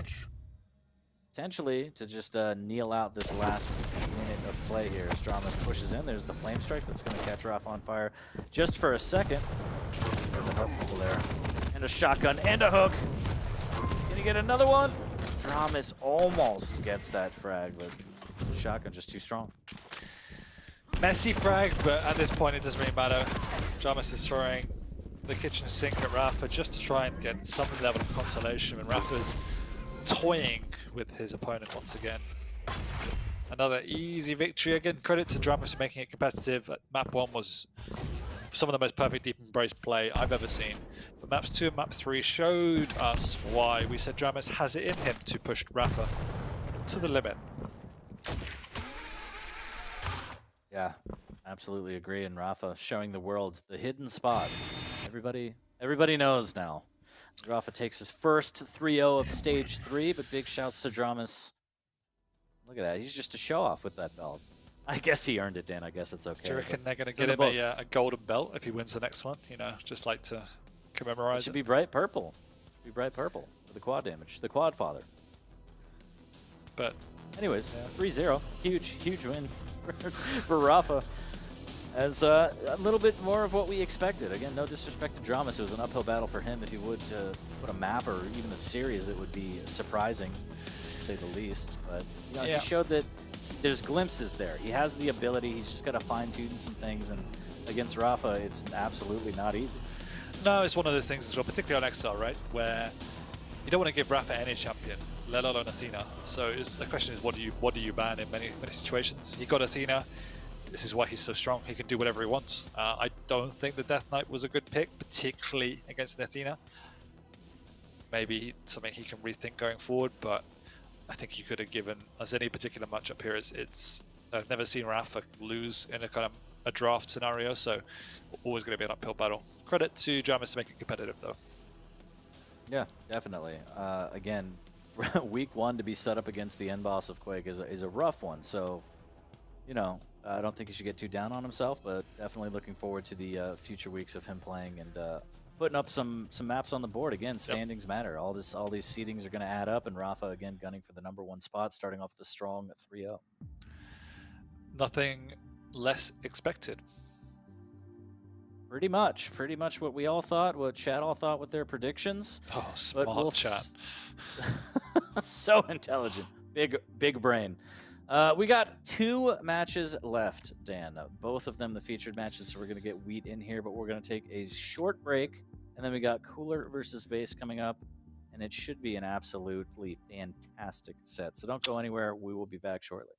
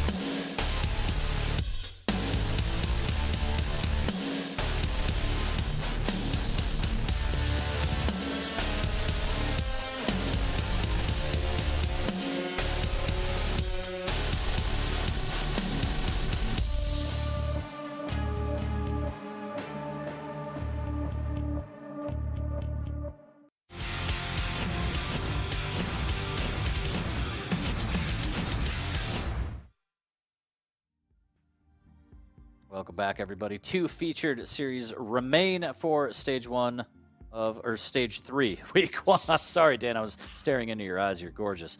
Yeah, 2 last featured matches, and you know what that means. We're going to bring back Papa Wheat. Today, PGO. Wait. There he is. I thought you were going to come out of the void. I didn't know. As any good dad would do, I need to drop some knowledge on you two. You asked where Close But No Cigar came from.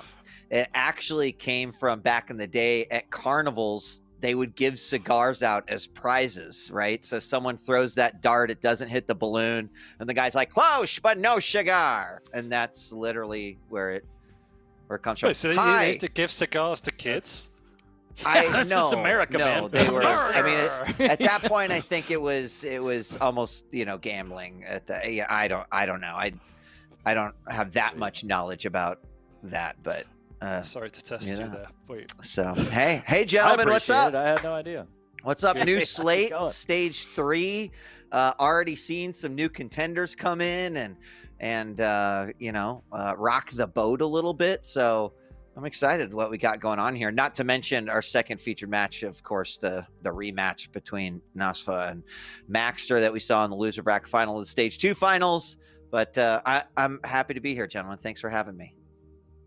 Yeah, it's always a pleasure to have you. It's good to see you back. It's good to be back. And right now, we're going to get into Cooler versus Base, which is also a run back in the lower bracket stage 2 finals. Base actually taking that one 2-0 over Cooler. Cooler might be looking for some revenge. Dan, what do you think? I mean, yeah, it's also a pride thing, I think. The fact that he's been the big boy in Russia for so long, and now Base comes along and has cemented himself as #1 Russia. Top 3 for EU. Again, for him, disappointing finals, all things considered for Base. Even more disappointing for Cooler once again. So I think the question for me is, where does Cooler go from here? He was kind of scraping the barrel of relegation last time. There is a strong possibility he finds himself down there if he doesn't pick himself up. Yeah.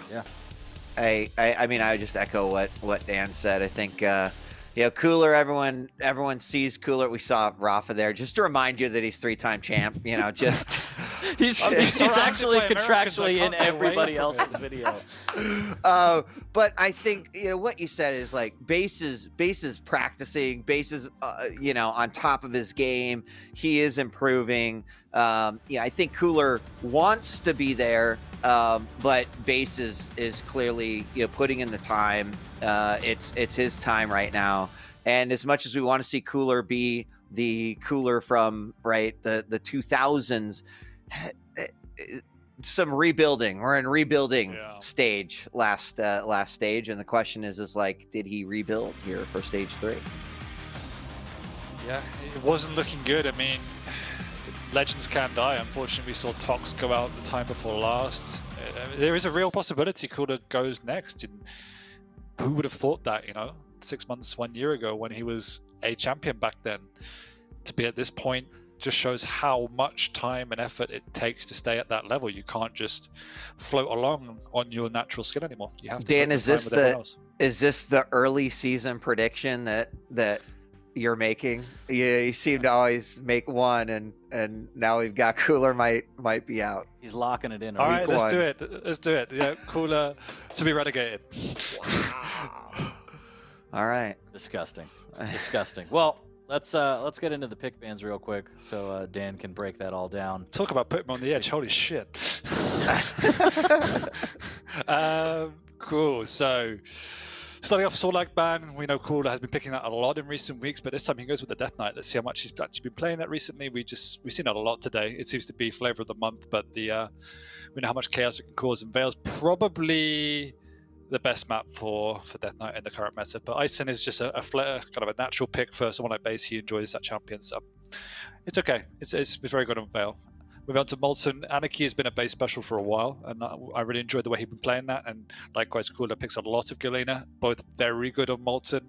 Galena will want to slow the tempo down, and base can play into that. So it's going to be a rail heavy game, I think, on that one. And if he can keep on top of the totems, then Galena becomes quite weak. And then end up on deep. We talked a bit before 40 of how Keel's falling off the meta a little bit. I don't think Strog offers as much potential to do the pressure that we saw from Rafa, but it's still a pretty decent pick on deep nonetheless. Wow, Keel falling off the meta of Deep Embrace. Never thought I'd hear that. So it seemed like the solution to everything. But pretty much, I think what we kind of expected here. I'm curious what you all think about potential here. As I I feel based off of what we saw from Base at the end of stage 2, he's got a solid foothold here in this matchup. I favor Base as well. Yeah, I think he had a great season last time. He's been consistently one of the best in Europe. Not the best finals, but still knocked out Cooler. So again, off the back of that, I don't know how much time and effort Cooler's put in since then, but Base has been the man on form in recent times. Yeah, I would agree with that, and also just a kind of, I don't know, we say it all the time, but clash of styles. I mean, Cooler's the man that said you need to know when to play aggressive and when to not play aggressive, right? And against someone like Base, who can play so defensive and force you to over-aggress, I'm looking forward to how Cooler kind of manages that. Because I'm assuming that Base is just going to come out, play his game, set the pace, and say, you know what, you're going to push into my choke points, you're going to take all this damage, and then I'm going to whittle you down, take the frag, and then take map control. But we'll see. Cooler knows a little better than that, so yeah, it'll be interesting. Yeah, I mean, Cooler's been playing that play style since he was born, right? I mean, like that's the region play style. So for me, it's more about like how is Cooler is his aim on, right? Like I think that's the part that Cooler needs to step up to be able to take someone like Base out. Yeah, I agree with that, and I think for all we just spoke about, like, I think Cooler is still one of my top 3 that I like watching the most, just because even still to this day, he's one of the players that just thinks about the game in such a unique way, and he always has something that surprises us. It's just there are cracks in the armor now mechanically, but also mentally, where he has more slip-ups than he used to. And if he can stop doing that, he becomes incredibly strong once again, just because he's so gifted. I hope he regains his form, but if he can hit his shots, then he's going to have to against Base, because Base has got really good aim. That's when he has a foot in. If he doesn't, then I think it could be a walkover for Base. Well, it should be fantastic regardless. Taking a look at the predictions real quick here from chat. What do we got? What do they got? 76% in favor of Base. It's the most even. It's the most even we've seen today. So that's like good. There's something weird with the there's something weird with the predictions, because it's just I've never seen it so lopsided. But people are brutal in stage 3. But anyways, Dan, why don't you go blend up some chicken, have a protein shake, and chill out? I think DJ Wheat and I got this. Go get your protein. Get out of here. Catch you later. We'll see you soon. See ya. We'll see you soon. Wheat, always a pleasure. 40. Good to have you back. Same. It's good to be back here. Again. Week 1. It's I was going to say Cooler's best matches were actually early on in stage 2 of the last stage, obviously. So, would love to see him start strong. I think Base is one hell of a competitor to go up here for week 1. Definitely a huge obstacle to overcome week 1. Should be a fantastic set, and as written in the contract, you have to cover all the Cooler games. So here you are, you get to watch. Is that them. it? I didn't well, realize that's what until I'm you said assuming it. chat was blowing up with, Yeah. So we'll see. We'll see, but should be a good one. I think it'll be very close, and looking to see exactly who sets the pace. Because as you said, like Cooler's been playing this style, Base has been playing forever. So it's a matter of who can kind of put their foot down and say, well, I'm dictating the pace. This is going to be my map. You know what I mean? So I'm looking forward to that. Yeah, I mean, I would even argue that Cooler has played this style himself, right? One of the reasons why he probably is able to kind of go up against it, the way that, unlike others, let's just say, or doesn't get as frustrated, right, when Base goes into that mode. So I think we are going to actually have a restart here. We had a wrong champ pick, so we're going to get started here in just a moment. But I think it's really going to come down to aim. And I don't think Cooler wants to find himself where he was at last time. That's not necessarily easy to just say, well, I won't be ranked that low this time. I mean, you got to put in the time and the effort in order to move up, because EU is absolutely on fire, coming off of stage 2. Fresh start on stage 3, but right, I'm sure players only improved over the last couple weeks. Yeah, I mean, you hope they took the time to get rested, but also kind of get in some practice and maybe watch over some of the game tape and say, hey, this is, where everything went horribly wrong. We'll see, but yeah, week 1 of stage 3. It's going to be a long road back to the finals, but always exciting. And Quake is back. Sundays are for Quake Wheat, and it's just good to have it back. Even though we had a small break, it felt like forever to me. I missed it so much. I called my mom this morning. I said, "Mom, I hope you got the flowers we sent. Also, I've got another gift for you. Stage 3, week 1 starts this week, so tune in. I'll make you proud, Mom." So. I agree. There's no better Mother's Day gift than Quake on a Sunday. So happy Mother's Day, yeah. Mom. I love you. But let's get into the game. I feel like we're loaded up, so we can start it off on Bale. Cooler versus Base. Oh man, I'm excited to see what we've got going on here, and we're gonna kick things off through Cooler's POV through the telly and instantly grabbing that heavy. The start he wanted. Of course, that does not give him much.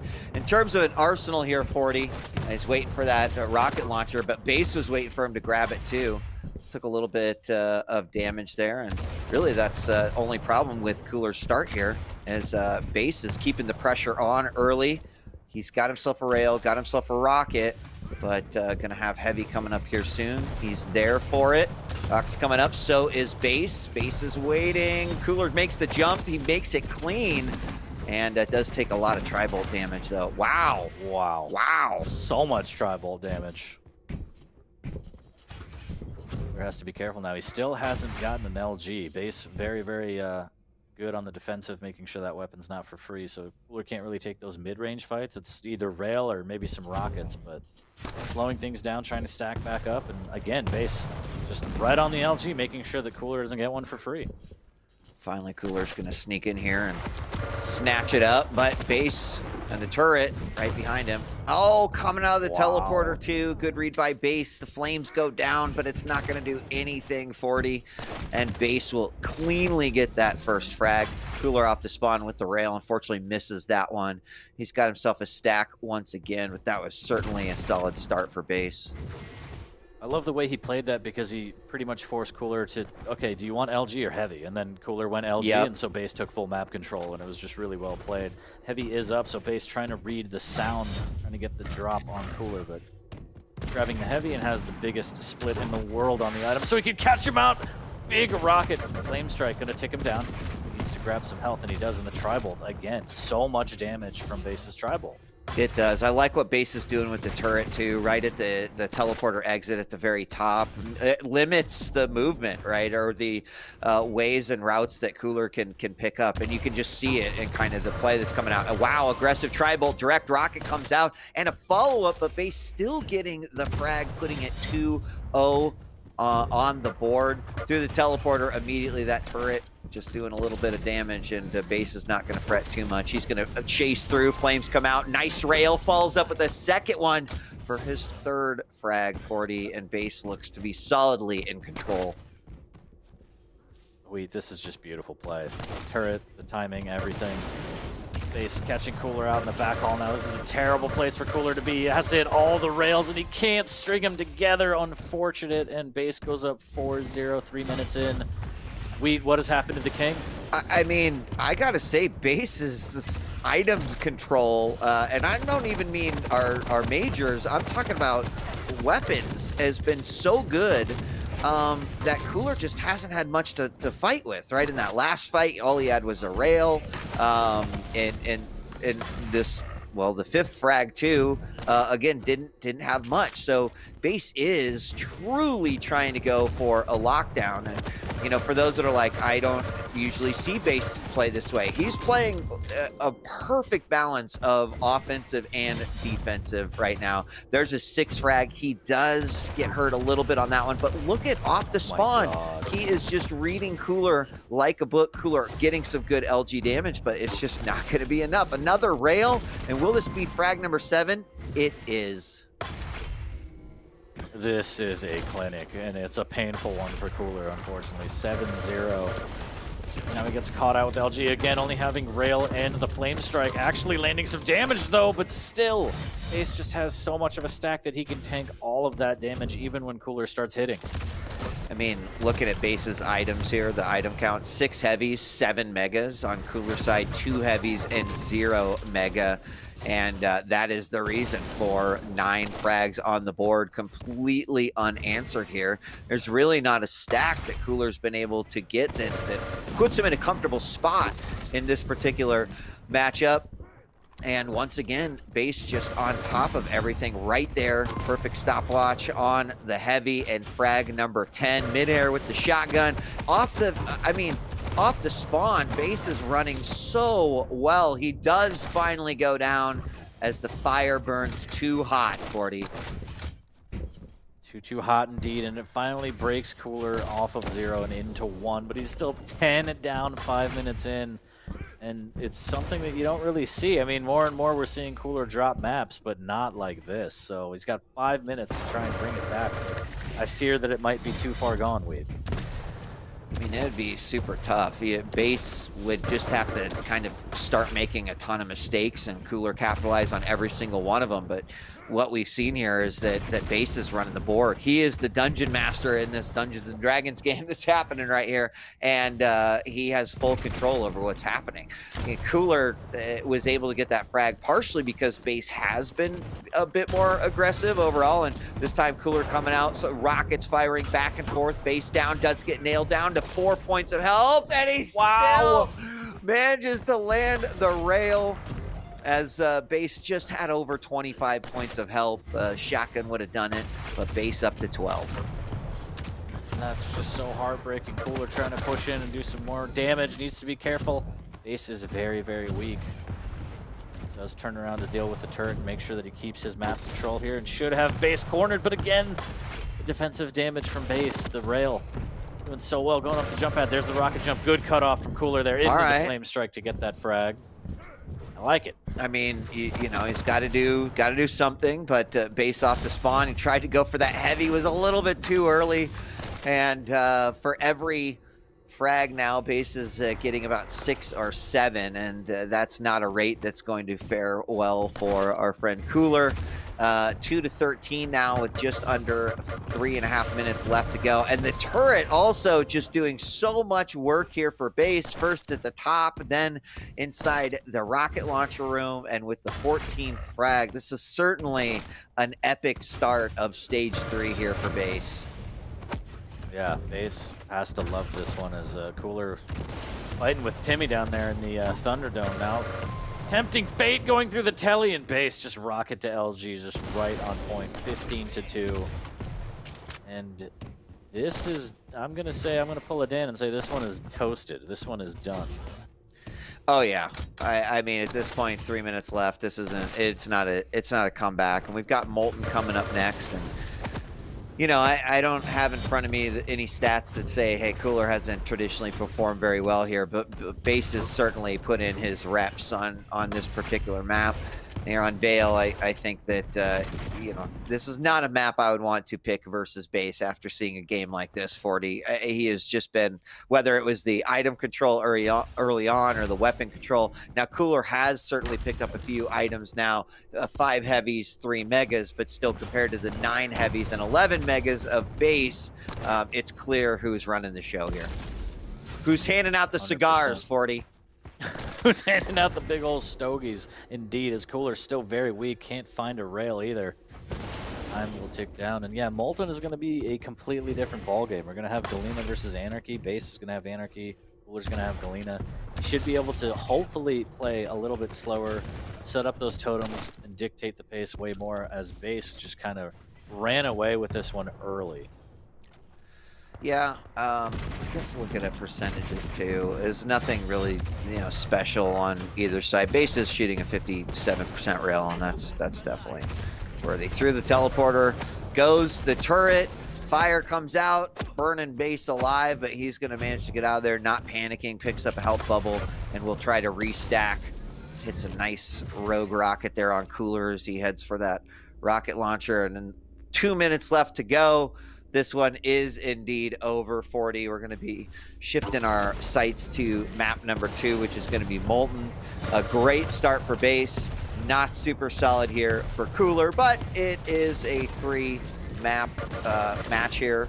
And Cooler is going to pick up another one. Nice rail from the mid-level. 3 to 15 with a minute left to go. Yeah, it's important to keep in mind that it is, 3 maps, going to a little bit bigger of a map in terms of, well, a lot bigger, I would say, but the ability to play slower is a lot higher on Molten, and that might be what Cooler needs here. Is Flame Strike not really playing a huge role here. His railgun, unfortunately, it's heating up near the end here, but I think he was shooting 30% at a certain point, and as you said, 57, 58% from base. Just, you got to be able to trade back with rails. It's just not going Cooler's way. So hopefully on Molten he'll be able to bounce back. But a fantastic performance from base on map number 1. Yeah, I wanted to agree with what you're saying about the Flame Strikes. It just, they were great for those 2 in-your-face nuke damage sort of attacks that we had, but outside of that, he wasn't able to use it to control. Base clearly had that. And the final score of this one will be 16-4. A very, very clean victory for base as we're going to be moving on to our next map. But quadrupling Cooler's score on that one. And really, it came down to that great control at the very beginning. Whether it was the major items or it was just keeping weapons out of the hands of Cooler. Wasn't giving him much option. And, that was pretty evident there in the final score. Yeah, I feel like, again, it's not often that you see Cooler lose by that much, so I don't know. It's always disheartening because we do want that return to form of the king, but base is claiming the throne. As we've said, best player in Russia, and no signs of stopping. So see, I mean, I feel like this set the tone, and he might be working on a 3-0 lead. I'm going to be honest. It might be. I mean, I would bring it back to, like, here we are on Molten. I would guess a map that Cooler feels a little bit more comfortable on. Now, we've seen base play this one a lot of different ways, right? We've seen him play it in such a way in which he tried to snag that first frag, and then, especially on a character like Anarchy, can just play a keep away game. We've also seen him play not his typical style and somewhat aggressive, right? I think it's quickly kind of figuring out it depends on what the situation calls for. So I would expect base to be able to do both, but what I would say to Cooler is that what would be really important for the win here is to get those early frags and not let base get into that comfort zone where, hey, I'm up by 2, up by 3, now I can just run laps. Yeah, just chill, play that hyper defensive style that we talked about. I completely agree. And it's all up to Cooler. It depends on, the spawn, obviously, and what he could work with. But if he can get those kind of frag buffers, 2-3 frags, and sit pretty and make base come to him, he could flip the tables on him, so to speak, as Anarchy would say. But yeah, we'll see if he can make it happen. We will, as we're loading up right now into Molten Falls. Will Cooler be able to bring it back, or will base continue his week 1 tear already kicking things off very strong? Base did perform quite well in the stage 2 finals. He's a player that we've seen consistently perform well. So looking for a pretty strong win over Cooler here in week 1, but Cooler's got to shut it down right here. See if we can't take it to a 3. Otherwise, 40, it might be a 3-0, just like you said. It looks like we are about to start. So 40, take us away. We jump into it, map number 2. The predictions are locked, 91% base. We're going to start off on Cooler here, as again, has the Galena, needs to get those totems going. 1 down already. Rocket in the pocket as well. Trying to set a little bit of a trap here. Trying to figure out exactly what route base is taking. Has LG and rail. This could be big damage here. Gets caught around the corner. The inject gets forced out almost instantaneously there. Good little trap from Cooler, but base still has the better stack after all that. 2 big shotgun blasts from base. He does, and is Cooler going to go for the mega? Is he going to try to... It looks like he's going to stick around for that heavy. Actually waits for his opponent, heard him, and then decided, I'm going to go for that mega, so there it is. I like how Cooler's playing this one already, though. Definitely playing to the sounds, playing smart, strategic games, slow and steady, getting his totems down.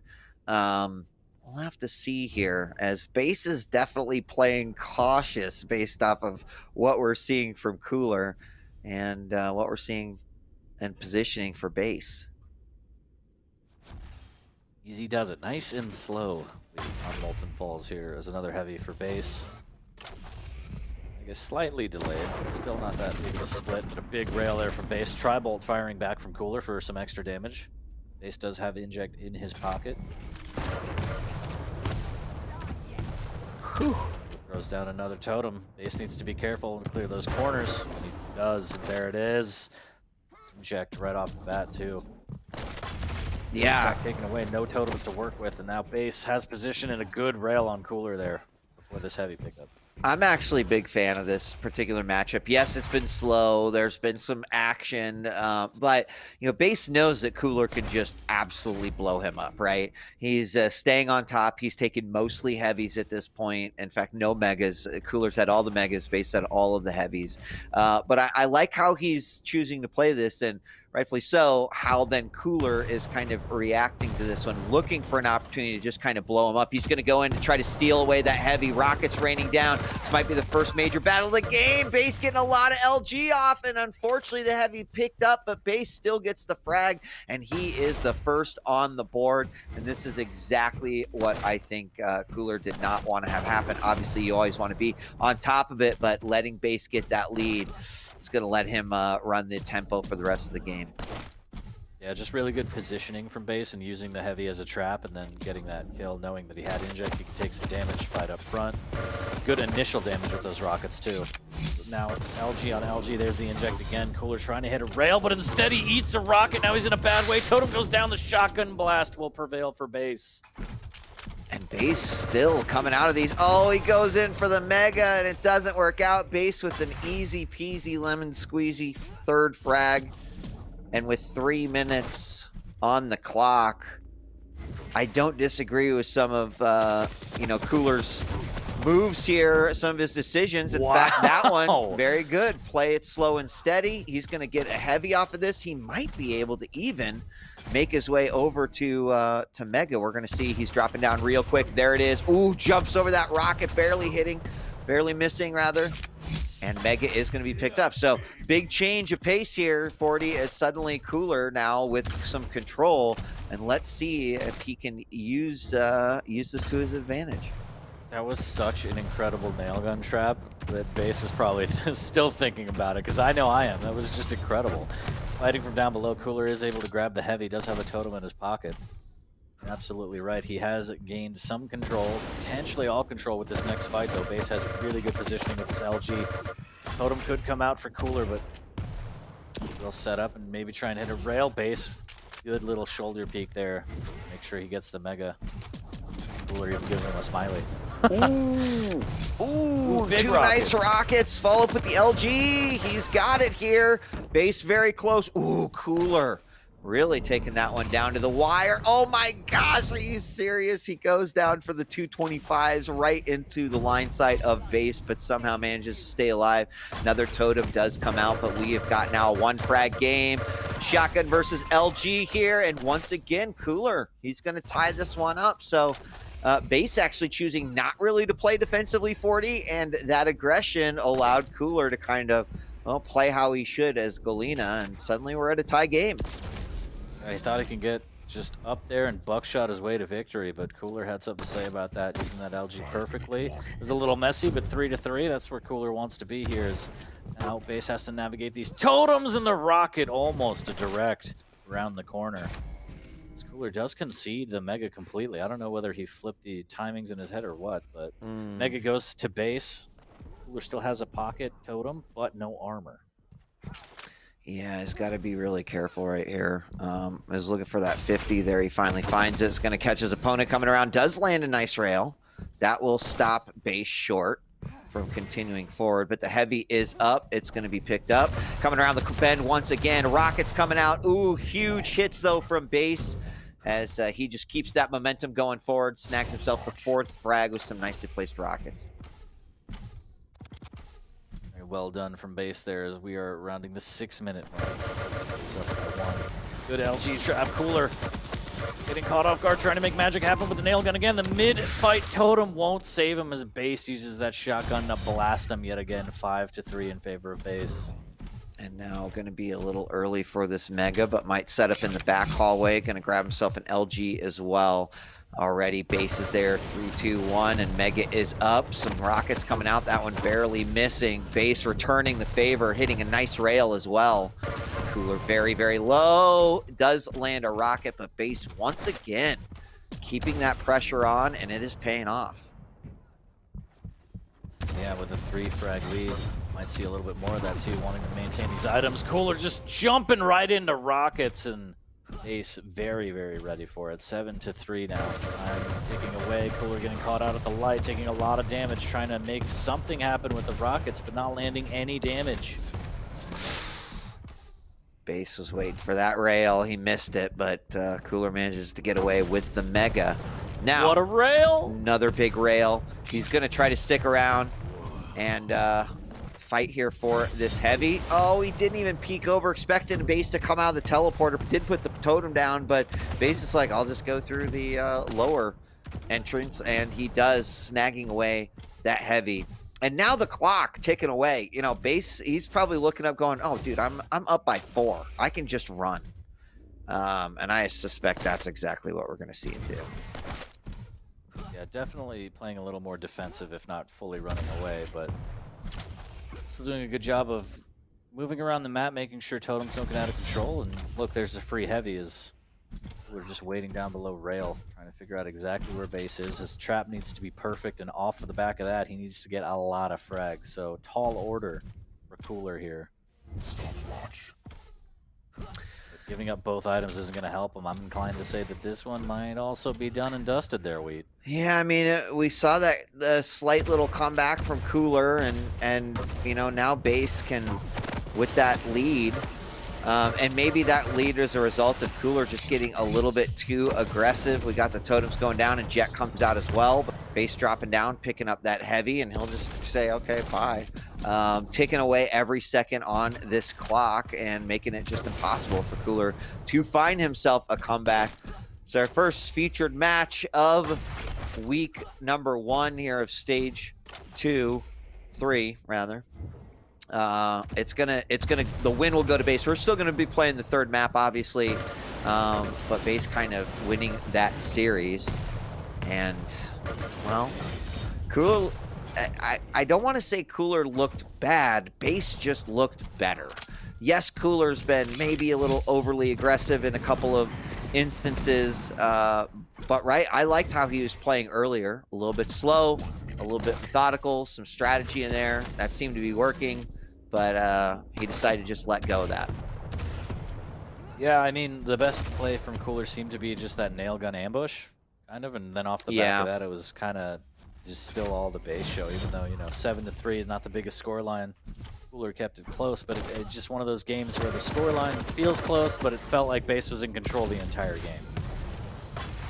That's exactly right. And Base has more damage. In fact, almost 1,000 more damage, just to kind of give you an idea of how much he has done versus Cooler. And a lot of that, well, actually not that much. Only 4 of those shots were for rail. Most of that is from the LG. Which we saw denied earlier by Base. And here we go in the final seconds of this game. Base is going to steal it away. We're going to be going on to map 3, which is going to be Deep Embrace. But Base cleanly taking 2 maps so far here in this matchup versus Cooler. Yeah, really, really well done from Base, and doing a great job of setting the tone for the rest of the season, hopefully. 2-0 takes the series, but we are going to play all the maps as they're all worth money, and everyone is trying to battle for seeding going into the finals, ramping up week by week. As you mentioned, Deep Embrace, Keel versus Strog. Should be interesting. The mobility of the Strog for Base could, you know, lead to more and more map control that we've seen, and we'll see if Cooler can use kind of that tanky Keel to maybe bully his way onto at least a map in this set. Yeah, that would be, you know, that would be great for Cooler. He's still going to be having to play, you know, at the top of this game, because Base just clearly looks to be showing up here in full force here on this Quake Sunday. 16-4, map number 1, 7-3, map number 2, a lot closer, but we also saw the first few minutes of that game really play out in a slowed down way. And now deep embrace. Well, Keel, I mean, based off how Cooler's been playing, if this was going to be it, if this was going to be the map he was going to take, I'd say Keel puts him in a good position considering he has been playing a little bit aggressive, minus those 3 minutes at the front of game two. But then throughout, as the game goes on, we've seen an aggressive Cooler come out. Maybe Keel will work for him. Hopefully, if you're a Cooler fan, that's what you wish for. But what worries me is the railgun percentage. If you take a look there, Cooler's not really hitting the rails that he needs to, and Base has been hitting some pretty good ones. And up against a Keel, it's going to be even easier. And Deep Embrace can spiral off the back of rails right off spawn too. So could be real rough for Cooler on this one. If you're in the chat and you're a Cooler fan, give him your energy. Actually, do I even want to look at the predictions, Weed? I don't know. I'll look at them for you this time. Okay, we I have can. got, let's see, we've got 90% Base, 10% Cooler. I mean, after the performances, I understand why the predictions are that way. It's just rough. It's weird to see Cooler with that many votes. Like what timeline are we living in right now? It's a weird one. I don't like it. It is, and I'm not surprised when you see Base, especially in that game one performance. Just a master class for sure. Second one a little bit closer, but again, didn't ever really seem. It wasn't as close as in like, man, Cooler did bring it back, but he never truly took grasp of the game. And so that's probably where I would end up putting my points too. But GLHF's filling up the chat, and here we go. Deep Embrace, take us away, 40. Let's get into it. Map number 3, Cooler's last chance at putting something up in this series, and having at least a little bit of I can still do this. And with that rocket, that's a good start there as he makes his way over to the heavy. And just look at the speed of this Strog. He's flying around the map. He is. Cooler's gonna slow it down just a little bit. Looking for a second heavy here. Oh, that rail baited, as I think he knew that Cooler hadn't picked up a rail yet, so waited for that long distance. Oh, a second rail coming out. Peeker immediately. Grenade and a rocket, but Base cleans up the first frag. Very nice. I loved how Cooler handled that Strog. I love where Base put it, but Base with the more solid follow-up there. Now off the spawn, trying to tick down, but Base with an easy LG kill, making it 2-0. Base is just forcing spawns and everything. Cooler was trying to stay out of sight, and Base knew exactly what was going down through the rocket around the corner, and now he might be able to get it. The pineapple from Cooler. What a play. Wow. I mean, that was the second solid pineapple of the game. I think the first one he hit versus Peeker, and then the second one versus Base. Nicely done. 1 minute, 23 seconds on the clock. Cooler making his way back over, maybe too early here. Ooh, big damage coming out. It looked like he was going to be able to take care of Peeker, no problem, but the damage was done. Base cleans it up. 3-1, 2 frag difference. Cooler fighting back, but the LG on LG is not what he wants, as the stack was just not there. Cooler Base, catches him on the jump pad. Wheat, 2 quick ones with the LG. Brutal. If there was a star of Base, this, in whatever movie or television production he is himself, it's the LG. I mean, we saw it in the last game. We're seeing it huge in this game, not only engaging in regular fights, but also just off of the spawn. Now, Cooler does bring back 2 very nice rails to make it 2-5, but I think he's got to be matching Base's LG here. No. Very nice. Making it 3-5. I mean, hey, hitting the rails will work out just as nicely, 40. Yeah, if he can string those together, looking a lot better. 55% so far for Cooler. Base trying to wait out by this heavy. It looks like Cooler's going to take the Mega and make his way back over, so Base will get it. Really doesn't really have the weaponry, though. Rail and shotgun for Base here is Cooler. Playing very, very slow. Both players Just waiting for traps, just waiting for traps. I feel like, I mean, we're looking through Cooler's point of view, but I kind of feel like that Keel is so big that, like, you know, one of his grenade arms is just kind of like sticking out giant, from his side. Like, you can't see me here. But Cooler decides he's got to move from his secret hiding spot. And now making his way over. His opponent waiting there. Does he see him? Does he see him? He does. Is he going to try to surprise him? Does he even know? Did he really sneak past base? Do it, Cooler. Oh. Do it. Through the teleporter. Shotgun. Go for it. You waited too long. No. Oh. Knock him off the map. There it is, the rail.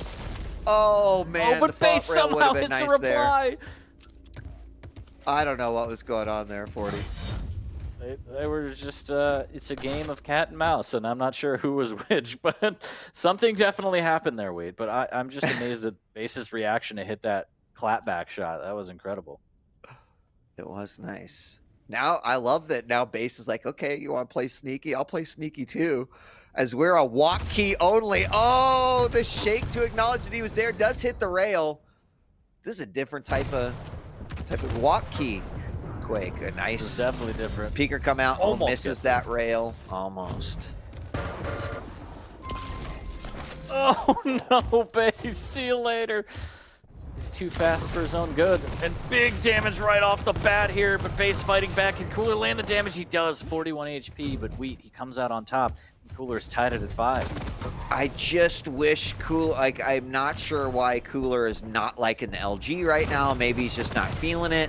He could have cleaned up that last frag a little bit easier. He did have LG, but Base, it's kind of his go-to even off his spawn. And look at how much damage he did as well right there.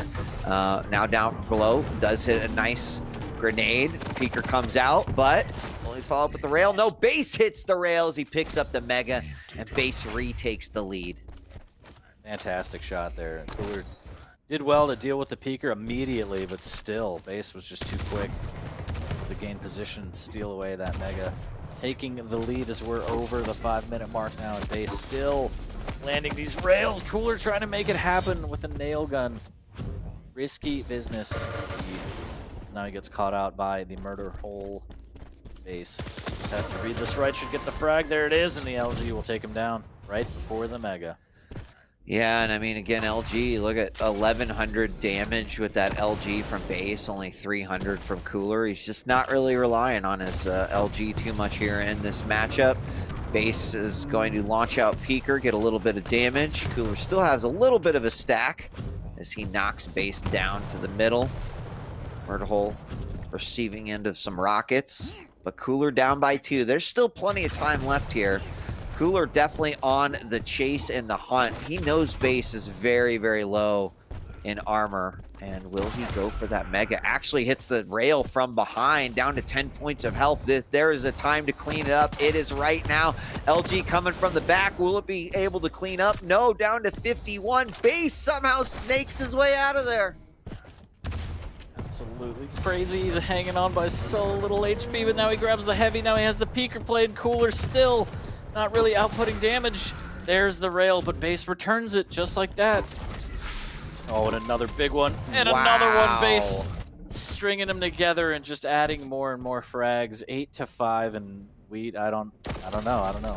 Survival horror is what Base is playing right now, making it work. A little bit. He really is making it work, and up by 3 right now. I mean, just think, Cooler had him down so low. If that frag would have been picked up, it would be in a totally different spot. But Cooler, he stayed on. Cooler just unable to kind of close the book. 40, you know, he's hitting some damage. You've seen him hit those nice rails.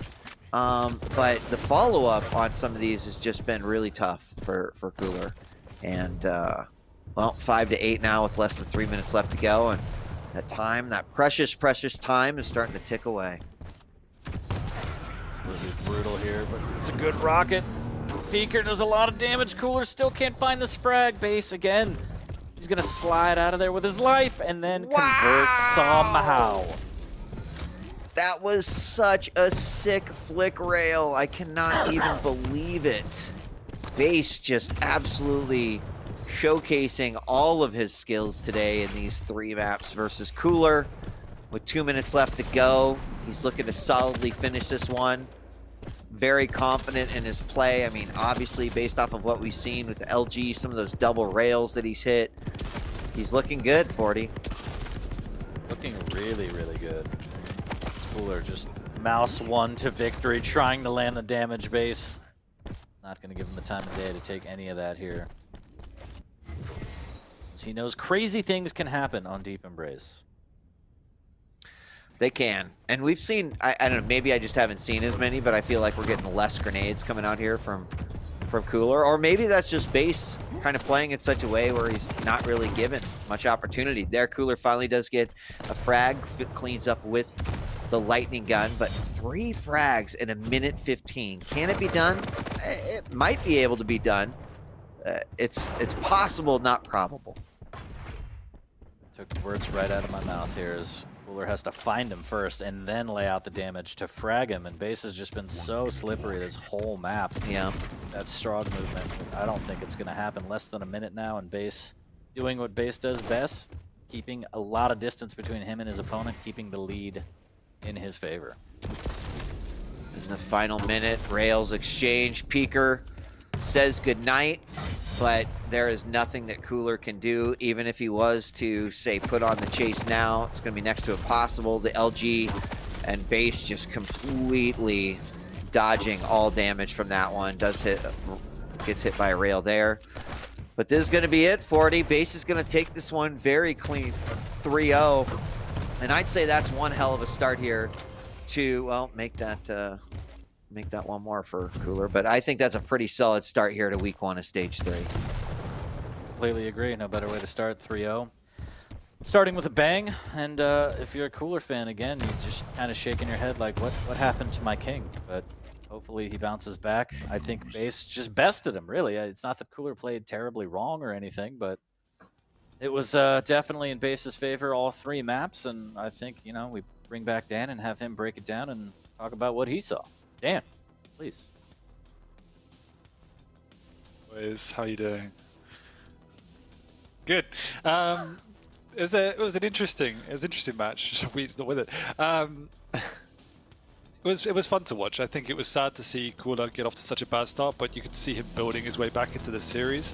I think agreeing with what Wheat said somewhat, particularly on map 2, his mechanical skill let him down a lot. But again, we just saw those moments and glimpses of the old school glory of Cooler where he just outthinks opponents like that. Creeping under the barricades to catch base off guard was that was hilarious. But at the end of the day, some of that kind of 2-3 minute period in the mid game where base was just untouchable on this final map was some of the best defensive play I've seen. Cooler just could not find a way in to the point where he ended up getting fragged himself. So that was just amazing, sliding away with a wink and a smile from base's point of view, and it was good to watch. And again, I agree completely. I don't think this series was Cooler being bad. I think it was base being really damn good. Yeah. Yeah, I agree. I'm curious what you think of.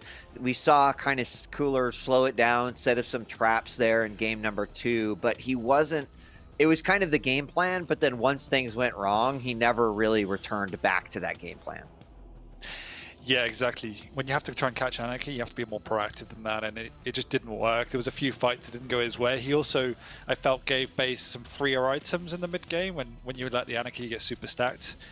It was almost game over. Plus, statistically, he wasn't there. He wasn't at the races like 20% LG and rail. You're never gonna win a map at this level with that kind of stats. So, I think base on Anarchy is really strong, and Cooler was trying to create these moments and these traps, but base was respecting it and not pushing in and trying to keep the distance game going. As we take a look at the stats from that last map, Deep Embrace, again, base will take this series 3-0. It's done and dusted. Quite the performance and quite the start for stage 3. Cooler already down 0-3. Rough, because again, we saw him kind of hovering around relegation last stage, and you drop any further. Like you said, Dan, I don't want to say that you're right, but like, what a world it would be to see Cooler in a relegation match. I really hope I'm not right for once, but yeah, I bet you do. That's disgusting. Well, there's been a lot of Quake so far today, boys, but we have one more featured match, and I think this one might be the crowd favorite unanimously. Nosfa versus Maxter. It's going to be explosive. Dan, I know you're looking forward to it. let me know how you Oh feel. yeah. Oh yeah. I'm doing all right. Well, I have to break everyone's heart with that news and say we're not going to get an interview with Base, unfortunately. But again, congrats to him. 3-0. We're going to get back after this break, and we're going to hop right into Nosfa Maxter. But we will be back. First we got to go grab a drink, grab a snack. Dan needs his protein, so we'll be right back. Don't go anywhere. Big game coming up to close out the day. See you soon.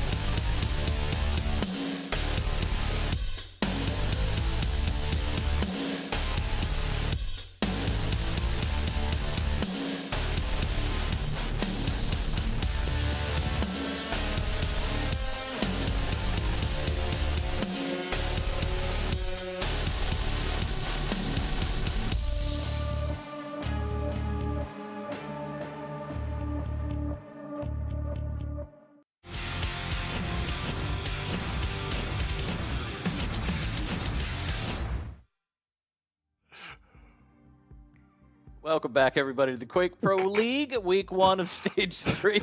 Dan, stop it. Dan, stop. We've made it this far.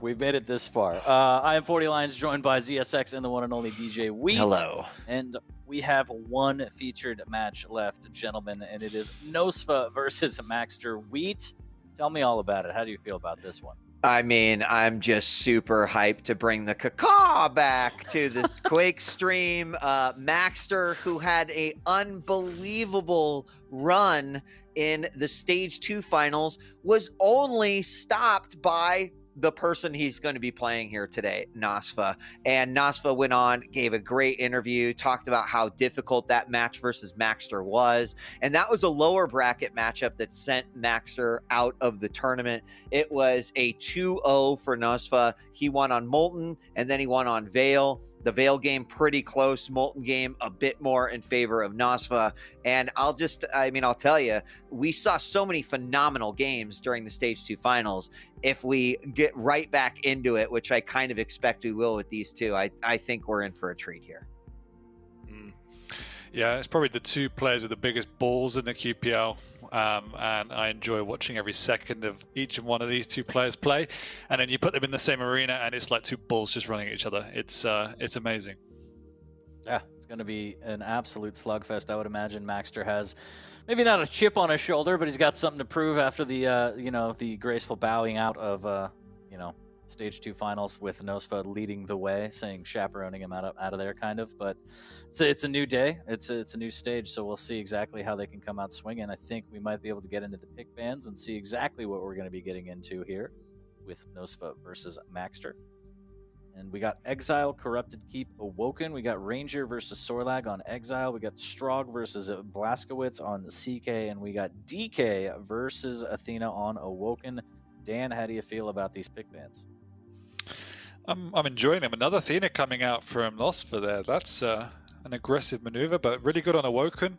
Nice to see another DK, seeing a lot of him. Opening up on Exile, though, Max just had some good results on there. He's obviously pushed Rafa to the wire twice on that map and could have won twice on that map, so it's definitely a favored home for him. Ranger's a good pick anyway, but Nosfa realizes he wants to bring the speed and the aggression right back at him, so picking up the Sorlag.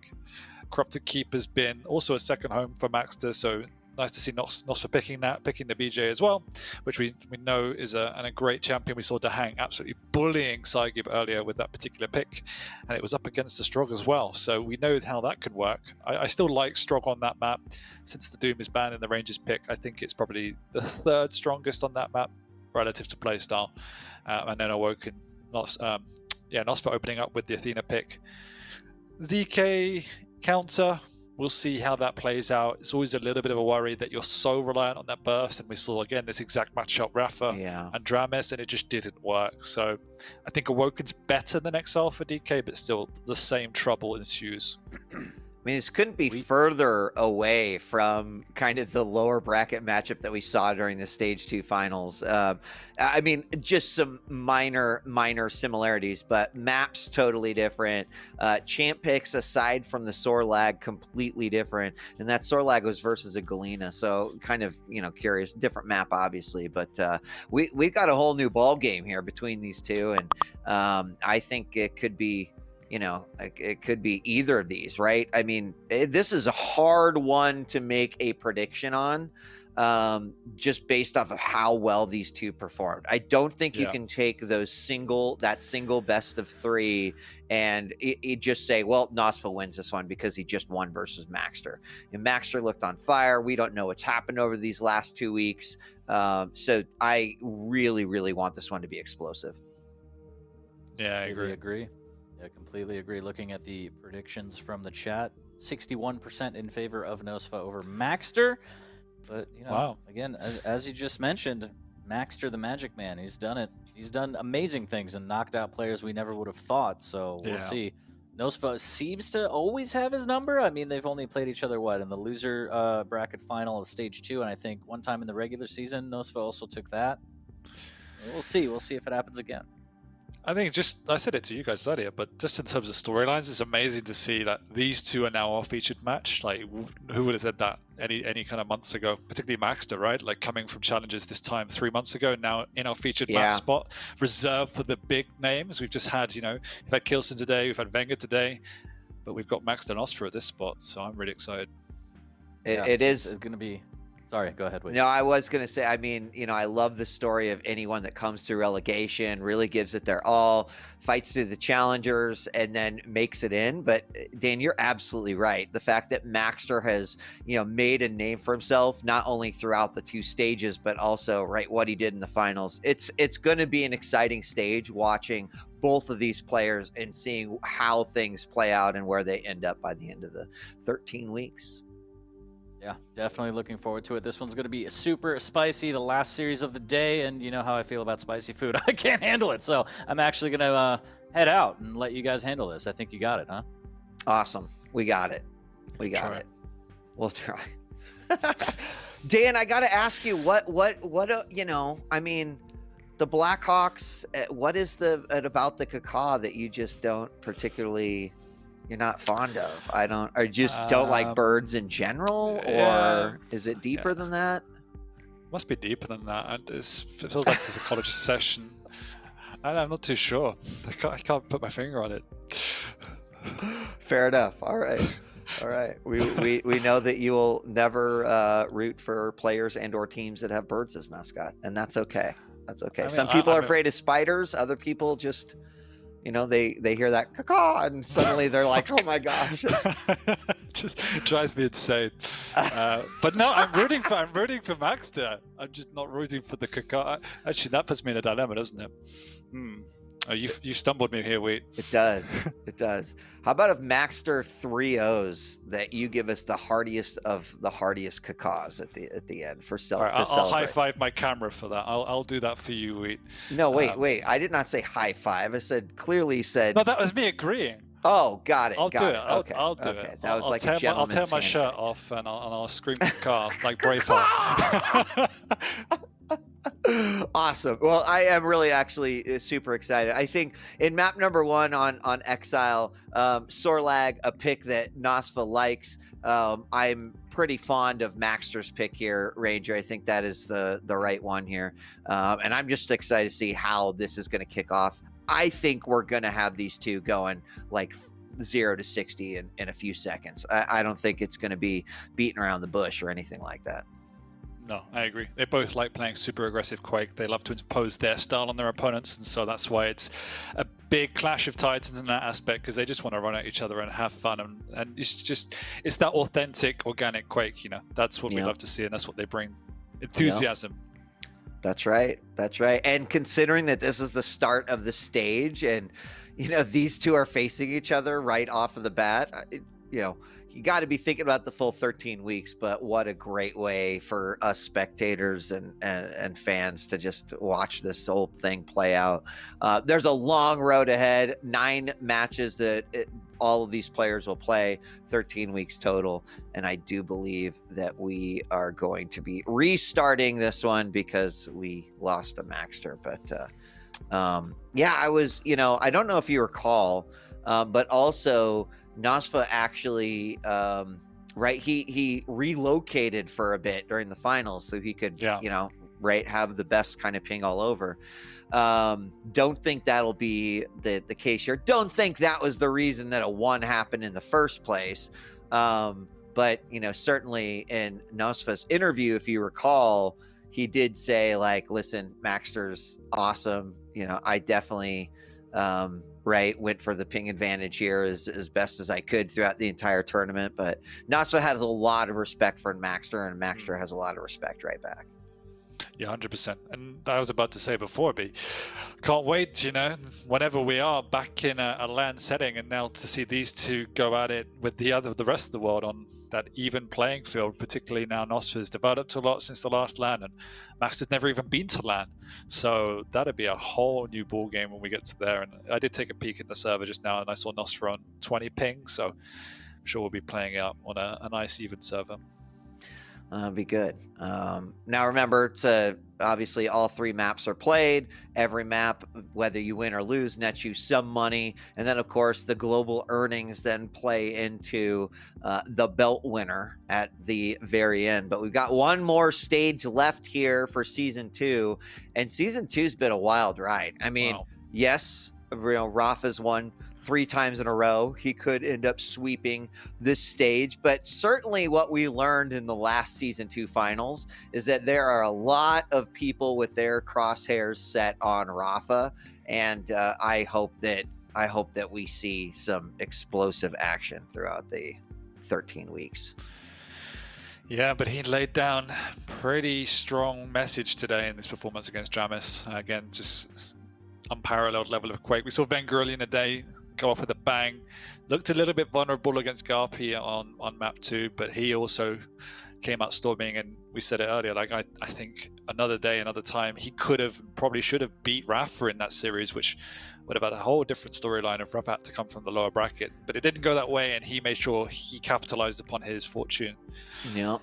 So you never know. Like, it's going to be a really big QuakeCon, because as you said, there's more than a few people capable of it. Whereas he didn't even have a good tournament and he wasn't there. So there we go. Yeah. I mean, Kilson also looked Yeah. really good this morning. Yeah. You know, based off of the games that we saw there. And I know a lot of Kilson fans just kind of been waiting for him to come back in full. Not even sure he's back up to 100%, but even 90% or whatever he is in between there, still pretty scary. That was a good matchup. So yes, we are not just talking just to keep this game going. As a matter of fact, we're trying to get Maxter back into the game. It looks like there are some issues, but don't worry, we're going to have this game coming at you. We're going to take a quick break so you don't have to listen to us. You can enjoy the awesome music of the Quake Pro League. We'll be back in just a moment once we're ready to start this game, so don't go away. More Quake coming at you right after this.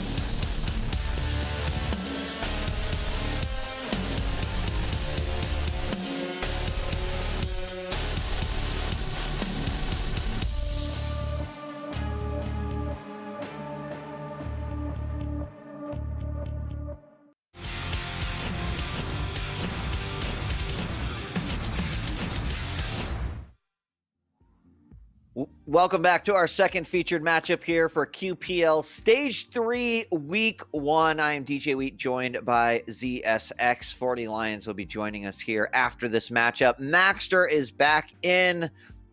All this technology, Dan, it runs off this thing called power, and every once in a while, power fails us, as it did there just as we were about ready to launch into the game. Maxter sucks, right? Yeah, he did, but is back in the game. We should have this match started in probably about 20 or 30 minutes or so. So that means that we can just kind of shoot the shit for a little bit. No, I'm just kidding. Welcome They're both to the in QPL lobby. Podcast. The map is starting up, and we're going to be going here soon. So remember all the things that we said. Pretend like we didn't have a break. We're going right into it. The server's launching right now. We're going to be map 1. It's going to be Exile. Got Maxter on the Ranger and Nosfa on the Sorlag, and we're going to see how this goes. And we'll just, at this point, when I saw the map loading screen, I was saying, I really hope that this is going to be an explosive matchup. I'm sure it will be. And before we start, I just have to say, Black Horse Clan, I'm watching you. Watch your Twitter mouth. Yeah, whoever's running their social media is on point over there, so thank you. I appreciate that. But no, it will be an explosive map. They've both gone for super aggressive champions. The map picks suggest they want to play fast and aggressive, particularly with Awoken and Corrupt to keep. And we know the way they like to play Exile, so I don't imagine anyone's going to take their foot off the W key for quite a while. I agree. And lots of nice little comments being sent back and forth between these two as we load up and start things off. And they're going to spawn right next to each other. Nosfa actually getting a little bit of damage off right away, grabs himself a rocket launcher, gets that heavy, and Maxter is going to be forced to try to head back. What? Nosfa is going to kick things off. The Stage 2 finals never ended, Dan. He is railing like he was just 2 weekends ago. Already seeing some impressive shots coming out of Nosfa. Yeah, and I really do enjoy watching these two to go head-to-head, not just because they're stars, but also because they get to play on a mutual server. 20, 30 ping each, so they get to see their raw skill come into fruition. And as you said already, Maxter going off with a bang, showing us why he is so feared with the rail, but Nosfa responding in kind and sweeping up the items to go with it. A frag feels like it's incoming relatively soon for the Brazilian. He is got Maxter very, very low, and there it is, another rail shooting 60% rail. It seems way better. I mean, he is just pixel perfect. A few of those shots, some nice flicks coming out there, and then one to finish it up. Going to put Nosfa in the lead, starting things off. Now, that was a pretty sort of chaotic spawn, right? They both kind of went for the same thing. That means we start off a little bit weird. I feel like Maxter hasn't quite been able to recover off of that, and a second frag's going to come out here from Nosfa.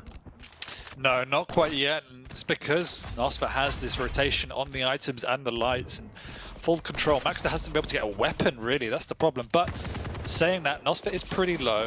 Maxter, whilst hasn't got a weapon, he has capability to delay this pickup slightly and potentially get onto the Mega. So that would be a great job done if he can do that. He's going for it. He's going to get up there. It's got Maxter waiting for him. Rail hits, going to follow up with a rocket. 2 huge rockets come out. And that's going to be frag number 3 for Nosfa. I'll tell you what. Wow. He almost face checked right into the void. But Maxter's going to capitalize on that mistake. Wow. Yeah, there's the negative side of being a thick girl as she gets stuck clipping the edge there. And now Maxter comes flying with the LG. Perfect. Look at that tracking. Nosfa's responding, he had a big stack, it suddenly disappeared. Maxter's going to continue to push in. But wait, that whole play came off the fact that Maxter picked up the Mega at the last second with 1 health. Yep. I mean, I think he knew it was waiting back there for him. I didn't think he expected to take as much damage as he did. Huge rockets coming out, these time defensive from Maxter. Spit is there, and you know what? Orb for good measure, just to check his corpse. He is indeed dead. We're tied up 3-3. We are, but he's ticking down, did clip the acid and didn't take it away. Suffers a very painful death. And already 7 frags in 3 minutes. We said it's going to be an explosive start, and explosive it is. No one's willing to go on the defensive. Although Maxter might have to now because he's got nothing to work with and a big tanky lizard running at him. He's got to be careful here. So hitting those rails is going to certainly help, but there's a heavy pickup. Rail returned by Nasfa. He knows his opponent's very, very low on the chase. LG, but not before landing another rail there. I mean, absolutely sick. Orb does come out, but again, the rails from Max right now shooting a 75% rail and or 60. They're both shooting 70% rails right now. It's like insane. It is insane. And yes, Max is now doing a lot of damage, but it's at this point where it could begin to spiral if he doesn't manage the scoreline. Nosfa's low, but that rail before the heavy doesn't actually do too much. Max to restacks, has this full starting base stack, but just need weapons. Feels like he's been playing with a machine gun and a nail gun for most of this game. Yeah, and we saw what he can do when he's got the right weapons in his hands. I completely agree with you. And a smart move by Nasfa, kind of playing the positions that he is. Another trade of rails from top to bottom as the rail then spawns, but Nasfa's going to slow down just a little bit and get that light. You mentioned he's been really running the lights. He's picked up 13 lights this game. A nice split amongst the major items, but he's controlling everything else. Exactly, and that's a key point actually, with the fact that when he's not in control, Nosfa's the one that's playing defensive game better by picking up the lights and taking positions. So Maxter needs to adjust to that when he's not in control. But when he's in control and hitting these shots, he becomes very scary. Wow. Like he's playing a slippery game as well, dodging around. Again, another trade of rails coming out. And this time, both about equal on the stacks. LG battle. And it is going to be Nasfa who comes out, and he's so low. He was at 11 hit points. Man, Nasfa just moves to this level just like a gliding little flying squirrel. I don't know. It's a lovely image. He's spreading those little skin wings out and kind of going through. He's up by 4 now, halfway through this game, and you know, can he try to take some control back here from Nasfa? Yep. Max has had some good control recently. He just can't pin down Nosfa. Stack's been too big. Finally gets him in the mid-range, but again, that rail just offsets the damage that Maxter did. Taking this high ground, good defensive position from Nosfa, and Max is finding it really hard to trap the Lizard. He really is. And Nasfa's defensive game, like on these rockets he's hitting, these peak rails that we're seeing now, knowing he could follow up, but looking for one more rail. Can't find it. Then, in fact, that one hit the wall. Rockets coming out. Maxter does answer back, and you know, I mean, going for the rail for style, but unfortunately it didn't net him the frag. Maxter really needed that one, and I think that was potentially a big frag for him. Yeah, that was a big frag just before the major items, and now he's in a good position. If he could just make sure he gets a clean frag here, convert, or at very least delay Nosfa's progression into this mid area and pick up another rotation of items for free. Still a long time to go on this map, and now Maxter begins to be stabilizing, it looks like. Oh, that could have been such a great play. It could have been. Now we've got defensive spit coming out, ticking away. Nasfa is low, sees that the heavy is up. The rockets do rain down, but Nasfa's still kind of in the danger zone here. As he picks up another light, has an idea where his opponent is through that teleporter, looking for that rail. But he's just done such a good job, too, of just, you know, he stays out of the crosshairs when he is low, when he is in danger. He just has phenomenal, you know, map movement and awareness. And he's still playing these lights so well. Maxter 2, Nosfa 22. That's ridiculous. And clock ticking away, more rockets coming out. Nosfa slowing it down a little bit. Maxter does find him, but what? He's just getting now he's got control. What? I mean, all of these rocket hits defensively are just crazy. I mean, Maxter is actually coming in with these stacks looking for a fight, and Nosfa is just making him question where is all this stuff coming from. Exactly. Really masterful defensive play from Nosfa, who's showing us another side to his play and another side to Sorlag, and using the speed to get away, create these defensive rocket angles. And unfortunately for Maxter, he's walking into them. He wants to be playing the LG, he wants to be playing the rail, but Nosfer respects that. He's not engaging. Oh, I like this jump forward with the LG. Beautiful, beautiful jump. Oh! Well, you know, he can afford to give that one up, I think. He just earned it and then just quickly take it away. And right off the spawn, he's going to grab that heavy. Biggest problem I think he might have here is that he just has no arsenal there. He'll pick up a rocket launcher, probably go double back for this LG. And, but he's still up by 3. Yeah, that was still a huge loss. He was fully stacked, was just about to get a free item. Luckily, as you said, might not come to bite him, but if it does, Maxter has to make it count. No, I think Nasfa's just he's just too in tune with this map here. He is zen with Exile right now. I mean, this is one of the better control games on Exile I think I've seen in a while. And not only that, but coupled, Dan, with just how many of these rockets around the corner are hitting with little to no consequence at all. Maxter does pick one up, very nice, but less than 40 seconds left to go. Can he make up 2 as low as he is? I mean, he's going to have to spend 15 seconds getting 2 items before he can even dream of making a push. It would be the wildest of comebacks if he gets this now. And saying that, Nosfer's going to stand his ground, having picked up that item. He's got much more stack. And Maxter accepts his fate, backs off, accepts the loss. Yeah, great game though. I mean, really, really showing. You know, Maxter had great aim. He was picking up items. He had 12 heavies, 11 megas, but it didn't come down to the major items. It came down to control of everything else. Those lights, weapons, and you know, clearly 8 to 5 is a little bit closer than I feel like it was, given how much. And actually, Maxter did more damage, which is just bizarre to me, considering how Nosfer just constantly felt like he was hitting all those defensive shots. But 3,500 to 3,900, and Nosfer takes game number 1. Yeah, he built a nice early lead, and then, as you said, controlled the game perfectly, and just showed us a different side to him and Sorlag, using the speed defensively to reposition, controlling the map, controlling the tempo, and just showing an ultimate respect for Maxter's aim hit scan.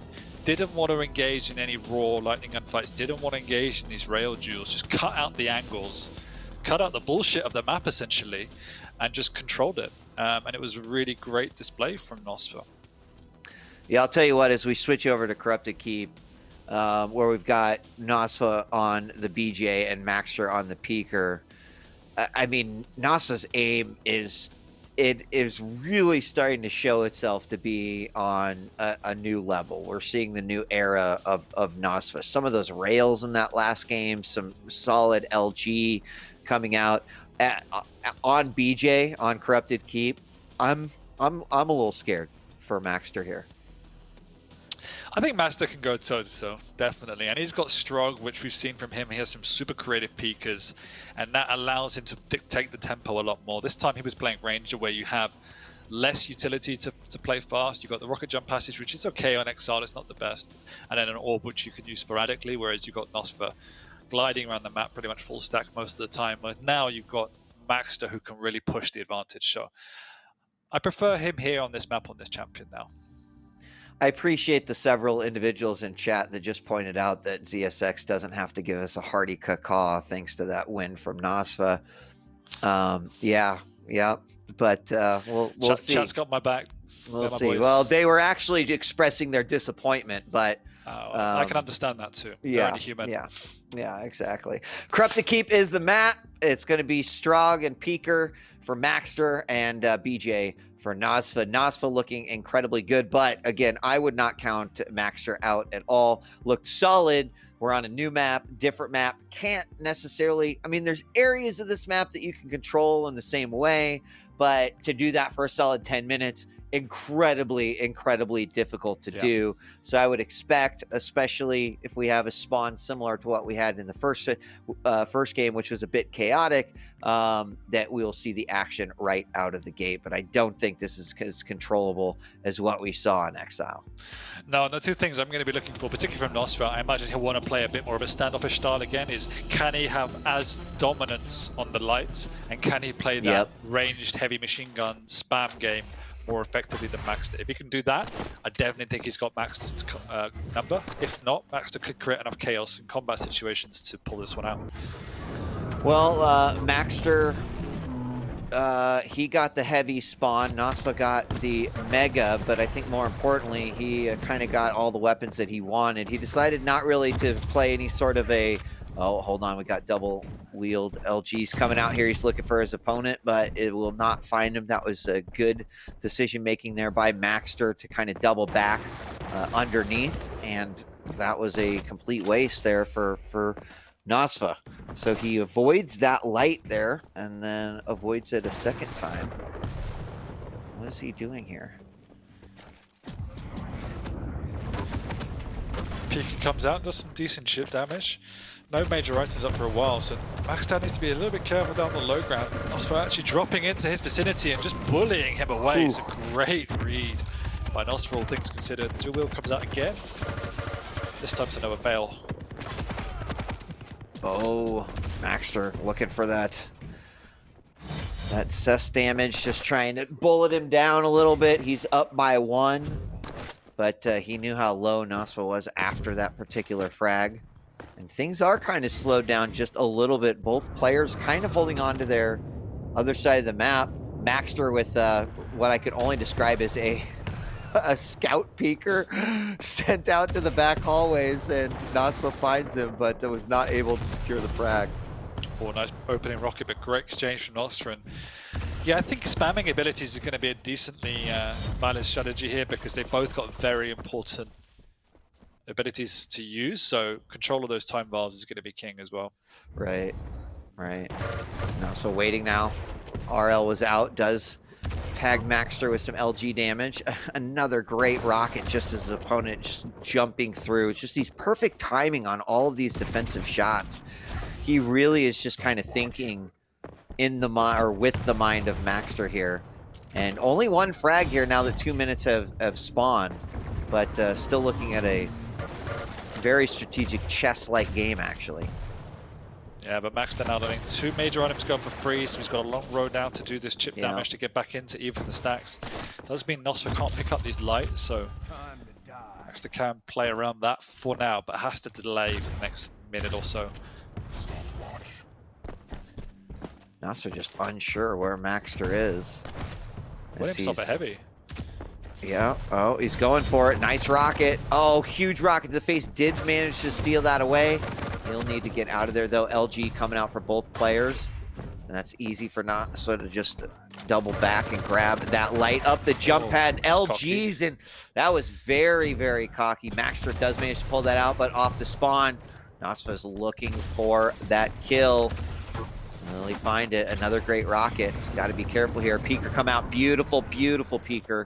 Nice, doesn't get the frag, but he manages to stay alive and keeps his opponent back. Yeah, Maxter should have timing on the Mega now. Looked like he was a little bit lost as to exactly when that was, so didn't commit for it, but did hear the pickup. So should have himself the knowledge of what to do and where to position for this next one.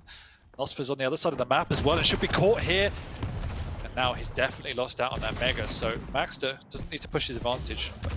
Just keep control of the map at this point.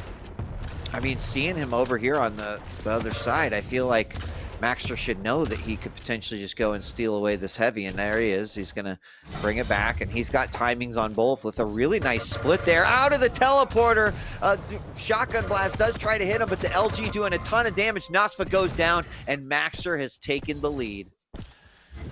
And he's getting bullied by the lightning out of Maxter at the moment. He's trying to just get away and play the range game. What a rocket from Nosfer, though. Huge. Maxter licks his wounds and retreats towards the heavy, but with a bit of a delay on it. Needs to be careful in case Nosfer decides to make a play. He's moving in. He's going to be a second late. No. Does some good damage, at least on the retreat. It was. I mean, 1 second later on that, and I think that would have been game over. But Maxter holding out and trusting his timing there. It was nicely done. He remains and retains his lead. Throwing some tribal out on top of that Mega, but will have to give that away. Still a lot of time to heavy, so he's got to be careful here in this next exchange. But again, Nosfer's doing a good job of managing the Mega and managing the lights. Five lights for Maxter, 10 for Nosfer. So this is again a clear strategy of his that he's had on both of these games so far. He's just more efficient around the map. But Maxter's doing a better job of playing the middle ground. So it's a really interesting keep so far. The dual wheel did come out there, and that actually forced Maxter off. He's going to try to steal away this Mega, but Nasa with the drop-down air rocket, tying it back up 2-2. Now he knows that that heavy is up any moment. He's going to try to barrel and make his way over there. It's got to be very, very careful. Rocket comes out. Maxter does connect with that. Nasfa going to rocket jump back up, try to see if he gets some damage. And the flick rocket from Maxter sends him back down below. Can he clean it up? He does with another rocket to make it 2-3. I really love the proactivity from Nosfer, but who could expect a 180 rocket? As I say that, Maxter once again, slight mistiming on this Mega. Every time he's gone for it, he's been absolutely punished. So definitely needs to learn that lesson. Be tighter on his timings for the item. And Nosfer now will be able to get up a very free heavy, and all the health's gone for Maxter, so it's a runaway game if he can. Gotta play sneaky.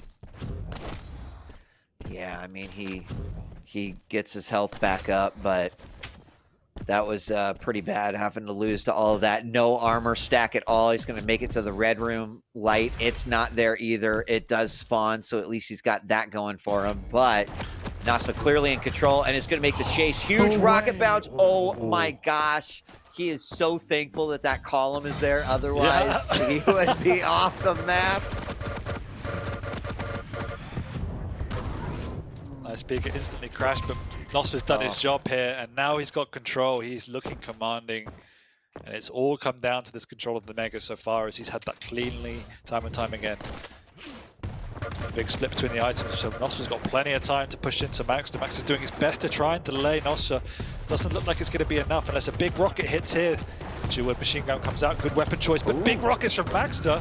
Nosfer's still pushing in the madman. That was a little, you know, sometimes that dual wheel will make you feel more powerful than you actually are. But in that particular case, very confident in it. Tied back up 4-4. LG battle in the main room. Maxter once again super low. Nasa's going to walk away from that one completely fine as he picks up a bill of health in the form of a Mega. And once again pushed back, but saved by the bridge. And then the machine gun damage coming out. He is just gotten Maxter down so low so many times.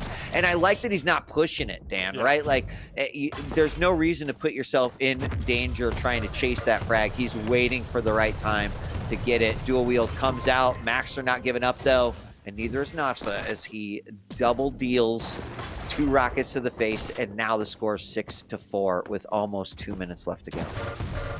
Like, you're right. Like, every time he's tried to push it, that rocket jump up over by the heavy with the dual wheel, Maxter somehow pulled these magic moments out. So just keep the respect up, play slow, whittle it down, forge low-risk opportunities.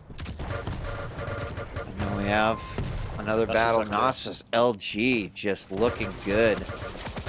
He's got about 1700 damage on that LG. And every single time he gets put into a bad spot by Maxter, he's right next to something that's going to save him. In that case, the Mega. Ooh, rocket in the back hallway almost connects. And Nasfa looks like he wants to chase this one. We'll grab that heavy. And at this point in time, there's not much that Maxter can do other than just throw his own body at Nasfa. But again, the lights are king for Nosfer. Every time he's had an engagement, he's normally had a Mega and then a full stack of lights to fall back on, whereas Maxter at the most has generally just had a heavy. So it's always been in the stack advantage for Nosfer, and his plus forward game has been superb when he's decided to do it. Maxter's been relying on some huge defensive plays for the most part. And the timing has definitely been a bit off for Maxter, but absolutely perfect for Nosfer. His LG is just sick, Dan. 10-4 now, 1900 damage, shooting a 31% LG, and You know, I mean, Maxter also shooting a decent LG, but there's a lot to be said about when it's out, when you're using it off the spawn, all of those things. In the last 30 seconds, Nasva pops the dual wield to look for a final frag. Rocket jumps in to try to get this, actually steals away that heavy, looking for one final frag. Out the teleporter, boom, there it is. 11-4, and in the last 10 seconds, will we see another one? The gauntlet is out. Oh my God. Oh, there it is, 12-4, the final score of that one, and Nasva takes that one. And again, right, a story of control, Dan. Definitely was, and Nasva's just playing the more effective strategical game. Maxter really wants to brawl, and Nasva's denying him that opportunity and just playing around that. So definitely showing a bit more maturity in his game than Maxter. Maxter's clearly got the mechanical skill to go toe-to-toe with Nasva, but when it comes to idle control and general positioning and decision-making, Nasva has just had the edge in this particular matchup today. He has. And either way, I hope that the fans of QPL are watching this going, all right, you know, these two caught my attention during the Stage 2 finals, but they're putting on one hell of a show. I mean, I would be keeping close eyes on both of these players all throughout this final stage of Season 2. They're both looking mighty fine. Well, Nasva crept his way to a third place in last stage, if I believe, in the North American region. Yeah. So, and that was, again, just almost, no one really paid attention to the progression he was making. So now he's put himself up there in headlights of someone to be watching out for, and I'm sure the scene definitely is. Now we're going to be moving on to Awoken, where Maxter will take on the Death Knight and Nasva the Athena. And we did see this today, right? No. Saw it on XL, Rafa Dramis. Oh, right. That's right. Okay. And it didn't work out too well. Not the best, no. Yeah. Yeah. Well, as we get ready to fire into the third game, technically Nasva has won this series, but we play all three matches or all three games here during the matches of the regular season. So we get one more. Money is won every single time you play, and even every single time you lose. So play out all these matches. Those help determine the rankings there at the end. And of course, we all know how important those rankings become, especially as players improve over the course of the season. You want to have as high of a rank as you possibly can going into the stage finals, because it can absolutely determine what your bracket is going to look like throughout the weekend. And this next stage will be no exception there. No, absolutely. Every map counts. We saw it last stage where there were just players who wouldn't have expected to be as low in the bracket as they are, clutching onto their lives in the QPL. And whether you're at the top, towards the top, I know Cypher was living on the edge with whether he'd even be in top 4, and he got to the final. So it really comes down to, you have to give your all on every single map, because it could make or break your tournament standings going into the final bracket. We are getting ready to launch this one right now, and a shooting star actually just literally shot right into your head. Did you see? Oh, there it is again. Oh my gosh, Dan, you're under attack. It's like the one path. Awoken is the map, and we'll see how these two fare in this one. Nasva's just looking so clean. Maxter looking great too. Like, I'm super excited to see all of his matches throughout the regular season, but I think Nasva's absolutely stepped up 5 levels over the course of this last stage, and he really showcased that during the finals. But he's bringing that big Nasva energy from the finals here to stage 3. Yeah, no, I think it was a couple of stages ago, a couple of stages ago, where he really came out on a high and was someone to watch, and then dropped off a little bit, perhaps because of his final placements. And people almost forgot how damn good he is. But he's come back and found his Brazilian mojo once again, and looks so scary when he's on form. He does. Well, early off here in Awoken, we got 10 minutes on the clock, 0-0. Following Nasva right now, who is playing it a little quiet. Just going to grapple up, grab himself a rail, and he's just preparing for the heavy. Maxter about ready to drop down, avoids a couple of rockets, tries to land a rail himself. So we've got split major items, and here we go, first big, wow. That flame did not much, but the 2 rockets, big follow-up there. Ooh, Nasva skirting around the map now, picking up that light and that health, and no frag, but what an exchange. Yeah, no frag, but definitely set himself up perfectly to contest for the next major items. If he can work out where Nosfer is, he can try and prevent him getting anything. Bounced up, hooked down. Can he get out alive? Can he get an item? Somehow he's dodging and weaving, trying to work his way over to the heavy. He picks it up, but he probably will be going down here. He's got no hooks remaining. He's done so much damage, though. That was pretty awesome. Manages to sleep out of there. Oh! Oh my god, are you serious? He grapples up a complete vertical grapple, gets off to the side, waits for Maxter to come out of the telly, and hits the double rail for his first frag. Ladies and gentlemen, Nasva, keep an eye on him for stage 3.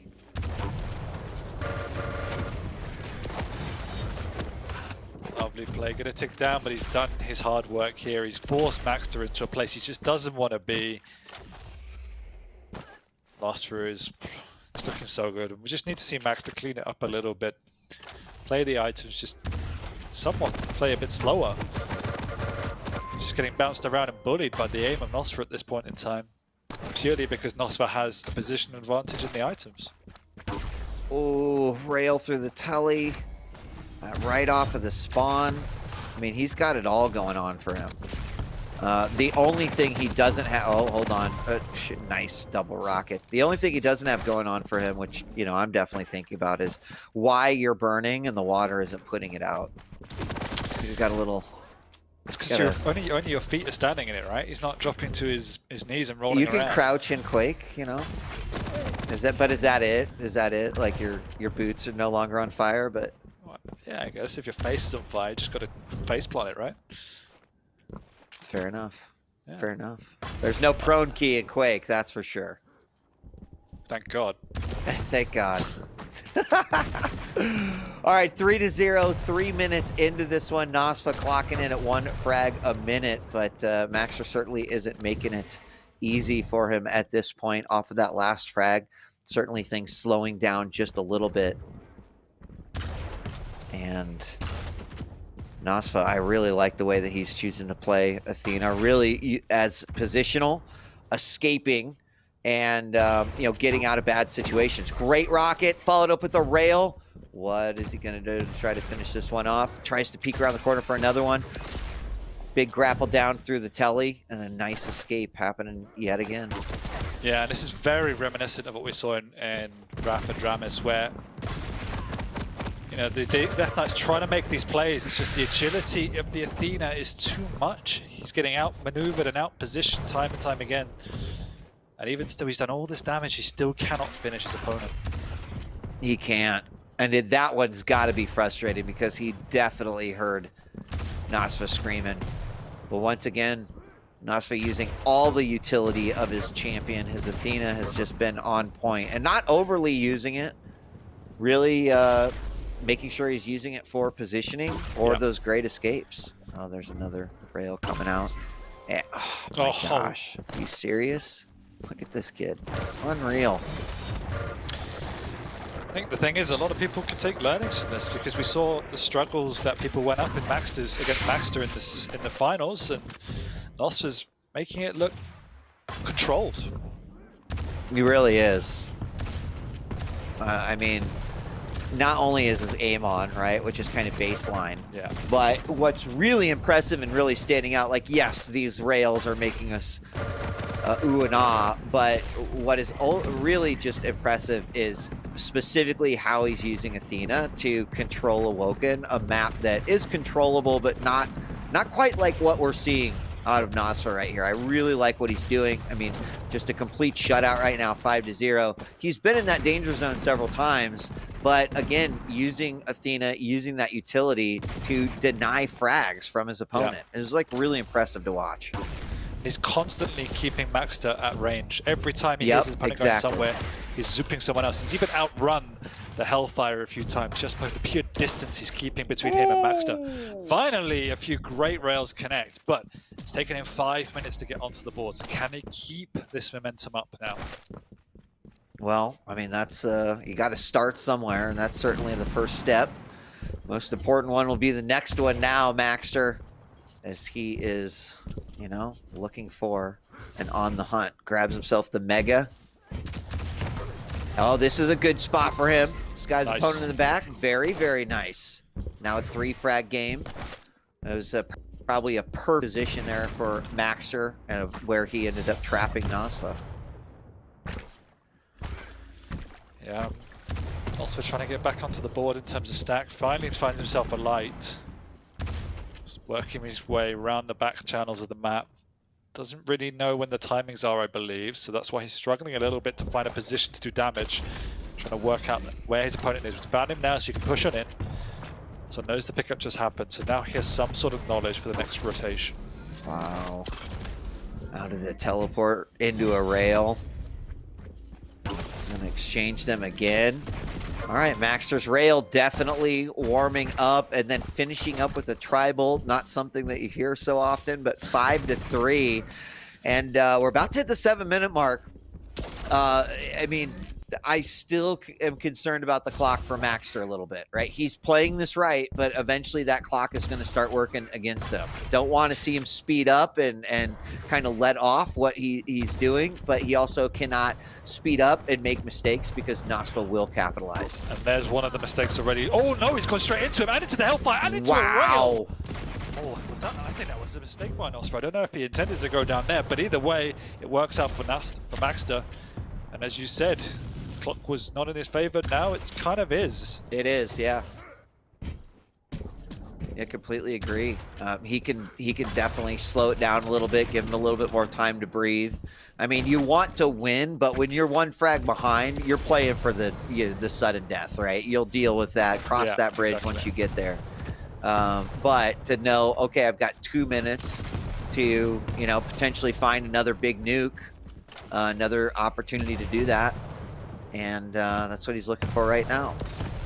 I'm also really enjoying the way Maxter switched up the strategy as well. The first few minutes, once again, he was trying to just bully Nosfa, trying to get in his face, Rocket LG, getting kited. Since then, he's adjusted, he's thought about his maneuvering, and he's playing a lot more around the rail, and that's where he's finding dividends.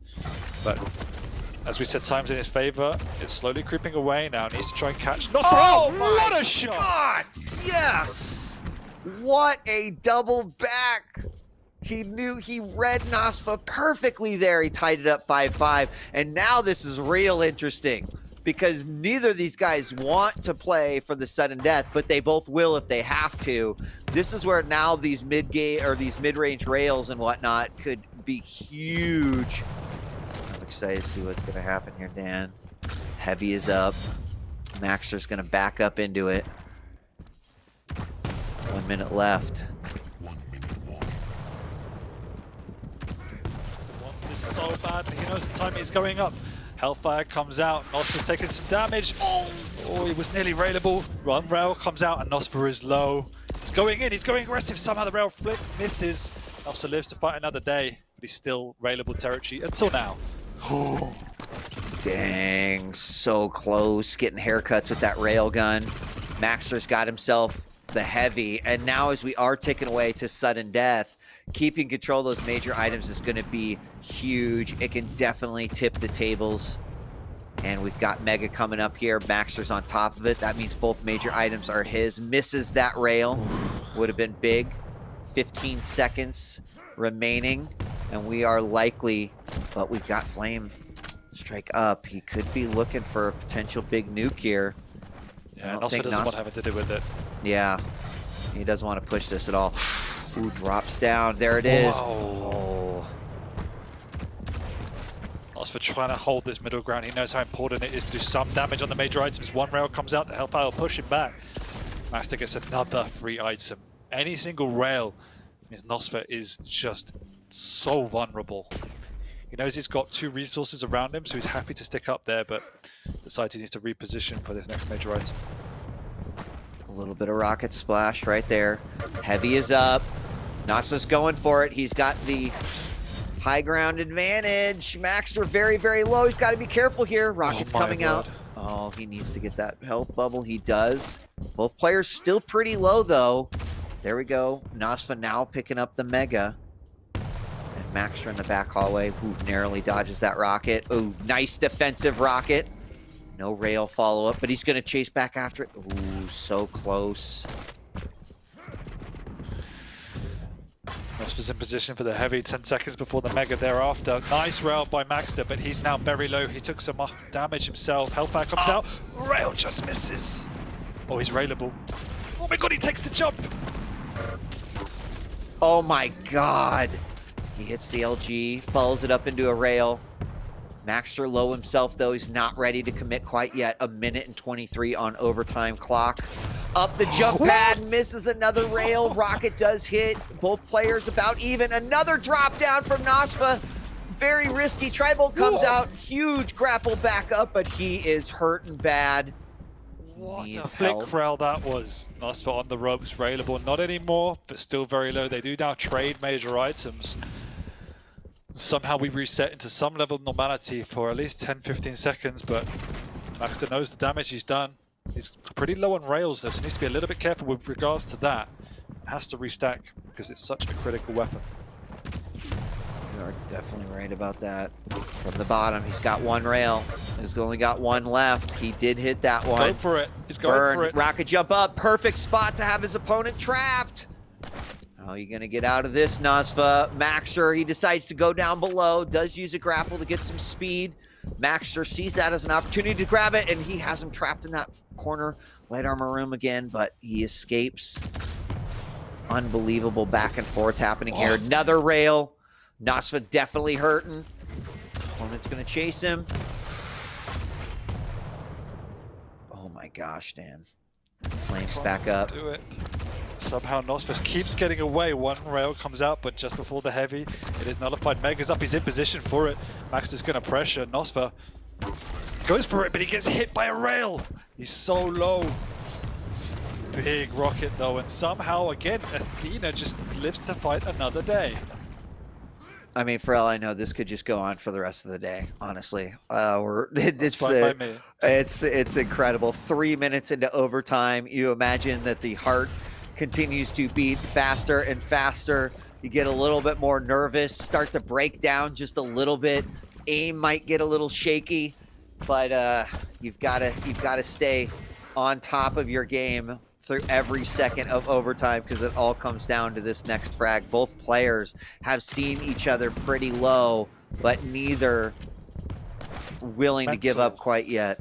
The mental capacity for Nasfa to always choose the right defensive position, to not overextend, to keep track of his opponent is remarkable. He's caught him here, one rail coming out, but he receives one, he's got to get away. Maxter again, they're exchanging, he's low this time. Is he going to push in? Tribolt comes out, Nasfa goes up top, he hears it. He's still going to stick around for a rail though. Oh! One comes out, two. Nasfa's going to be there, he has to back out, and now there's no resources around, so Max is in a lot of trouble, and Nasfa knows it. He's going around to try and cut off his opponent. Heavy's the next item up. Nasfa knows when it is, and he's already in position. Yeah, he's going to get it. Tries to fire through the murder hole. He's got to be careful here. His opponent went up top. Got lucky, though, as he went back around. Now up the stairs. I think Nasfa can tell. He's like, I've got a little bit of advantage here. He seems to be picking up just a little bit. Oh, got to watch out for that rail. Does manage to get the Mega, but was it worth it? Answers a rail back. Both players super low. Light picked up by Nasfa, but Maxter in the back, 66 points of health. He's going for the health. This is an all-in committal now as he's railable, so he has to try and get this heavy. Nasfa won't let him leave otherwise. It's make or break for Maxter now. Does he go for it? No, I think he's going to give it up. Wow, what good damage. read. He went out of there, landed the Tribolt, but he's got no armor, and that's really scary. Nasfa knows exactly where he is. He's finding around the corner. Rocket comes in. It's a big one. Is he going to chase it down? The Mega's not there, so he will be going down here. And Nasfa takes a lovely 3-0 after some amazing defensive play. It was a solid decision right there. by Nosfa to drop in and to pull out his LG. He saw Maxter kind of get stuck back there, followed up, just nicely done, 6-5. Let's bring 40 back, as I'm sure he is like, wow. That was nuts. That was that was like a grand final game right there. That last map, that was insane. These two are playing some of the best Quake we've ever seen. What do you say about Nosfa though? 3-0 and kind of, it kind of happened in the stage 2 finals where he takes it over Maxter, and you kind of think, still kind of the daddy of South America. I mean, for now, Maxter's putting up a good fight. No disrespect to Maxter, but Nosfa's here to say, I got this.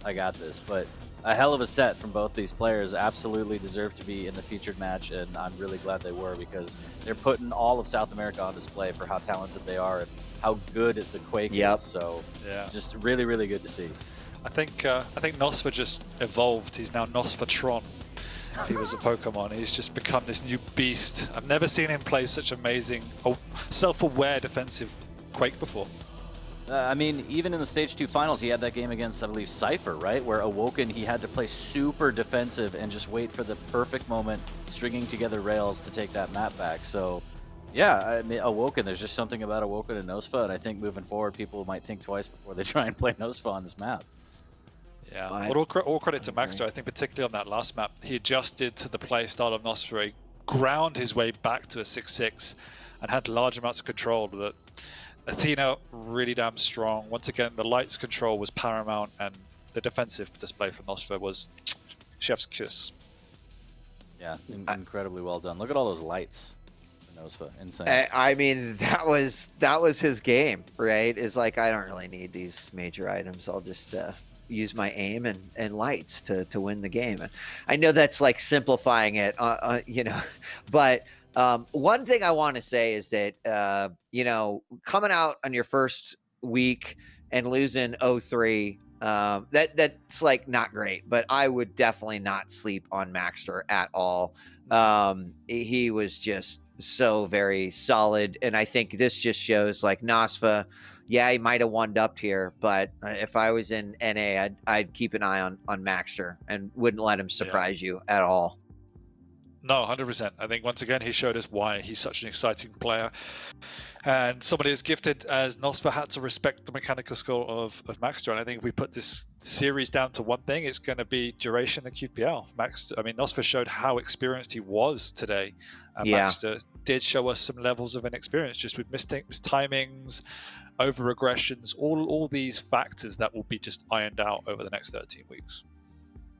I think one thing that you pointed out, Dan, during the set was that Nosfa wasn't letting Maxter get those kind of bully, like brute force fights that he's used to. Yeah. And Nosfa would kind of keep the space and, zoning distance. And, you could see that Maxter was getting a little frustrated, and Nosfa was playing his game and kind of imposing his will. Sick. Yeah. I think we can get Nosfa in for an interview, if I'm not mistaken. So let's make it happen, 40. There he is. Dude, congrats, man. That 6 series. What up, guys? Yeah, that was rough. Dude. I was sweaty for sure. I'm sweating, and I was just watching. You want to take it? Yeah, man. Dude, such an amazing performance in the Season 2 finals. And what I take away from this is that you're really looking to bring it here in Stage 3. You looked equally impressive, if not better, than what we saw you at the Stage 2 finals. So, just break it down for us, Nosfa. How are you feeling about Stage 3 after a solid and sick first week? And what really are your goals for this stage? All right, man. I'm actually, I'm really happy that I managed to take it today. Got to make sure that, I still have the South American crown, but I noticed that it's getting harder and harder every time I play Maxter, so I gotta be careful, And well, I'm feeling good, man. After Stage 2 finals, I took a short break, to just relax and reset my mind. Mm-hmm. And I think that my main goal for Stage 3 is not, how can I say that? I think it's mainly try to overcome Rafa in the hang, because I'm sick and tired of losing to them, to the Liquid boys. So I think that's my main goal, not like my final ranks, ranked. I just want to, you know, beat both of them, even with the ping disadvantage. So that's my goal. Awesome. What, off the back of that, then, what is it in your game? Do you think if anything, like specifically, do you think you need to change or improve to get to that level where you can beat them consistently? That's a good question, actually, man. I have been rewatching my VODs and studying a lot, and I noticed that I relied too much on rail, and I think that's something that I definitely need to change in order to, you know, challenge Raf and the Hang for the North American crown.